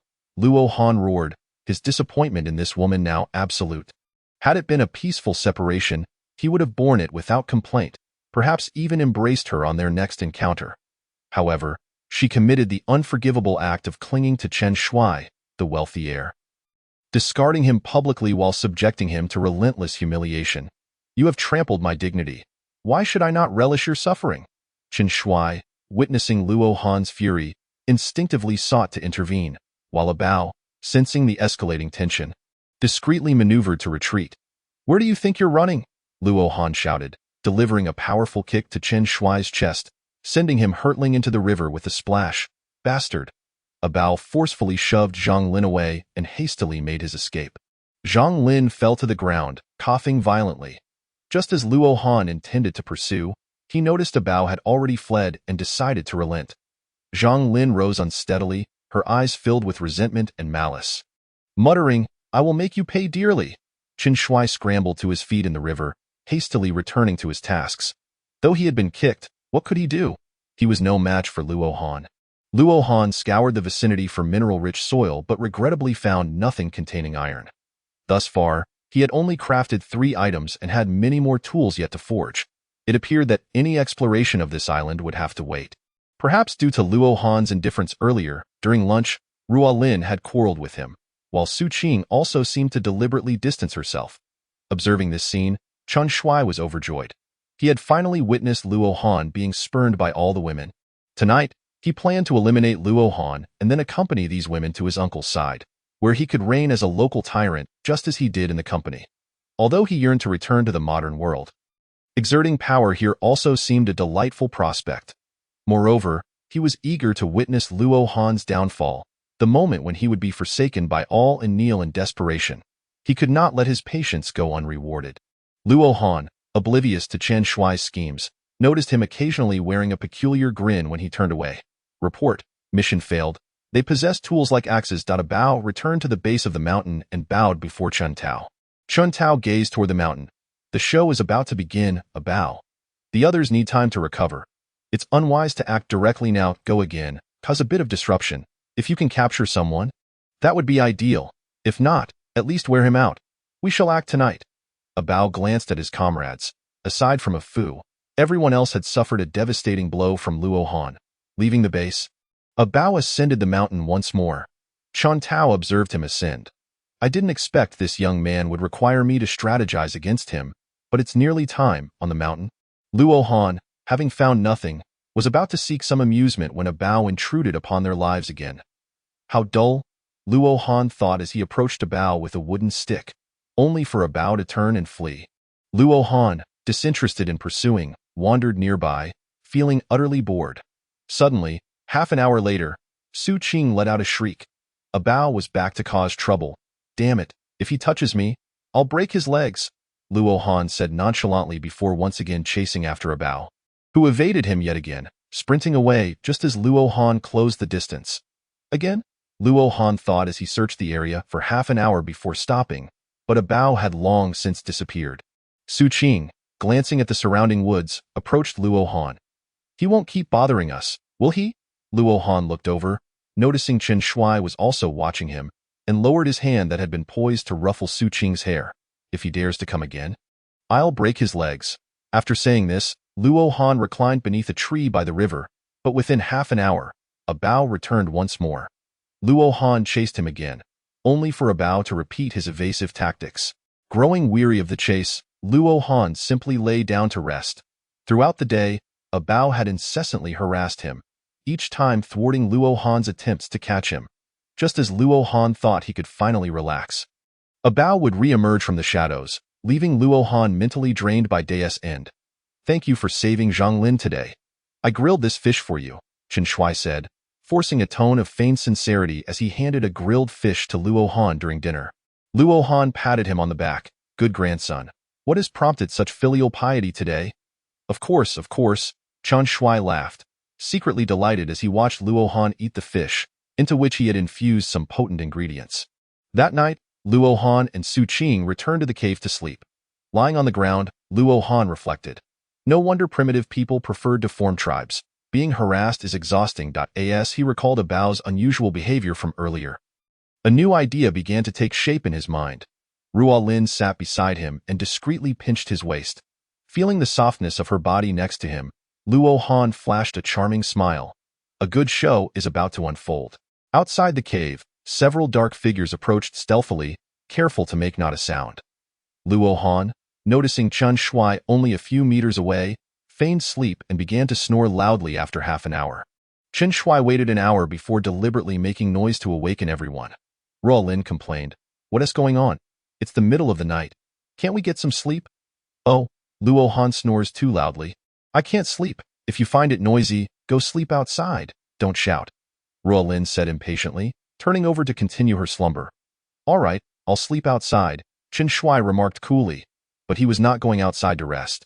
He intended to fetch soaked vines to attack Luo Han, for Qin Tao and his men had already arrived nearby. Chapter 36. A dark and windy night of murder. Chen Shui's tyranny. Chen Shui stepped outside, where Qin Tao and the others awaited him. "How did it go?" Qin Tao asked, arms crossed, exuding a commanding presence. Chen Shui responded, "Everything is going smoothly, uncle. Let us wait a little longer, and soon we will put an end to him." Qin Tao surveyed the surroundings. The moon was dark, and the windy night was indeed an opportune moment for their grim intentions. A Fu, expressionless, silently clenched his fists. Inside the cave, Luo Han cracked open an eye. Observing Zhang Lin inching closer, he thought with amusement, "Tonight, I'll play with you all." Zhang Lin, seeing Luo Han asleep, viciously bound him. Xu Qing, sensing movement nearby, assumed it was Luo Han and sat up, only to see, by the faint light of the fire, that Zhang Lin had already tied him up. "Zhang Lin, what are you doing?" Xu Qing exclaimed coldly, rising to strike, but Zhang Lin kicked her down with a fierce determination.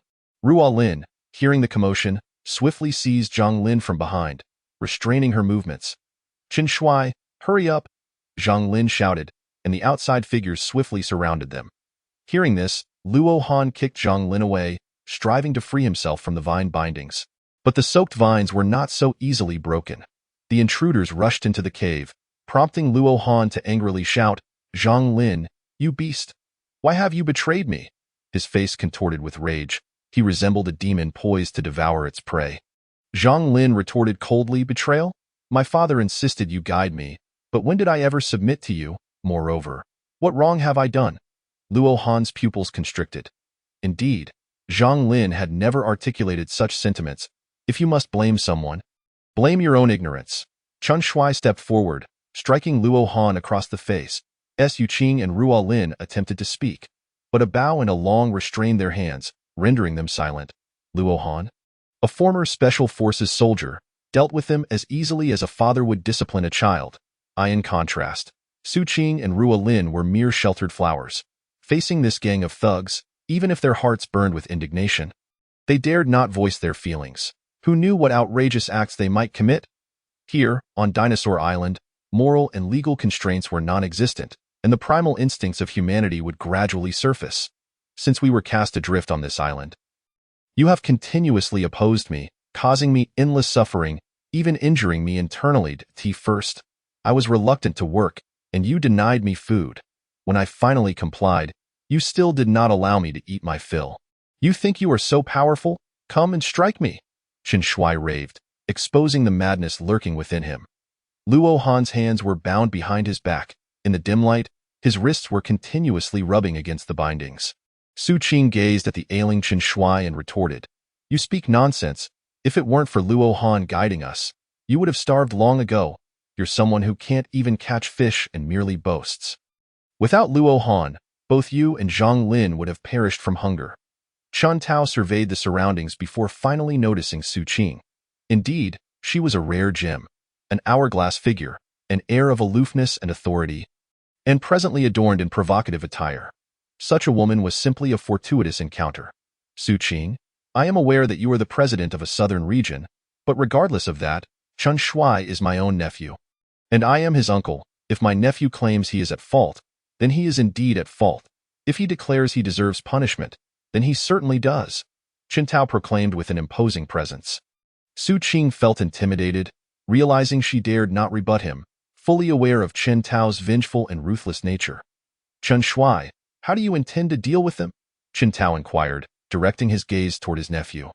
Promptly bestowing the decision upon him, "Don't kill him just yet.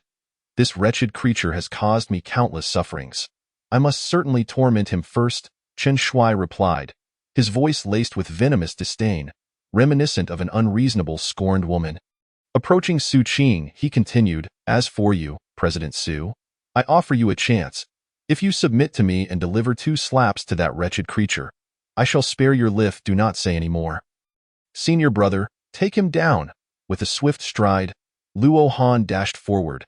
Just as he was about to strike, a loud bang echoed, and he quickly halted, every hair on his body standing on end. Ah Fu, you possess remarkable skills, whereas I am merely a merchant with little combat prowess. Alas, it is unfortunate that you wield your fists, while I hold a gun. Chun Tao aimed his firearm at Luo Han.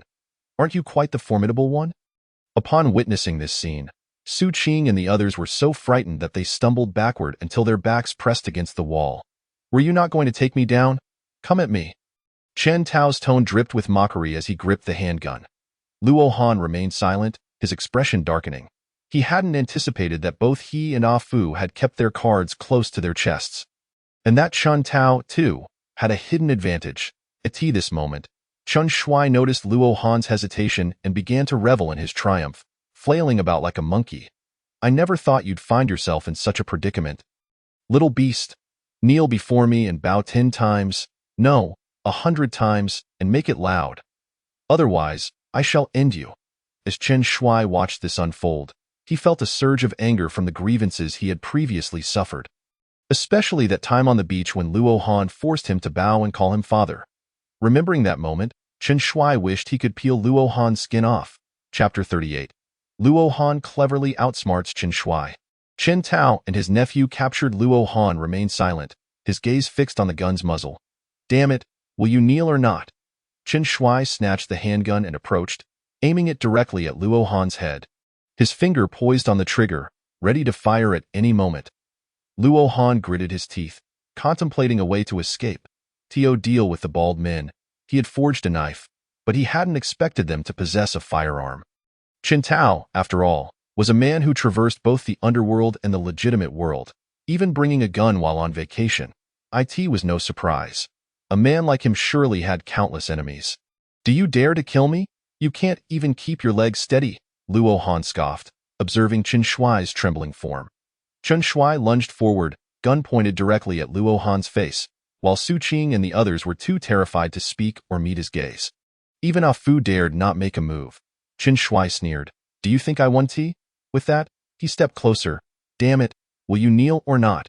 Ah Fu, seeing Luo Han's dilemma, was also pondering a solution, but with the gun aimed at his junior, no matter how skilled he was, he couldn't withstand a bullet. Su Qing's face turned pale, covering her eyes, unable to witness the scene, fear evident in her gaze. Ruolin looked at Luo Han, her expression complex, but more than anything, there was a glimmer of hope. I bet your gun is unloaded. Luo Han stood up, casting a dismissive glance at Chen Shui. Chen Shui roared, pressing the gun to Luo Han's forehead. Shall I make a hole in your head first? You fool! Luo Han burst into laughter. If you had bullets, why wouldn't you engage the safety? Upon hearing this, Chen Shui was taken aback. If the safety was off, pulling the trigger wouldn't he fire a round? If there were no bullets, given Luo Han's character, would he let him go? The answer was obvious. Chen Shui, momentarily stunned, gave Luo Han the opportunity to seize the gun, lifting it upward while he crouched down, causing the gun to discharge as it was pulled upward, the bullet striking the rock above Chen Shui's head. The deafening noise finally jolted him back to reality. Bastard, you tricked me! Chen Shui attempted to wrestle free from Luo Han's grasp, but Luo Han would never allow him to regain control. As a former Special Forces soldier, he recognized that the handgun was fully automatic and didn't require a second safety. Allowing Chen Shui to escape would mean his own demise. Fool, quickly reclaim the gun. Chen Tao cursed loudly, stepping forward to snatch the weapon, but Ah Fu had already positioned himself in front of him. Luo Han, eyeing Chen Shui, threw a punch, having already swollen his right cheek. This time, he struck the left, achieving a symmetrical effect. While Luo Han was engaged, Ah Fu managed to subdue Chen Tao, and their scheme was ultimately unraveled by Luo Han. That was close. If that fool hadn't been as dim-witted as a pig, it wouldn't have been so easy. Luo Han looked at the incapacitated Chen Shui and his uncle, promptly securing the gun. only to discover it was entirely unloaded. Ah Fu and Luo Han exchanged a fist bump. "Junior brother, you remain as reckless as ever, but well done." Luo Han chuckled heartily. "Senior brother, you are no different, still spouting witty banter as you did in the past." The two shared a laugh, while Luo Han turned to Su Qing and the others, who were visibly trembling, clearly shaken from the ordeal. He picked up some vines and bound Chen Shuai and his companions tightly, ensuring they posed no threat. Luo Han sat between Su Qing and the others, soothing their frayed nerves. They had been thoroughly frightened, especially Su Qing, whose body quaked with fear. "It's all right, don't be afraid. I'm here." Luo Han wrapped his arms around Su Qing, who clung to him tightly, tears shimmering in her eyes. "I thought I was going to lose you." Su Qing's reaction was entirely understandable. Luo Han had just taken a gamble, wagering that Chen Shuai lacked knowledge of firearms. Had Chen Shuai been as knowledgeable as Luo Han, he would not have been fooled by a simple mention of the safety in such a case. Luo Han might have faced dire consequences. He was a special forces soldier, but he was still human, flesh and blood. Ruo Lin embraced Luo Han from behind, quietly closing her eyes, relishing his warmth. The gunfire had chilled her to the bone, and what frightened her more was Chen Shuai's earlier remark about allowing his brothers to enjoy her. With her experience, she understood exactly what that implied. Fortunately, Ruo Lin had also taken a gamble. When Zhang Xianghai entrusted her to Luo Han, she chose to trust him over Chen Shuai's deceitful words, opting to survive alongside Luo Han on this island. Luo Han was unyielding to outsiders, yet generous to those within his circle. If he had a morsel of food, he would share a bowl of soup. In stark contrast, Chen Shuai was not only selfish but also utterly deranged. Had she believed Chen Shuai's lies, she might have already been at the mercy of the bald men. The thought alone was terrifying. Ah Fu gazed at his junior brother, chuckling silently. "Junior brother, you truly are remarkable, appealing to all ages." Finding a spot, Ah Fu lay down to rest. He certainly couldn't be a third wheel at this moment. As everyone drifted off to sleep, only Zhang Lin wept in regret, believing she had secured a life of luxury by aligning herself with the wealthy Chen Shuai, only to realize he merely wished to toy with her. She had accompanied him without hesitation, even against Luo Han, only to be cast aside in the end. Memories of her time with Luo Han flooded her mind, amplifying her heartache. It was all her own doing. Choosing a man of ambition and talent like Luo Han, she instead opted for a boastful rich kid with no real skills. How blind she had been. Even if she now regretted her choices and sought atonement from Luo Han, he would never cast another glance her way. Did she not know Su Qing's capabilities? Ultimately, her discord with Su Qing stemmed from jealousy. Jealousy of Su Qing's beauty, of her seemingly better circumstances, of being protected by Luo Han while she could only watch. In the end, she had pushed Luo Han away, forsaking everything that was rightfully hers. But there is no remedy for regret in this world. She could only blame herself for her misdeeds in the wilderness. Predators lurked in the shadows of the forest, while high on the distant mountains, several large birds with sharp beaks and wide wings took flight from their nests, their keen eyes scanning for traces of prey. Chapter 39. Luo Han and Ah Fu discuss details. Ruo Lin and Zhang Lin are not mother and daughter. A peaceful night passed, and the next morning, Luo Han and the others doused Jin Tao and his companions with cold water to awaken them. "You filthy creature! You dare to splash me with cold water? Be careful, or I'll kill you." Chen Shuai seethed with rage at the sight of Luo Han. Luo Han stepped up and slapped him a few times. "After a night? It seems the swelling has reduced considerably. Let us add a few more for good measure." "Your right cheek isn't enough. Let us give the left some attention," Su Qing chimed in, joining Luo Han in dealing with Chen Shuai. "It seems your left eye still needs to swell a bit more." Ruo Lin also stepped in, delivering punches and kicks to Chen Shuai. He had dared to suggest she serve the bald men, which was utterly unforgivable. Watching Chen Shuai transform into a pig-headed figure, the two burst into laughter. "How can you not feel guilty doing this?" Chen Shuai groaned in pain, protesting. Su Qing chuckled. "Seeing you like this only brings me joy." "Really?" Chen Shuai was so moved he nearly cried, but the next moment, a chill ran down his spine. Su Qing jumped up, relentlessly stomping on him. "But if I don't beat you, my conscience will ache 1,000-fold." Ruo Lin unleashed a flurry of punches. After 20 minutes of this relentless assault, Chen Shuai was left utterly humiliated, resembling a pig, while the two women were drenched in sweat. Do you still expect me to serve your brothers? Ah, weren't you the one who said you'd pin me down? Ah, their furious beating allowed them to vent all their pent-up frustrations. Even Ruolin had not anticipated Qin Shuai's twisted side. Stop it, I beg you. Qin Shuai pleaded desperately for mercy. Had it not been for Su Qing and the others getting tired from the fight, he would surely have suffered greatly. Young man, I am quite curious about how you and a Fu conspired together. Chen Tao observed Qin Shuai being beaten, and he couldn't be bothered to intervene. After all, it was his reckless antics last night that led to this predicament. Truly a foolish ally.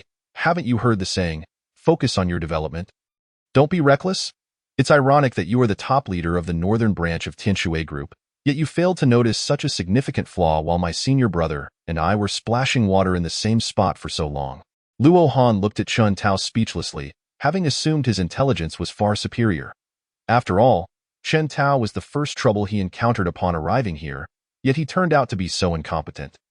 Indeed, my junior brother and I were continuously splashing water in the same area, creating a scene of intense combat. Although it seemed rather staged, I did not expect you to be completely oblivious. A Fu stepped forward, his expression serious. From the moment he first laid eyes on Luo Han, he had known that Chen Tao was the one he needed to deal with, and he deliberately distanced himself from Luo Han. But how did you know he was your senior brother? I recall that a Fu always wore a mask and only removed it last night. Chen Tao said viciously. The pistol he had prepared was a specially designed one, holding only 2 bullets, intended for the day his subordinates might betray him, allowing him to eliminate both the traitors and his enemies in one fell swoop. A Fu looked at his junior brother. What name shall I call you? Luo Han struck a haughty pose. You'll find out once I knock you down. Hearing their cryptic exchange, Chen Tao suddenly realized. A code phrase. Luo Han chuckled. Consider yourself clever. Despite your meticulous plans, you never anticipated that these trivial banter tactics would become the perfect means for us to conspire right under your nose. Chen Tao seethed with frustration, his teeth grinding. A Fu then interjected.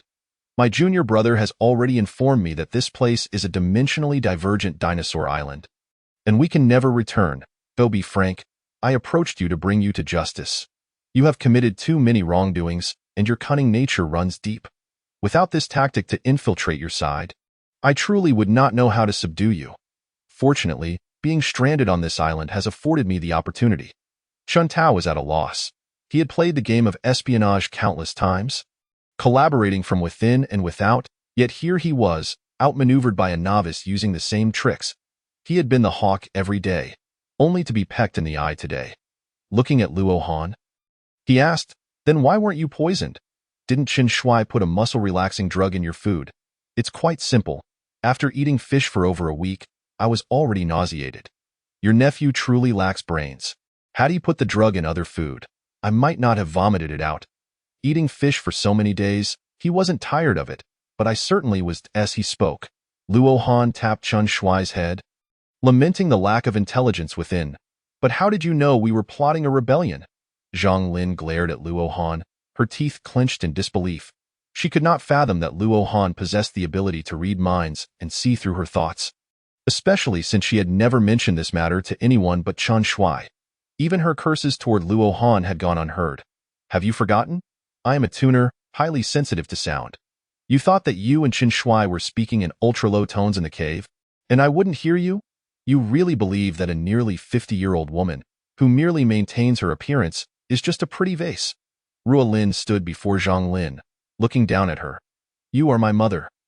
Why would you tell Luo Han about our plan? Zhang Lin roared, having considered that Luo Han might possess some special ability, but never imagined it would be her own mother who sold her out. Because I am infertile, and you are the child born from Zhang Shenghai's affair, not my Ruolin's child. Zhang Lin felt as though she had been struck by lightning, petrified in place. No wonder Ruolin's attitude had shifted after Zhang Shenghai left. I lost my ability to bear children because that vixen tampered with things before I entered the delivery room, causing my child, my own flesh and blood, to perish. To placate me, Zhang Shenghai told me he had adopted a child from an orphanage, even spinning sweet words about naming him after me. I never imagined that the daughter I raised for over 20 years would be someone else's child, if it weren't for the shipwreck a few days ago, where your father confessed before the disaster. I would have remained in the dark. Ruolin tightened her grip around Zhang Lin's neck. The daughter she had loved for over 20 years turned out to be the child of her beloved husband and another woman, whose very existence had caused her infertility. Luo Han and the others stood by, utterly incredulous. This revelation was so shocking that it would keep them occupied for quite some time. Zhang Lin collapsed to the ground, and Ruo Lin continued. Where were you last night when Qin Shuai, that beast, wanted others to lay hands on me? How dare you say I am your mother? Ruo Lin slapped Zhang Lin, sending her sprawling to the ground. Decades of affection in your heart can't compare to someone who hasn't even married yet. Just as Ruo Lin was about to say more, a gust of wind knocked her down, her head striking the rocky cave entrance. Before Luo Han could rush to help her, a pair of claws lunged at him. Not good. It's a pterosaur. Quickly, take cover. Chapter 40. The pterosaur pack attacks. Luo Han goes down the mountain for supplies as he beheld the suddenly attacking pterosaurs. Luo Han quickly drew his dagger to defend himself. However, the others were not so fortunate. Chen Tao was snatched up by a pterosaur with a wingspan exceeding 4 meters, while Chen Shuai was directly pierced through the body by the pterosaur's sharp beak. The others fared no better, as they were bound by vines, making it nearly effortless for the pterosaurs to carry them away. Su Qing was seized by a pterosaur, terrified and frantically screaming. Watch me! Tyrannosaurus soaring, a Fu, who was close to Su Qing, leaped up and grabbed hold of the pterosaur's minuscule tail with the added weight. The pterosaur plummeted, forced to release Su Qing. A Fu hastily led Su Qing back to the cave, ensuring she hid safely before rushing out to assist Luo Han with an axe in hand. Standing beside Ruo Lin, Luo Han thwarted the pterosaurs attempting to snatch her away, wielding his knife with precision. Senior brother, thank you. No need for pleasantries. It has been a while since I've tasted any other kind of meat. Today, let's see how this pterosaur fares in flavor. A Fu laughed heartily, grabbing one of the pterosaurs by the foot and slamming it to the ground. The pterosaur's head suffered a severe blow, emitting a pained cry, and a Fu skillfully severed its neck with an axe, blood splattering across his face. Luo Han rolled away to evade a pterosaur's attack, thrusting his dagger deep into its abdomen. The creature let out a wail and fell to the ground, unable to rise again. Just as Luo Han intended to finish it off, another pterosaur attacked him from behind, seizing his shoulder and lifting him into the air. Enduring the pain, Luo Han stabbed its thigh with his knife. The pterosaur screeched in agony and began descending. Seizing the opportunity, Luo Han broke free, grasped its foot, and dragged it into the river, swiftly slashing its neck. At this moment, Luo Han and a Fu had already slain 4 or 5 pterosaurs, and the remaining ones, realizing that Luo Han and a Fu were formidable opponents, retreated in defeat. Luo Han dragged the pterosaur's corpse onto the shore, their ferocity having driven off a pack of pterosaurs that could rival the largest carnivorous dinosaurs. It was well known that during the age of dinosaurs, large carnivorous dinosaurs dominated the land, while marine reptiles ruled the seas, and pterosaurs like these soared through the skies. Their massive, sharp beaks could easily pierce the skin of numerous dinosaurs. If one were not careful, even a tyrant like the Tyrannosaurus could find itself at a disadvantage. The pterosaurs they faced this time were merely smaller varieties. Had they encountered the aerial overlord, the Quetzalcoatlus, the question would not be whether they could slay 4 or 5 of its kin, but whether they could escape from beneath its 15-meter wingspan. That would be a true aerial sovereign. The danger it posed was undoubtedly comparable to encountering a lion in the tropical savanna. Luo Han looked at the unconscious Ruo Lin and carried her back into the cave. Though he and a Fu had sustained minor injuries during the pterosaur attack, Ruo Lin had hit her head on the rock and needed time to recuperate. Despite having killed several pterosaurs, they had also incurred losses. It was a classic case of lose 1,000 to injure 800. Senior brother, are you all right? Luo Han approached a Fu, who brushed off the dust from his clothes. I'm fine, just didn't expect to be suddenly ambushed by these beasts. Luo Han gazed at the captured Chen Tao and the others, sighing, if only we could find a cave or establish a fortress. There are so many dinosaurs here, tyrannosaurs on land, marine reptiles in the sea, and pterosaurs in the sky. Humanity remains far too fragile. They outnumber us.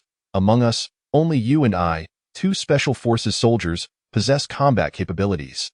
If we had enough manpower on this island, we might not be at a disadvantage against these dinosaurs, a Fu remarked, glancing down the mountain. What do you mean, senior brother? I encountered an enormous and enigmatic aurora alongside them. And upon awakening, I found myself marooned on this island. Before ascending the mountain, I glimpsed a vast white silhouette on the other side. If I am not mistaken, it could very well be the cruise ship we were aboard before the maritime disaster. And perhaps many souls still survive there. Afu pointed towards the distant foothills, where a beach was faintly visible, and as Luo Han turned to look, he realized it was the very spot where he had met Su Qing. Approximately 5 or 6 kilometers to the right of that coconut grove lay a rather indistinct, yet bifurcated white object, which might indeed be the cruise ship Afu had mentioned. Observing this scene, Luo Han felt his gloomy spirits lift somewhat. He was concerned not only for the lives of those aboard, but also for the resources available on the cruise ship. Even a few chairs could significantly enhance their current living conditions. Not to mention the possibility of other weaponry aboard, which would serve as excellent tools against the prehistoric overlords, the dinosaurs. Once Ruo Lin regained consciousness, Luo Han suggested they venture to the foothills. But due to the severe blow to her head, she was deemed unfit for travel, leaving Afu to care for her in the cave. Prior to their departure, Luo Han roasted the pterodactyls, filling the cave with the enticing aroma of meat. Indeed, though the pterodactyls were devoid of fur, their tough skin and meager flesh offered a surprisingly chewy texture, richer in protein than beef jerky. Su Qing stuffed her cheeks with food, eagerly biting into another piece before fully swallowing the first. Luo Han, too, indulged heartily, remarking, "I must say, while pterodactyls may pose a challenge, their roasted meat is quite delectable." Agreed. "It's delightfully crispy, reminiscent of chicken," Su Qing exclaimed, savoring the meal. As a girl who cherished her appearance, she relished such high protein, low-calorie fare. Not only was it palatable, but it also spared her from gaining weight. Ruo Lin, however, nibbled cautiously, burdened by the grief of her shattered family and the sorrow of losing her daughter. Although Zhang Lin was not her biological child, the thought of her being snatched away by a pterodactyl filled her with dread. Luo Han, aware of Ruo Lin's anguish, understood that some matters could not be resolved by mere words from others. One must find clarity within themselves. Much like his own struggles, he had faced emotion, wrongful reassignment, and humiliation from his ex-girlfriend, yet he emerged resilient, even managing to overpower her within days of their breakup. After their meal, Luo Han fashioned a long wooden stick, securing a pterodactyl leg to it, and armed with a sharp knife, he set off down the mountain. As he descended, Su Qing expressed her desire to accompany him. But Luo Han insisted she remain behind, for they were on Dinosaur Island, and encountering a Tyrannosaurus Rex could spell doom for both.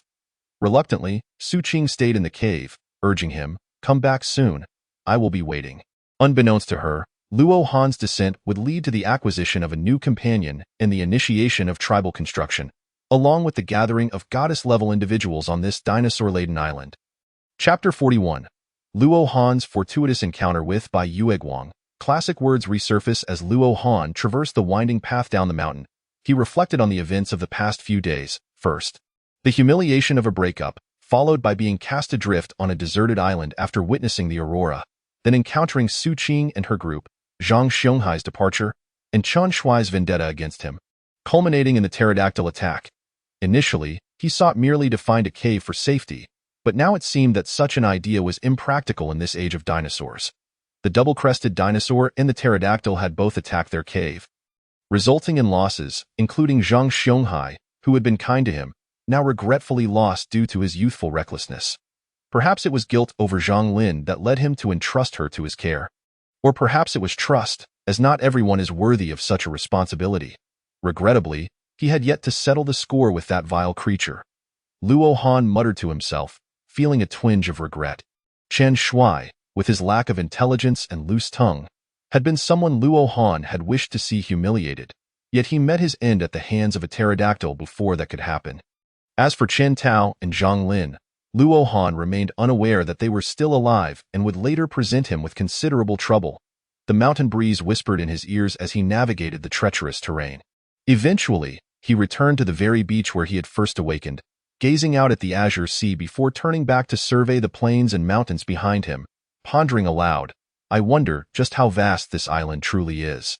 From the mountaintop, I could not even discern the approximate location of that aurora, only its direction. Should the opportunity arise, Luo Han would eagerly explore the entirety of this island, but by then, he would have become the leader of a tribe. Supported by several goddess-level allies, commanding a formidable trio of dinosaur legions from land, sea, and air. While contemplating the camp-building discussions he had shared with his mentor Afu, he was suddenly interrupted by cries for help from the other side of the beach.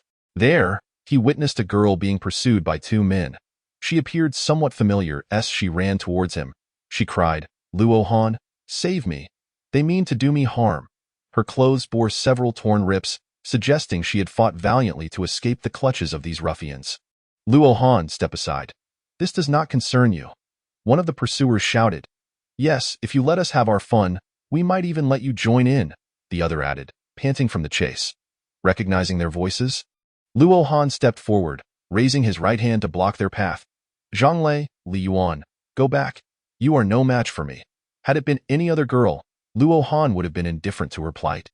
But this girl was Qianya, his Bai Yueguang. Before he had met Zhang Lin, she had stood by him through 3 years of high school, during which he endured great hardship. At 18, she was in the prime of her youth. Ultimately, their separation was a consequence of their parents' disapproval. In those days, Luo Han often wondered if he had achieved more in life. Perhaps they would not have parted ways. He had not anticipated their reunion would occur under such dire circumstances. "Clear the way," Zhonglei huffed, pointing at Luo Han. Luo Han shrugged nonchalantly. "And what if I don't?" Li Yuan picked up a stick from the ground, threatening, "If you don't step aside, we'll take you down." With a cold laugh, Luo Han retorted, "What a joke. You seek to capture her. Why should I let you pass?" If Zhang Lin, who had been taken by a pterodactyl, could witness this scene, would she not exclaim, "I know him," Luo Han scoffed. "Kill me? You plan to take on a retired Special Forces soldier? Do you hear how ridiculous that sounds? Come at me." Before they could respond, Luo Han cracked his neck, loosening his muscles. "Dio, you really think you can take us both on?" Zhonglei mocked, unaware of Luo Han's past as a Special Forces operative. "Luo Han, don't engage. They train regularly. We should flee," Qianya worriedly urged, her heart racing at the sight of the two men preparing to strike, though their breakup had not erased her feelings for him. "Fear not. I am here. They are merely amateurs. I do not regard them as a threat." Luo Han positioned himself protectively in front of Qianya, disdainfully observing the hesitant duo. "Hand her over. Without a large cruise ship, we have no way back. The law no longer binds us here. If you wish, we could cooperate and rule this place together, becoming kings of the land," he declared. "If you refuse, I assure you, you will face dire consequences." Luo Han advanced a couple of steps. "You simpletons really believe I would yield to your threats?" Seeing their eagerness to fight, he decided to engage, brandishing the knife he had forged with his own hands. "This guy is too arrogant. Let's take him down," Li Yuan shouted, leading the charge. Luo Han swiftly executed a knee strike, landing a heavy blow to Li Yuan's chest. Taken aback, Li Yuan staggered back, clutching his chest. Seizing the opportunity, Zhonglei swung a stick at Luo Han's back. "Luo Han!" Qianya cried out in alarm as she witnessed the ambush. Luo Han slowly turned, grasping the assailant with his right hand, rendering Zhonglei unable to move an inch. "Have you had enough? It's my turn now." As Zhonglei surveyed Luo Han's grim expression, he felt a surge of trepidation. This man was far more formidable than he had anticipated. However, Luo Han had no intention of letting him off lightly. To release them without imparting a lesson would only invite further trouble. Now that the gloves were off, there was no need for leniency. Even if he were to let a tiger go free, he would first strip it of its fangs. "Luo Han, spare me. I promise I won't trouble you again." Zhonglei endured a brutal beating from Luo Han, and the screams of agony were sufficient to send shivers down Qianya's spine. Luo Han effortlessly lifted him high above his head. "Very well, I shall also treat you to a bath in the sea." With a mighty throw, Luo Han cast Zhonglei into the ocean. All within a minute of their confrontation, Zhang Lin, clutching his chest, managed to rise, only to be swiftly knocked down by a kick from Luo Han. "Do not presume that a few days in the gym grants you the audacity to challenge me. How laughable to pit your hobbies against my expertise. All right, we will leave immediately and will not trouble you again. I implore you to have mercy." Li Yuan, witnessing Zhonglei's pitiful state, also began to plead for clemency. "Scram!" Luo Han retorted coldly, dismissing him without a second thought. After dispatching the two ruffians, Luo Han approached Qianya. "What have you experienced? You have become remarkably formidable. I recall that during our high school days. You had no aptitude for fighting." Qianya, watching the two retreat, took a couple of steps back. The current Luo Han was a stranger to her, yet that familiar smile reassured her that he was still the same Luo Han she once knew. Chapter 42. The ship camp. Luo Han spoke of the trials he faced since their separation, recounting his time as a Special Forces soldier, until 3 years ago when he chose to retire and return to civilian life. On the beach, Luo Han and Qianya exchanged tales of their lives over the past 7 years, reminiscing about their youthful love during their graduation at 18, now diverged onto their own paths. Luo Han recognized that returning to the modern world was impossible and resolved to make a life for himself here. Qianya, however, was bound by marriage and family. When Luo Han proposed they escape together, she refused. Thus, he had no choice but to escort her back to the location of the cruise ship. In love opposed by parents, one must possess courage to persevere. What Luo Han did not anticipate was that upon their next meeting, his white moonlight had become someone else's beloved. Perhaps this was the essence of regret. Yet, life is about trade-offs. Qianya was fortunate. She and her husband were on a cruise abroad when the Aurora transported them here. And despite the perilous circumstances, they had not encountered additional dangers. The supplies that fell from the ship sustained them for nearly half a month. Today, Qianya had intended to take a stroll but unwittingly crossed paths with two rogues. Fortunately, she encountered Luo Han. Luo Han escorted Qianya back to the area where her cruise ship was located. The vessel lay in ruins, split in two, stranded at the juncture of shallow and deep waters, with tumultuous waves nearby. Though the supplies were clearly visible, no one dared approach the ship to retrieve the provisions that could sustain thousands for several years. Luo Han guided Qianya to a makeshift camp established by the survivors, which resembled a rudimentary outdoor encampment. They had erected numerous tents and subsisted on canned goods, while garbage had accumulated into small hills amidst the surrounding coconut grove. Observing their current plight, Luo Han could only feel envy. Just days prior, he had been marooned on a deserted island with no food or tools, reduced to primitive survival. They, on the other hand, had tents to sleep in and canned food to eat.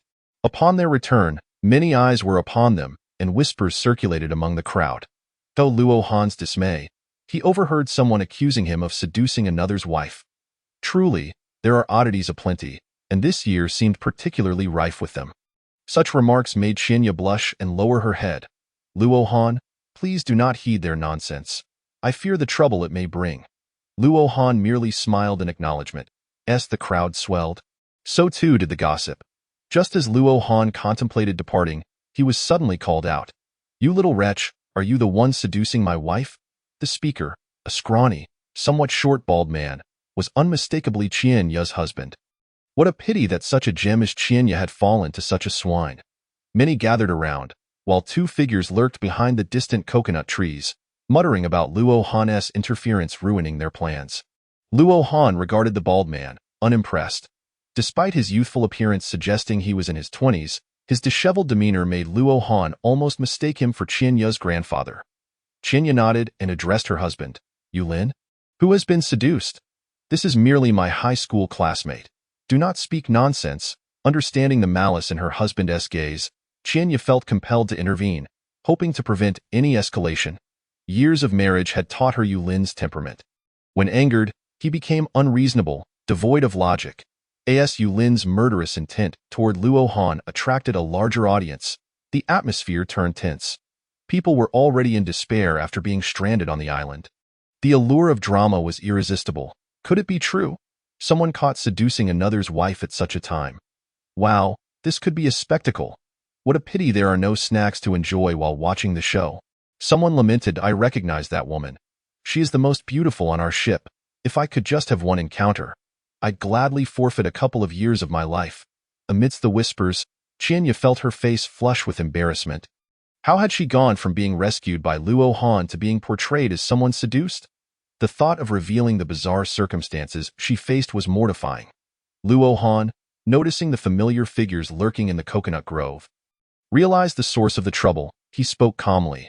"I am merely her classmate. I harbor no such intentions. Unless you possess evidence, please refrain from casting unfounded accusations upon me."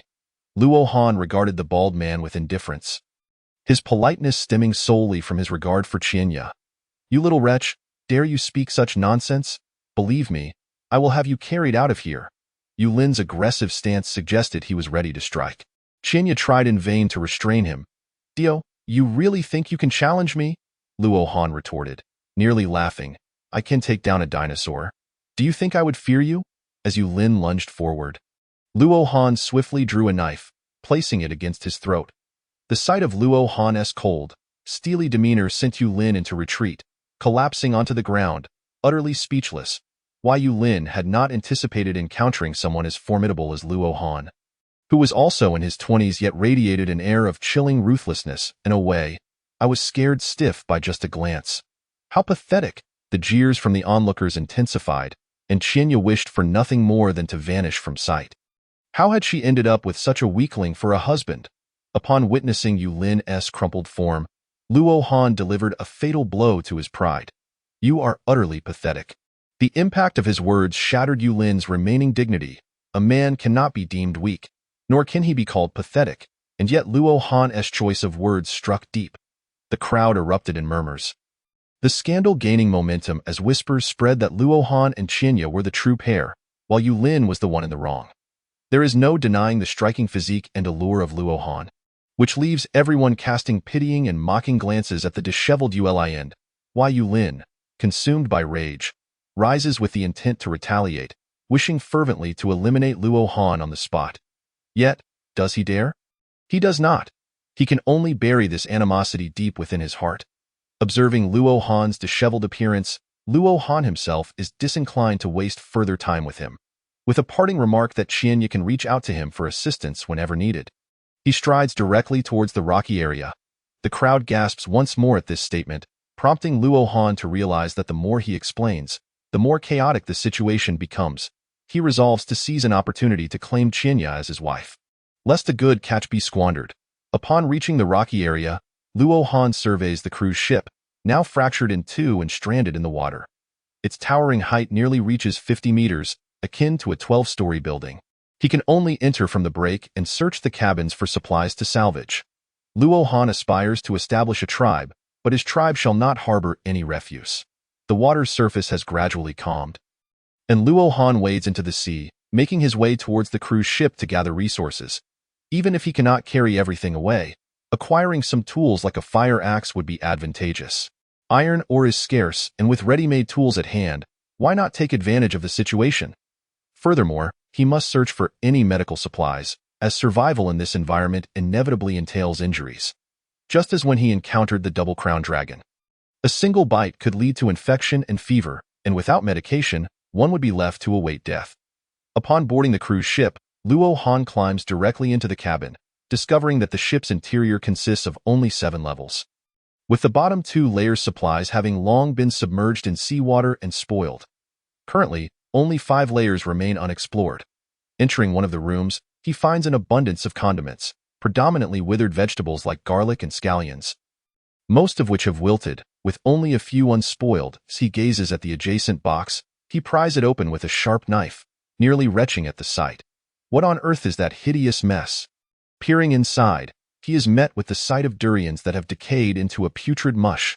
The fool had placed the durians alongside the vegetables, oblivious to the need for refrigeration, resulting in a nauseating stench. In disgust, Luo Han kicks the box shut and hastily exits the room, the foul odor nearly causing him to vomit. After rummaging through several rooms, Luo Han descends to the next level, where the aroma is less overpowering. Mingled with a hint of wine, he steps inside to find shattered glass strewn across the floor, wine stains everywhere, and rows of shelves lining the walls.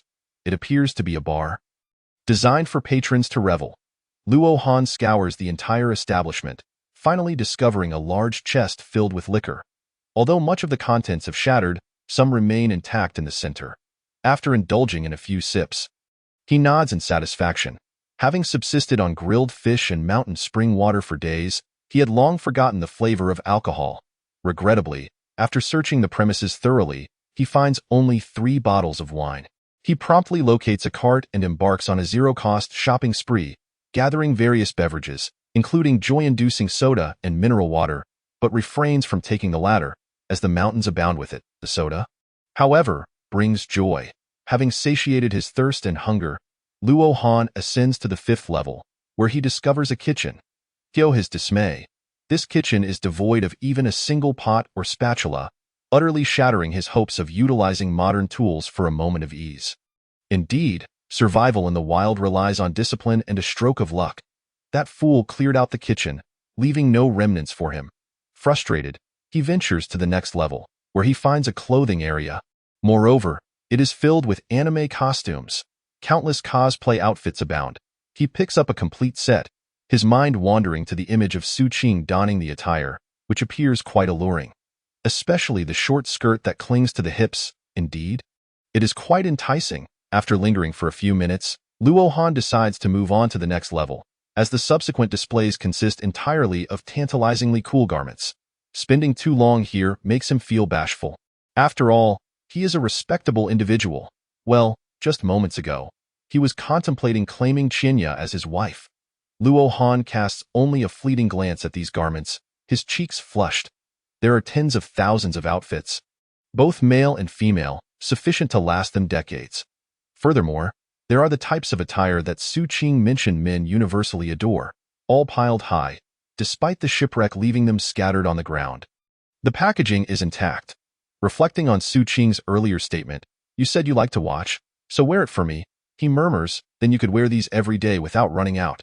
Stepping out of that room, the corners of his mouth twitch in suppressed amusement, for the previous chamber was filled with black, white, lace, and strap styles, all carelessly strewn about as if they were worthless. Upon reaching the final layer, Luo Han discovers that the 4th level is a living area, containing little of value to scavenge. Clothing? There is no shortage, with plenty of cosplay outfits available to entice Su Qing to wear for him. Only a fool would consider bringing back garments worn by others. Money is of no use here. It is mere waste paper, too hard even for wiping. It appears this place has already been ransacked. Yet he wonders why they did not take the remaining supplies. Luo Han notes that each tent is accompanied by 1 or 2 campfires, while numerous warm garments lie on the beds. Surely, donning one of these would be more effective than huddling by the fire. He spends an entire afternoon surveying the cruise ship, concluding that food is non-existent, likely consumed by the refugees on the shore. Even pots and similar items are absent. He had hoped to find a pot to prepare soup, as the daily grilled fish has begun to aggravate him, resulting in a pimple on his face, compounded by the teasing from Roland and Su Qing, spurring him to seek some relief. Nearby, Luo Han ignites a fire on the cruise ship, reheating a pterosaur leg to accompany his wine. This pterosaur doesn't happen to be the ancestor of chickens. Does it? The flavor is reminiscent of chicken, he quips. Yet he recalls reading in a dinosaur encyclopedia that the Archaeopteryx is indeed an ancestor to many birds. Does that imply chickens fall within that lineage? Reclining on the cruise ship's bed, he reflects on the 8 levels of the vessel. The first 2 are merely storage areas for perishables, already waterlogged and unworthy of inspection. The 3rd level houses fruits and vegetables that have long rotted, making them unsuitable for scavenging. The 4th level serves as an entertainment area, with only alcoholic beverages remaining. The 5th level, intended for food preparation, lacks any pots or utensils, rendering them useless to transport. As for the 6th level, the clothing there can be taken back. He cannot roam about like a caveman in this place. The 7th level comprises living quarters, filled with blankets and other essential warm items. The 8th level offers only some tables and chairs on deck, but carrying those back would be laborious. Fortunately, Luo Han discovers a trove of daily necessities on the other side of the cruise ship, including paper towels and towels. After all, this vessel, designed for leisure outings, is not a supermarket stocked with every imaginable item.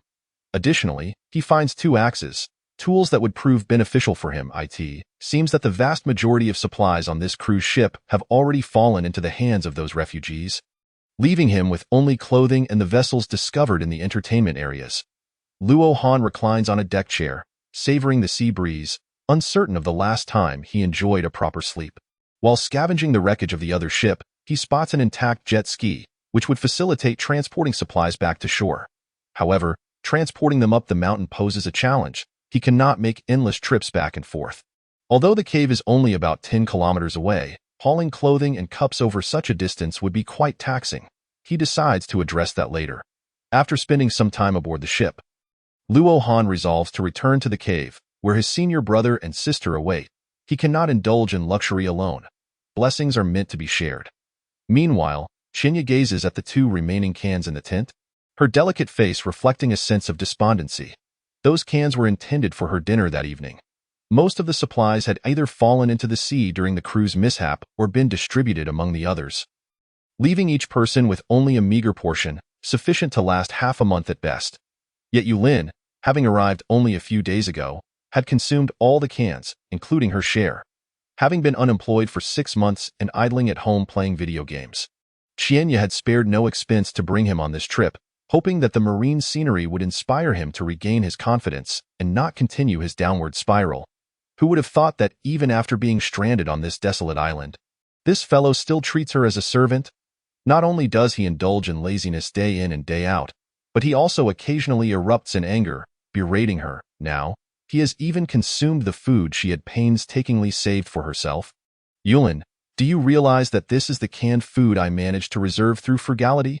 Qinya gazed at Yulin, who was sound asleep in the tent, and stormed in to awaken him. I know. So I licked the juices clean, leaving not a trace of waste. Yulin replied, rubbing his satisfied belly. Do you have any idea that I haven't eaten for an entire day? Qinya cried, feeling wronged, wondering why she ever agreed to marry this good-for-nothing. Just go find those who have food and ask them for some. With your looks, they would be eager to please you. Yulin shot a sidelong glance at Qinya and responded nonchalantly, You scoundrel! How could you send your own wife begging? Qinya felt an overwhelming urge to strangle Yulin. She had kindly saved a can for him, yet he devoured it all, showing no regard for her feelings after a day of hunger. And he spoke such heartless words. He still dares to call her his wife when he is out flirting with others. He should at least ask that little man of his for food. Yulin rolled his eyes at her and turned over to continue sleeping. He had endured significant humiliation during the day, all thanks to Qinya. But was it truly her fault? Before he left, 2 individuals had been spreading rumors about Qinya being involved with another man, making lewd remarks that forced everyone to point fingers at him. In a fit of rage, Qinya struck him a couple of times, and Yulin, infuriated, threw her out of his tent, shouting, Get lost, you foul woman! Stop trying to get one over on me. The tents were closely packed, and many had yet to retire for the night, so they witnessed Qinya's expulsion, pointing and whispering. Embarrassed and furious, all Qinya could do was flee and hide. Yet, she had done nothing to betray Yulin. She was merely the victim of slander. Observing Qinya's despondent state, Zhang Lei and Li Yuan in another tent exchanged knowing smirks as they watched Qinya's retreating figure. A graceful silhouette stealthily followed her. The 2, initially harboring wicked thoughts, had no choice but to abandon them. However, the one with the most nefarious intentions was not them, but Yulin. Once Qinya had run far away, Yulin rose and made his way to a nearby tent, home to a tyrant who possessed a wealth of food. Yulin's purpose for visiting was to barter for provisions, and his bargaining chip was none other than the beautiful Qinya. Moreover, by trading Qinya, he could leverage this tyrant to deal with the useless Luo Han. How dare he expose his own wounds in public? Yulin ground his teeth in determination, vowing to cripple Luo Han so he could experience the agony of being unable to assert his manhood. Chapter 45. Luo Han's desire to acquire Qinya. The group's plans to build a tribe crouched among the rocks by the seashore. Qinya hugged her knees, her eyes misty with tears. The sea breeze brushed against her, sending shivers through her body. Here, a string of roasted crabs was handed to her. A girl clad in a white coat, equally striking, sat beside her. The newcomer was Qinya's close friend from university, though they had studied different fields. Qinya specialized in botany, while her friend pursued medicine. After graduation, one became a researcher in botany in the capital, while the other transformed into a healer in a white coat. Invited to join a seaside vacation, Qin Yuyan had not anticipated that this trip would leave them stranded on an island. Qinya did not hesitate to accept the food from Yuyan. They were not just friends but sisters. As they exchanged stories about Yulin's behavior over the years, Yuyan offered comfort. Yet, there was a saying, better to let someone hit your son than to let them separate your wife. Yuyan swallowed her words. Well aware of Yulin's despicable nature, Yulin had been fooling around, leading to health issues, and it was Yuyan and another doctor who performed his surgery, a secret kept for the sake of their sisterly bond. Whenever Qinya faced hardship, Yuyin was always the first to stand by her side. Inside the cave, Luo Han sat before a fire with 3 others, discussing the supplies he had seen on the ship.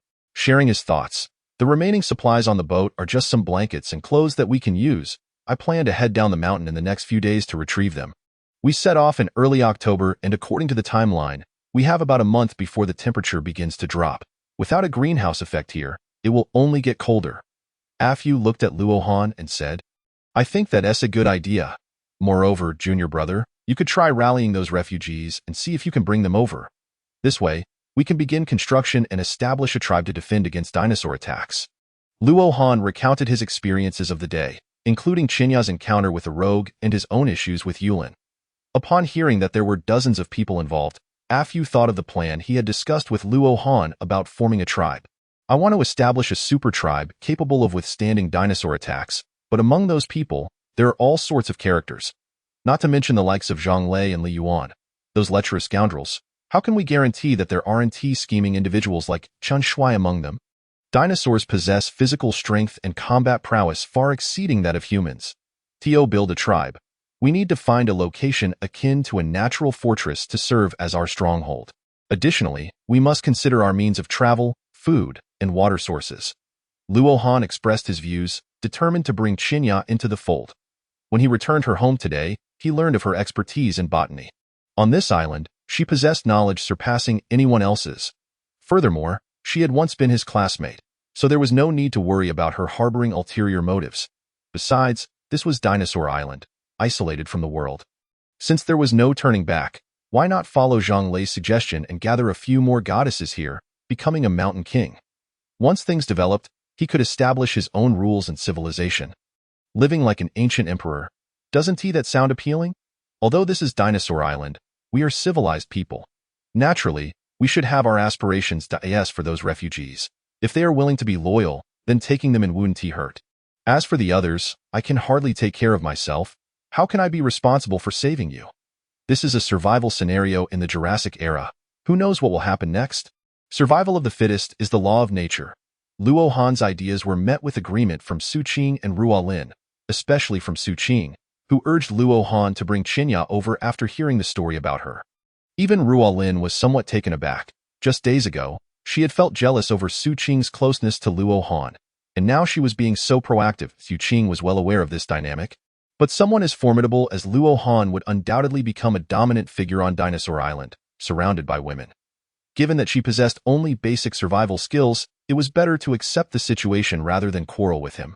Having more sisters could also be beneficial. Su Qing thought to herself that if Luo Han truly acted like Cao Cao, she would at least be the queen among the beauties in his harem, as she had arrived first, making her the primary wife while the others would be concubines. Moreover, if Luo Han ever displeased her, she could join forces with her sisters to deal with him. With this thought, Su Qing felt quite clever. Luo Han, however, remained unaware of her scheming, preoccupied with finding a location that would not disrupt their travel or food gathering, and would also be safe from dinosaur attacks, an ideal stronghold for their tribe. He felt troubled, knowing he needed to gather resources, assemble a team, and return to the fundamental elements of finding a secure dwelling. Initially, he envisioned establishing a tribe, but he had not anticipated such a challenging first step. Furthermore, in the future, they would need to develop agriculture and animal husbandry. As modern individuals, eating Jurassic-era food daily would soon become tiresome. Though he had been disgusted by the rotten fruits and vegetables earlier, he had noticed several sprouting seeds among them. If he could cultivate modern crops here, it would alleviate his concerns regarding food. This was why he proposed to Su Qing and the others that he wanted to recruit Qinya. Her expertise was invaluable. Moreover, the previous Aurora had mentioned that individuals from the original world would gradually be transported here, and when they encountered others who could contribute to building the tribe, Luo Han would seek to recruit them under his banner. The development of a place cannot do without agriculture and manufacturing. Luo Han had a decent grasp of many subjects but lacked specialized knowledge. He stood by the smelting furnace outside the cave, roasting over the fire, reflecting on the peculiar temperature fluctuations here, where daytime could soar to over 30 degrees, making it feel like summer, while nighttime could plummet to just a few degrees, evoking the chill of deep autumn. Skilled workers for construction, craftsmen for furniture, and agricultural talents. Where could he possibly find them? Luo Han lamented, lying on the grass, gazing up at the stars. Just as he closed his eyes in distress, something soft nestled into his embrace. Chapter 46.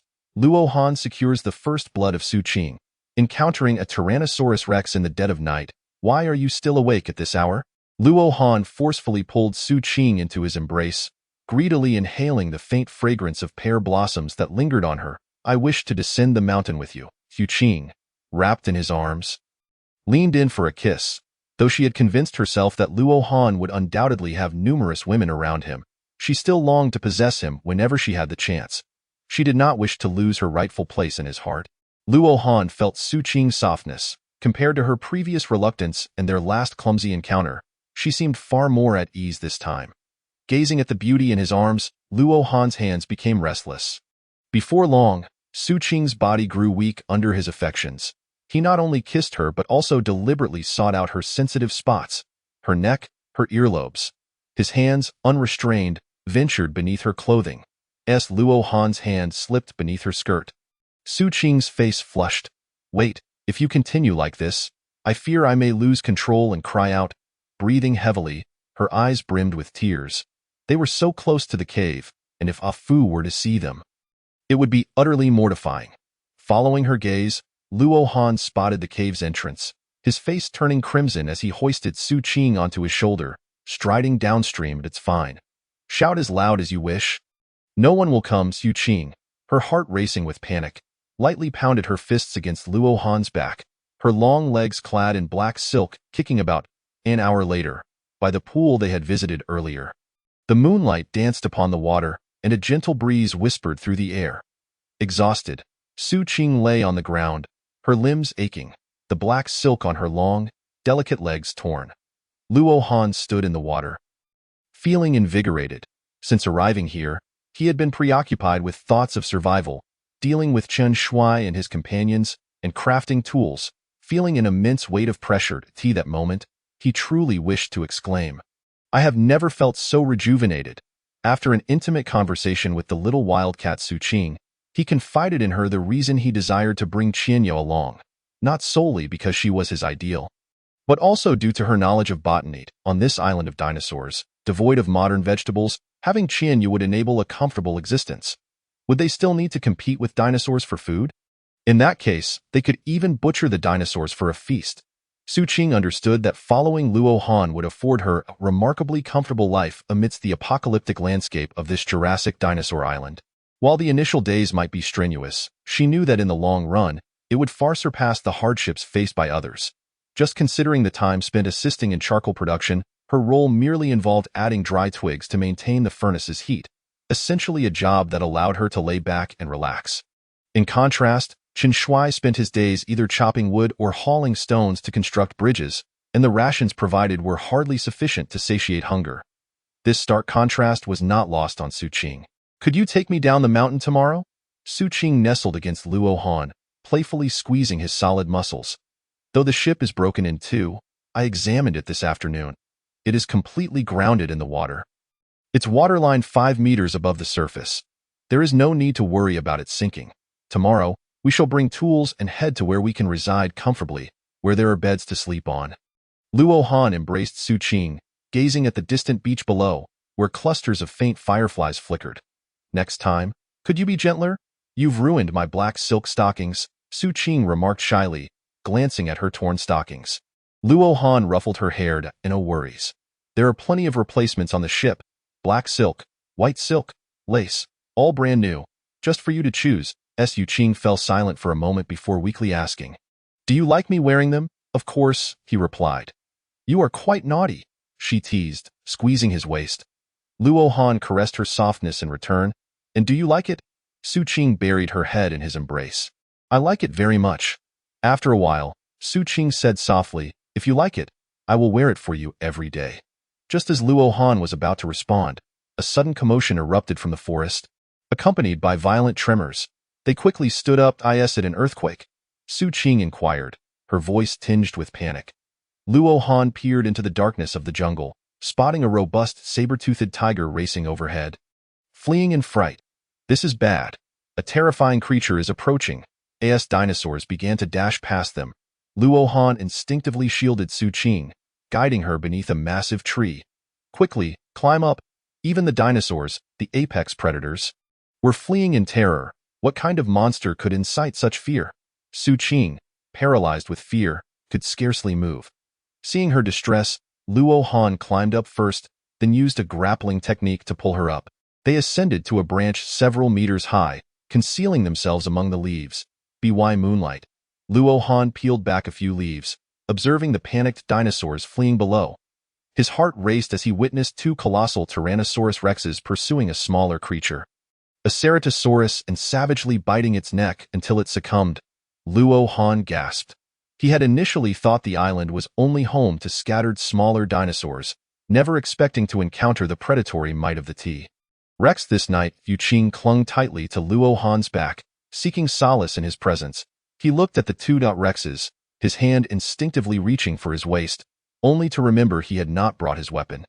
One T-Rex bit down hard, tearing into the ceratosaurus's flesh, blood splattering across its massive head. What kind of dinosaur is that? It's terrifying, Su Qing gasped. Luo Han placed a finger over her lips, signaling for silence. That is a Tyrannosaurus Rex. We must remain hidden here and be extremely cautious. We cannot afford to be discovered. He fixed his gaze intently on the two feasting Rexes, their size far exceeding any creature he had previously encountered. They stood over 6 meters tall and measured more than 15 meters in length, fully grown specimens. Observing their gruesome feeding habits, Luo Han felt a wave of relief wash over him. Had he not climbed this towering tree?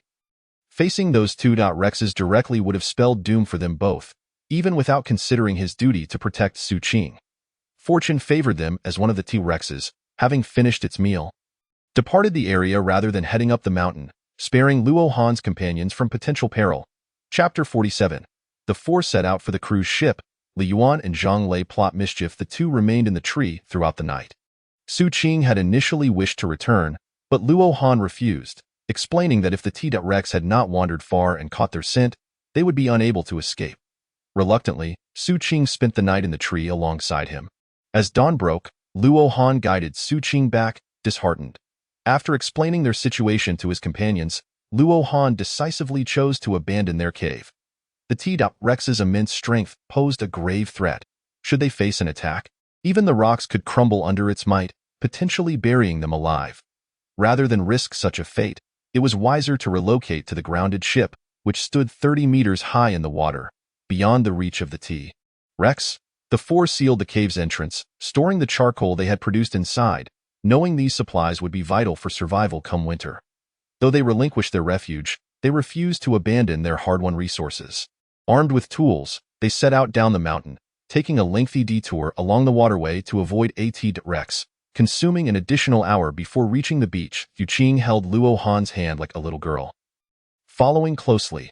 Yet, as the group remained vigilant, no one noticed her unsteady gait in the camp. Qianya returned to her tent. Married for less than a month, she had long since shared a bed with Yulin, who had recklessly damaged his health. Consequently, she had been sleeping alone. Just as she was about to drift off, Yulin barged in, lifting her abruptly. Go to tent 25. Someone is looking for you. Irritated, Qianya brushed off his grip. Tent 25? Who's looking for me? Apart from Dr. Qin, I know no one else. She intended to mention Dr. Qin and his associates but refrained, finding Yulin utterly despicable. Don't ask questions. Just go. Ignoring his protests, she shoved him out, lying back down in her tent. Reflecting on the sense of security she had felt walking back with Luo Han, she couldn't help but question her past decisions. Why did I listen to my family and marry this good-for-nothing? It's bad enough he fools around. He shows no ambition whatsoever. How naive I was to be deceived by mere words. What a farce. Promises of wealth and luxury, yet here I am, shackled to a man who wallows in mediocrity. Outside the tent, Yulin stubbornly refused to emerge, despite the waves of ridicule from those around him. He eventually scurried away, but only to the red tent number 25, where Li Yuan and Zhang Lei, who had recently been on the receiving end of a beating from Luo Han, were located. Luo Han had led Su Qing and the others to the rocky area in front of the cruise ship, and their appearance drew the attention of other refugees. However, The majority were fixated on Su Qing. Even Yu Lin, who had been frightened into submission by Luo Han, felt his soul almost being snatched away upon seeing her for the first time. Li Yuan and Zhang Lei, upon spotting Su Qing, hurriedly called out to her. President, long time no see, Su Qing, looking at the two of them, responded with a sun-kissed complexion akin to that of a native. Oh. It's you too, Li Yuan, noticing Su Qing standing by the rocks like Luo Han, remarked, President, I can only imagine the hardships you've endured during this time. I have a tent available for you to rest in. At that moment, Zhang Lin also jumped in. Yes, I have 2 cans of delicious fish. You must be hungry, President. Let me get you some. Su Qing moved closer to Luo Han, saying, Thank you, but you should keep it for yourselves. I am not fond of fish. Luo Han turned to the 2 men. Wherever it's cool, stay there. How could Luo Han be unaware of their intentions? In this lawless place, as long as one was not faced with a collective uprising, one could act freely and do as one pleased. Ignoring everything else, Luo Han leaped into the water, swimming over to retrieve the jet ski and bring a few people across. Seeing Luo Han swim away, Li Yuan and Zhang Lei quietly called over Ah Fu. Brother, you must have noticed the figure of our president. Neither of us can take on Luo Han alone. How about we join forces to take him down? Then all the supplies and women here will belong to the 3 of us. Zhang Lei, eyeing Ah Fu's cold gaze, spoke with a sneer. Upon hearing this, Ah Fu turned to leave. I have no interest in collaborating with you. Li Yuan quickly called after him. If that is the case, once the big brother has had his fun, let us too have a turn, just for a bit of thrill. Ah Fu stood firm. And just as Li Yuan thought he had successfully persuaded him, Ah Fu suddenly spun around. A crow sitting on a plane. With a swift leap, Ah Fu knocked the 2 of them to the ground. A friend's wife is not to be trifled with. Moreover, I have no interest in women. I only enjoy challenging the strong. And be careful not to prance around in front of me every day, or I might just make you regret it. After saying this, Ah Fu walked towards Su Qing, as Luo Han approached on the jet ski. Seeing that Ah Fu was unyielding, Zhang Lei and Li Yuan could only relent, watching helplessly as he helped Su Qing onto the boat. Once Luo Han and the others boarded the ship, they went to the deck to rest. Ruo Lin, still not fully recovered, chose a room to sleep in. Just as Luo Han was focused on the happenings by the shore, Su Qing noticed several terrifying figures by the sea. Luo Han looked over but saw nothing unusual. In the depths of the sea, several enormous jellyfish drifted by. Luo Han observed the fish and shrimp below the ship. When he had arrived the previous day, there had been hardly any. Now, schools of fish and shrimp had gathered, likely drawn by the rotting fresh goods from the 2 lowest decks of the ship, which had attracted smaller fish, in turn luring larger seafood to the area. Luo Han went to the back of the cruise ship, found some ropes, and wove them into a net, teaming up with his senior brother to catch some fish and shrimp. The ship still had plenty of seasonings, enough for them to indulge. That evening, Luo Han and the others feasted on a seafood banquet on the deck, sipping on refreshing drinks, thoroughly enjoying themselves. The refugees on the shore could only cast envious glances. Yet, there were some who understood fishing and managed to catch a few fish before the tide receded to satisfy their cravings. By the campfire, Yu Lin, starving, recalled the words exchanged during his visit to tent number 25. And thus made a certain decision. Chapter 48. Yu Lin wants Qianya to sell herself, but Qianya refuses to stay. That bastard has finished all the food.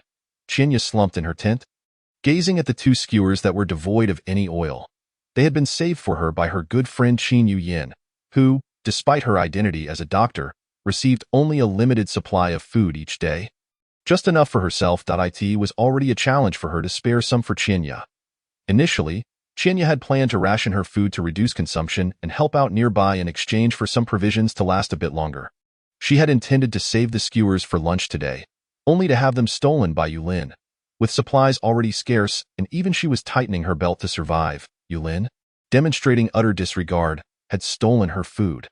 After eating, he went to the beach to watch girls dance for the food tycoons, oblivious to the dire situation. This morning, Qianya had ventured out to see if there was any way she could assist nearby in exchange for food.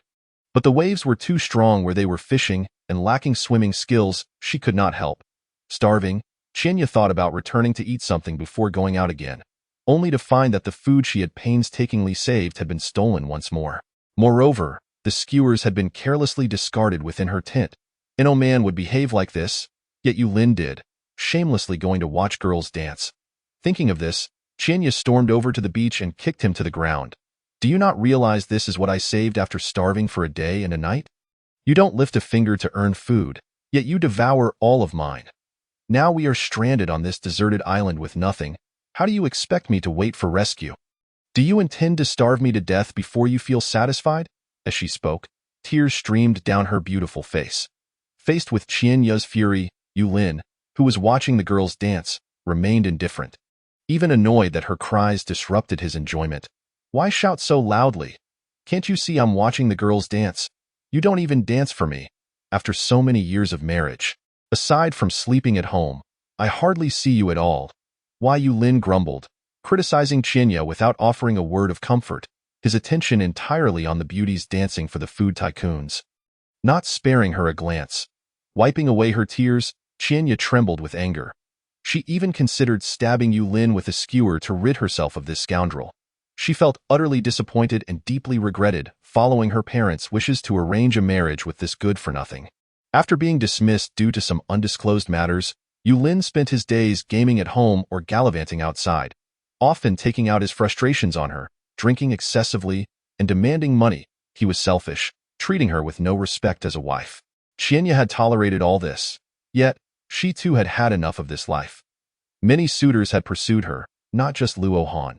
Even after marriage, countless wealthy men had offered to support her with extravagant sums. She had ample opportunity to escape her current life and live well, but she did not. For her parents, she was an exceedingly traditional girl. What kind of madness is this? Is there no food now? You might as well dance for those tycoons with ample supplies. They might give you something to eat. Why, Yulin watched nonchalantly, even whistling at the dancing beauties, drawing the ire of the tycoons watching the hula dance. You bastard! How could Qianya not understand what this meant? Those men had ample food. Why would they give it to you just for a dance? They wanted you, and that meant something entirely different. Qianya's scalp tingled with rage, and she almost stabbed him with the skewer. Hearing this, Yulin finally reacted and turned to scrutinize her. That's simple.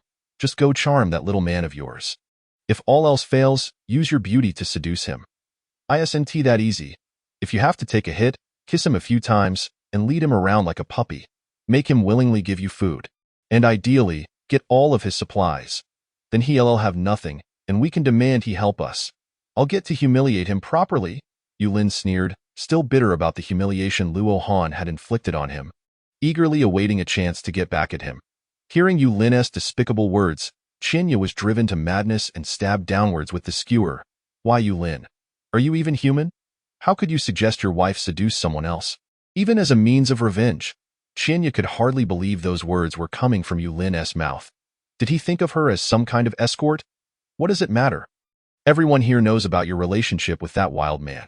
Enduring a bit could exchange for food, and when rescue comes, the trip will be over. Everyone will go back to their lives, and no one will recognize anyone again. A win-win situation. Why, Yulin shoved Qianya aside, who was too weak from hunger to muster the strength to resist. After pushing her away, he returned to leering at the beauties dancing. Go ahead. I won't mind. Moreover, do not take him seriously. I certainly do not wish to wear a crown of green upon my head. Hurry up, for I am a bit famished. As she spoke, Yulin gave Qianya a few pushes. You scoundrel! Qianya cried in anger, and only now did she truly realize what sort of person she had married. Had she known that today would unfold this way, she would have returned with Luo Han yesterday. She had endured his selfishness, but now, Yulin was actually pushing her into the arms of another man as if she were a mere commodity. This was an outright trampling of her moral boundaries. Of course, what Qianya was yet unaware of was that over the next few days, she would encounter the two lecherous men, Zhang and Li Yuan, who had conspired with Yulin to have Qianya entertain them for a night in exchange for a day's worth of food. She was indeed being sold off like an object by Yulin. As Qianya arrived at the rocky area, the winds and waves began to calm.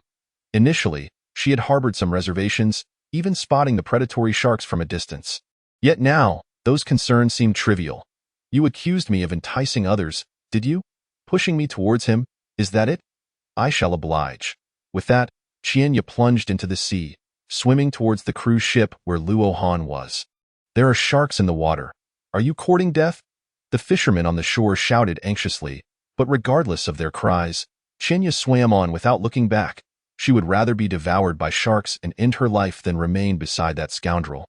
Chapter 49. Qianya recounts her ordeal, willingly remaining behind. Approaching noon, Luo Han and the others gathered all the useful supplies in the guest room, totaling tens of thousands of sets of anime costumes, both male and female. However, other everyday items, such as towels, were scarce, with only about 100 available. Additionally, Luo Han discovered 2 large barrels of gasoline that had not spilled, which could fuel the jet skis. Looking across the ship, he saw a massive gaping hole, teeming with fish and shrimp competing for food in the distance. Numerous sharks swam languidly, perhaps having gorged themselves on a bountiful feast, rendering even thousands of small fish and shrimp incapable of capturing their attention. I never imagined your skills were so remarkable. Luo Han ruffled Su Qing's hair, astonished that the president, who had no fishing skills or survival abilities, possessed such culinary talent. After weeks of consuming barbecued fish to the point of nausea, today's seafood feast prepared by Su Qing was a delightful reprieve. Ruo Lin glanced up at the sun and declared, "I shall return to rest." Luo Han and the others responded in kind. However, just as Ruo Lin approached her room, she spotted someone swimming towards the cruise ship. Puzzled, she decided to return and inform Luo Han, despite still feeling a bit dizzy. After all, Luo Han was the anchor of this group, their leader. If an ill-intentioned person were approaching, it would spell trouble. Luo Han, someone is swimming towards us. Luo Han was discussing their future plans with a Fu when Ruo Lin's announcement drew his attention to the water. Preoccupied with the view, he had forgotten that there were many refugees nearby. Could it be someone coming to beg? Luo Han approached the railing, peering down. "Qianya, let us go take a look." Upon spotting the figure swaying in the water, he abandoned the seafood feast. Su Qing and the others followed Luo Han down to the 3rd level, close to the water. The goods had not entirely spilled out, and the shoals of fish were concentrated on the other side. As Qianya entered the cabin, the coldness of the seawater and her prolonged hunger caused her to tremble, however, recalling that Luo Han had mentioned living with a few others in the cave. She hesitated to go up on deck to find him, even though she had seen him there before she jumped into the sea. Should I seek him out? The ocean breeze enveloped Qianya, prompting her to curl up in the cabin. "It's so windy. Aren't you afraid of catching a cold?" Luo Han draped a jacket over her back to shield her from the sea breeze. Watching the gentle Luo Han beside her, Qianya dashed into his embrace, weeping bitterly. After a lengthy bout of tears, she gradually lifted her head, interrupted by a protest from her stomach. "All right, no more crying. You must be hungry. Come with me, and I shall treat you to a feast." Qianya gazed at the tender and patient Luo Han, her hunger rendering her weak, and she could only nod feebly. Luo Han scooped her up in a princess carry, and Su Qing and a Fu followed him back to the deck. Qianya recounted her experiences to Luo Han and the others, inciting Su Qing's immediate desire to confront someone. Luo Han took a towel and gently began to dry Qianya's hair. A Fu and Ruo Lin clumsily assisted Su Qing in preparing a seafood feast for Qianya. She devoured a great deal, fully aware that suddenly consuming such rich food after prolonged hunger could upset her stomach. Yet, the gnawing hunger compelled her to fill her belly first. After satisfying her hunger, Su Qing and the others chose to return to their guest rooms, leaving time for her and Luo Han. Before departing, Su Qing called out to Qianya, saying, "You will live with us from now on. I assure you that no one will bully you. If Luo Han dares to mistreat you, I will help you teach him a lesson." Feeling the warmth of those around her, Qianya nodded in agreement. Luo Han looked at Su Qing, asking, "How do you intend to teach me a lesson?" Su Qing leaned closer to Luo Han, whispering in his ear, "Do you believe I will drain you dry?" Luo Han's face flushed crimson, and seeing his flustered expression, Su Qing left the deck, leaving the space for the two of them. Luo Han held Qianya close, saying, "From now on, I will protect you. If that scoundrel dares to come looking for you, as long as you agree, I will toss him into the sea to feed the fish." Qianya embraced Luo Han, feeling his warmth, and after a long moment, she responded simply, "Okay." Gazing at the room prepared for her, Qianya felt a wave of emotion wash over her. Compared to the tent on the beach, this was a paradise. In contrast to Yulin, that selfish waste of space, Luo Han was a true man. Even though she had become another's wife, Luo Han did not reject her refuge. Moreover, his treatment of her resembled that of a husband. While Qianya was eating, Luo Han pointed to the towering aurora in the sky. sharing his own experiences to help her understand that rescue was no longer a possibility. He hoped she would stay by his side, not for her beauty, but for her abilities. At the same time, he aimed to encourage Qianya to make a resolute choice. Qianya would be an invaluable asset in Luo Han's establishment of a tribe, and Luo Han was capable of providing for her. By expressing this, Luo Han sought her willing commitment to remain. After all, he knew he could support her. If she left, she would have nothing. Qianya was aware that perhaps a miracle might allow them to return to the modern world. But for her own sake, she would not return to Yulin.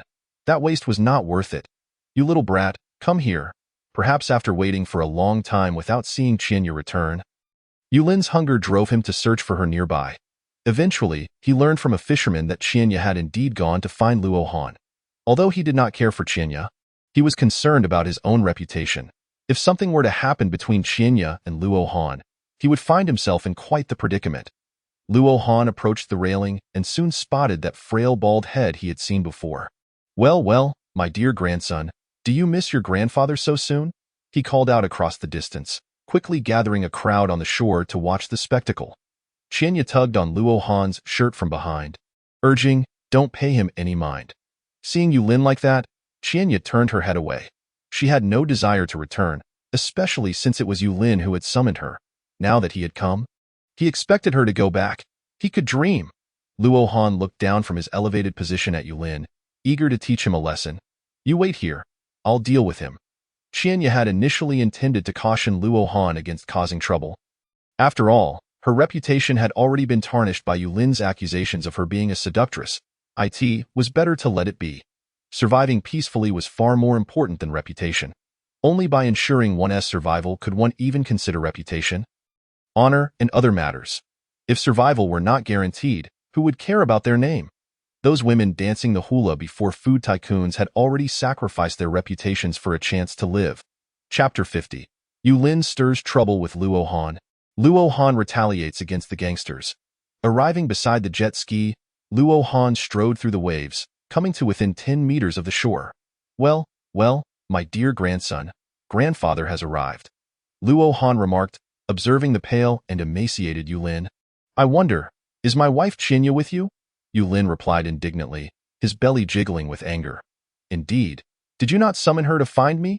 Luo Han casually picked his nose while standing on the jet ski, gazing at Yulin's ashen face. What have you done to her? Yulin clenched his fists, looking as if he would strike at any moment. I haven't done anything. She is enjoying herself with me. Luo Han stated flatly, enjoying good food is enjoyment, after all. I am a person of virtue, full of righteousness. You? Return my wife to me. Yulin picked up a stone and hurled it, but it fell into the water before reaching Luo Han. It is not that I am preventing her from leaving. It is she who does not wish to return. Luo Han spread his hands and remarked that he did not have to endure hunger. So how could Qianya possibly be willing to return to Yulin's side to care for this worthless man? Moreover, he regarded her merely as a commodity, ready to be pushed into another man's embrace at any moment. If you don't let her come back, be careful, or I will deal with you, Yulin said, filled with rage, wishing he could leap into the sea and swim over to strangle Luo Han. Hit me, go ahead. Hit me, Luo Han mocked, listening to his nonsensical rant, turning around to pat his own backside in derision. You scoundrel! Yulin, witnessing Luo Han's demeanor, was nearly driven to madness. Luo Han, observing Yulin's frantic antics, spat disdainfully, a mere clown, don't be so angry. Be careful of a heart attack. If you die from anger, I would find it quite amusing. With a playful smirk, Luo Han stood atop the jet ski, swaying and humming a tune. La la la, la. Why Yulin, infuriated, struggled to articulate a response, finally managing to squeeze out, little beast, if you have the guts, wait right here. Luo Han, glancing at Yulin's face, which was as red as a monkey's backside, contemptuously replied, good grandson, Grandpa is here waiting. If you have any tricks, just bring them on. Now, I'm off to find your wife. With that, Luo Han executed a water drift and prepared to depart. Excuse me, please wait a moment. On the shore, a graceful figure clad in a white lab coat stood on the rocks, gazing at Luo Han from afar. Luo Han assessed the woman, silently admiring her beauty. Like Su Qing and Qianya, she was a goddess in her own right. Her skin was as radiant as jade, and her long, shapely legs, accentuated by her shorts, appeared strikingly elongated. With half-rimmed glasses perched on her nose, she exuded an air of elegance, while her hair cascaded casually on either side, flowing like a waterfall. She possessed an otherworldly charm, blending the grace of an elegant woman with the rebellious allure of a spirited girl. "Is Qianya truly with you?" The newcomer was Qin Yin, who rushed over upon hearing that Qianya had been seduced. "She is with me, enjoying herself," Luo Han replied, fearing disbelief, and added, "Rest assured. We were high school classmates, and I haven't done anything to her." Qin Yin exhaled a sigh of relief. "Thank you. She has had a difficult few years. Please don't bully her." "Of course. Would you like me to take you to see her?" Luo Han suggested, contemplating in his mind the potential usefulness of this beauty in establishing his camp and considering ways to recruit her to his side. "Next time, take good care of her," Qin Yin replied, intending to leave, relieved that Qianya was fine. She had been startled to hear that Qianya was trying to seduce someone else. If that were the case, she would not hesitate to distance herself from her. She certainly would not lower herself to such levels. Moreover, she was uncertain of Luo Han's character. What if he had ulterior motives? She remained confident in her own figure. Just as Luo Han was about to leave, Yulin returned with a dozen men, leading a burly figure who resembled his brother A Fu, covered in scars. Seeing their aggressive approach, Luo Han maneuvered the jet ski a bit further away, not out of fear, but because the water offered no solid footing. They were not like Yulin, a mere weakling. If they simultaneously attacked with stones, he would surely be battered into a pulp. "Little beast, I've heard you're quite arrogant, daring to mess with another man's wife. Within 10 minutes, bring her to me unscathed, or from now on, ensure you deliver 100 pounds of fish daily to honor me, and I may let the past go," the scarred man threatened, "if you don't comply, or if you harbor any other nefarious thoughts. Be cautious, or I'll make you regret it. Don't think that just because you're on a boat, I can't deal with you." It seemed yet another gang had come to make threats upon arrival. Perhaps they were simply accustomed to being arrogant or emboldened by their dozen lackeys. The scarred man did not regard Luo Han as a threat. If an ordinary person were to be intimidated by him, they would have likely wet their pants and begged for mercy. But who was Luo Han? Would he fear such a man? In the past, would these so-called gangsters dare to boast in front of the military? "You read nothing but a joke. In my eyes, you are the most worthless trash imaginable, barking like a dog," Luo Han said nonchalantly from his jet ski, "and no matter how formidable your gang is. Do you dare provoke the military? What are you?" In the past, if I had spoken like this, I would have been targeted and blown to bits. Threats? Not in my world. The scarred man, known as Jun Tu, nicknamed Tyrant, had previously been a lone shark, commanding a group of lackeys. Whenever he encountered borrowers unable to repay their debts, he would torture the men and violate the women. Those who attempted to flee would find their legs broken, and their families coerced into repaying the debts. Countless families had been driven to ruin by his hand. "Little beast, you turtle son of a bitch, it seems you're tired of living, daring to speak to me like that." Tyrant glared at Luo Han, seething with anger. The last person who had spoken to him in such a way had already had grass growing 2 meters high on their grave. Initially, he had only intended to abduct Yulin's wife for his amusement and give Luo Han a beating, making him gather food daily. Unexpectedly, the other party had shown such defiance, singing a different tune. "What? Not convinced? Hit me, go ahead. Hit me," Luo Han repeated, adopting that insufferable demeanor once more. Facing such arrogant individuals, those 4 words, coupled with his expression, yielded exceptional results. Minimal physical harm but maximum humiliation. "Do you believe I can kill you?" Tyrant ground his teeth in anger, while Luo Han disdainfully extended his finger, making the internationally recognized gesture. "Come over here." Tyrant, seeing Luo Han 20 meters away, longed to rush over and kill him, but realizing that the other had a jet ski and that sharks were lurking nearby, he had to suppress his rage. As he witnessed Tyrant's face turning crimson with suppressed fury, Luo Han couldn't help but utter a disparaging remark that nearly drove Tyrant to the brink of insanity. Chapter 51. Luo Han provokes the gangsters and leaves nonchalantly. "You talk such a big game. Why don't you come over here?" Luo Han revved the jet ski, steering it toward the cruise ship. Before departing, he couldn't resist another jab. "Go play in the mud like the filthy swine you are. Trying to scare people like a gangster. Let me tell you, I've never been afraid. You're nothing but a coward. Nothing could be more infuriating than to insult someone and then leave without a scratch. Previously, one could merely block someone after a scolding, leaving the other to stew in impotent rage. The mere thought brought Luo Han immense satisfaction. Beast! Swim over and kill that beast! Tyrant seethed as he watched Luo Han's retreating figure. His fury mounting. After all, he was already marooned on a deserted island. What did it matter if he killed someone? Once he returned, who would dare report him? The boundless ocean served as a natural cover. He could dispose of the body and feed the fish. Besides, once he killed Luo Han, the woman by his side would become his. He would then beat Luo Han into submission, forcing him to labor for him, gradually tormenting him before ultimately throwing him to the sea as fish bait. What a delightful prospect! Boss, there are sharks in the water. Recklessly swimming over will only lead us to become fish bait ourselves. One of his lackeys warned, observing the sharks gliding in the water. Tyrant kicked him in the rear, then let us chop down trees and build a boat. Did we not take those iron tools with us? He has a boat. Can't we build one too? Boss is brilliant, they chimed in, agreeing enthusiastically. We can construct a boat and then thoroughly incapacitate that beast, torturing him all night. Exactly. Make him catch fish for us while we tease his woman right in front of him.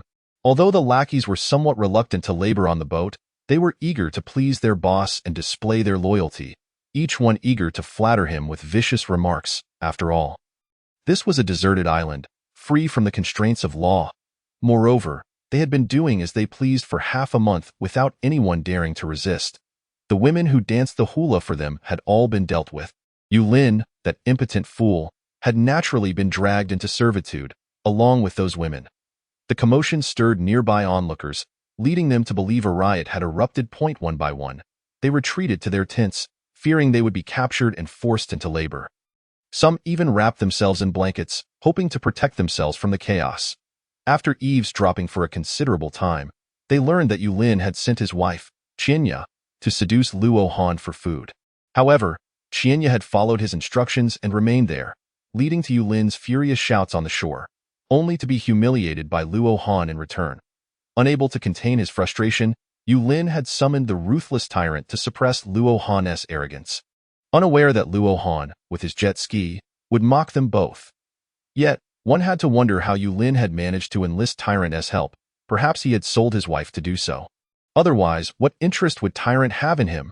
Lacking vitality and indulging in laziness, he had only his wife to showcase. Yet now, even she has fled, leaving him a solitary figure. In the distance, Li Yuan and Zhang Lei wore expressions of smug satisfaction. Ever since being thrashed by Luo Han, they had harbored lingering grievances, devising schemes in the shadows to torment him. Over the past few days, watching Luo Han revel on the deck, their envy knew no bounds. Now, witnessing his newfound troubles, their excitement was palpable, nearly prompting them to pop champagne in celebration. Luo Han, your doom is nigh. They mused, this fool, who would have thought him to be such a simpleton? It had escaped their notice before that he was foolish enough to provoke even the underworld. Now, he seemed destined for ruin. Once their ship was completed, that Na'vi fool would likely not even be left with a whole corpse. Li Yuan and Zhang Lei were clearly aware of the tyrant's ferocity. Their tone grew increasingly animated, as if envisioning Luo Han enduring torment at the hands of the tyrant, leading to a wretched demise. Upon returning to the cruise ship, Luo Han concealed the jet ski and kept an eye on his adversaries' movements. However, observing them tirelessly felling trees sparked a novel idea: to first deal with them, and then, should the opportunity arise, utilize them as laborers. Certainly, Luo Han would not remain on this cruise ship indefinitely. Although it was currently aground, with nearby sharks having ventured elsewhere for sustenance, the absence of their threat would soon lead to someone recalling the bedding and other warm items aboard as winter gradually approached. Would he truly be able to prevent them from claiming what they desired? Surely, once he fell asleep, those avaricious individuals would seize the chance, just like Zhang Lin had done, to eliminate him. It wasn't as though every occasion afforded him a sound strategist like Ruo Lin who could discern their plans. Reflecting on the past, had it not been for Ruo Lin, he might have continued to use Chen Shui and his companion as mere slaves, never suspecting they would conspire against him. However, Chen Shui was indeed rather foolish. Chen Tao had openly revealed their identities, and Luo Han could hardly be oblivious to their connection. It could be said that the first major predicament he encountered upon arriving here stemmed from Chen Tao and Chen Shui, whose intellect resembled that of 3-year-olds. Reclining on a deck chair, Luo Han gazed out at the distant sea. If only there existed a place, much like the current one, where a terrifying creature like a shark could serve as a guardian, alleviating concerns of external assaults. What an ideal stronghold for a tribe. What are you pondering?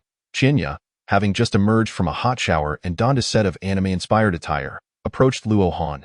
Ah Fu was busy exercising in the room, while Ruo Lin and Su Qing were soundly asleep. Ruo Lin was, of course, resting, while Su Qing lacked the energy to seek out Luo Han for affection, especially since she had yet to regain her stability in walking. Qianya wore a more conservative full bodysuit, not because she found short skirts unattractive, but due to her modesty and disdain for exposing her thighs. Yet, the snug attire of the Thunder God assassin accentuated her perfect curves, particularly her ample bosom, which was quite the sight to behold. Qianya, legs crossed, sat beside Luo Han, experiencing this style of clothing for the first time. Chapter 52. A new base. I wonder if there exists a place that, like now, boasts fearsome creatures such as sharks to guard it, free from the fear of attacks. Luo Han affectionately ruffled Qianya's hair. Assuming the role of an older brother, she did not resist, recalling how they had once been like this. But back then, she had lacked conviction, obeying her parents, which led to their forced separation and ultimately her marriage to the scoundrel. Yulin, I noticed an island across the beach that might be suitable for establishing your tribe. Qianya pointed to the far side of the beach. If you walk straight in, it's about 2,000 meters. Luo Han stood and walked to the railing, gazing in the direction Qianya indicated. Should such an island exist, surrounded by the sea, even without the presence of sharks, he could rest assured against any attacks. There would even be ample time to construct a winter shelter.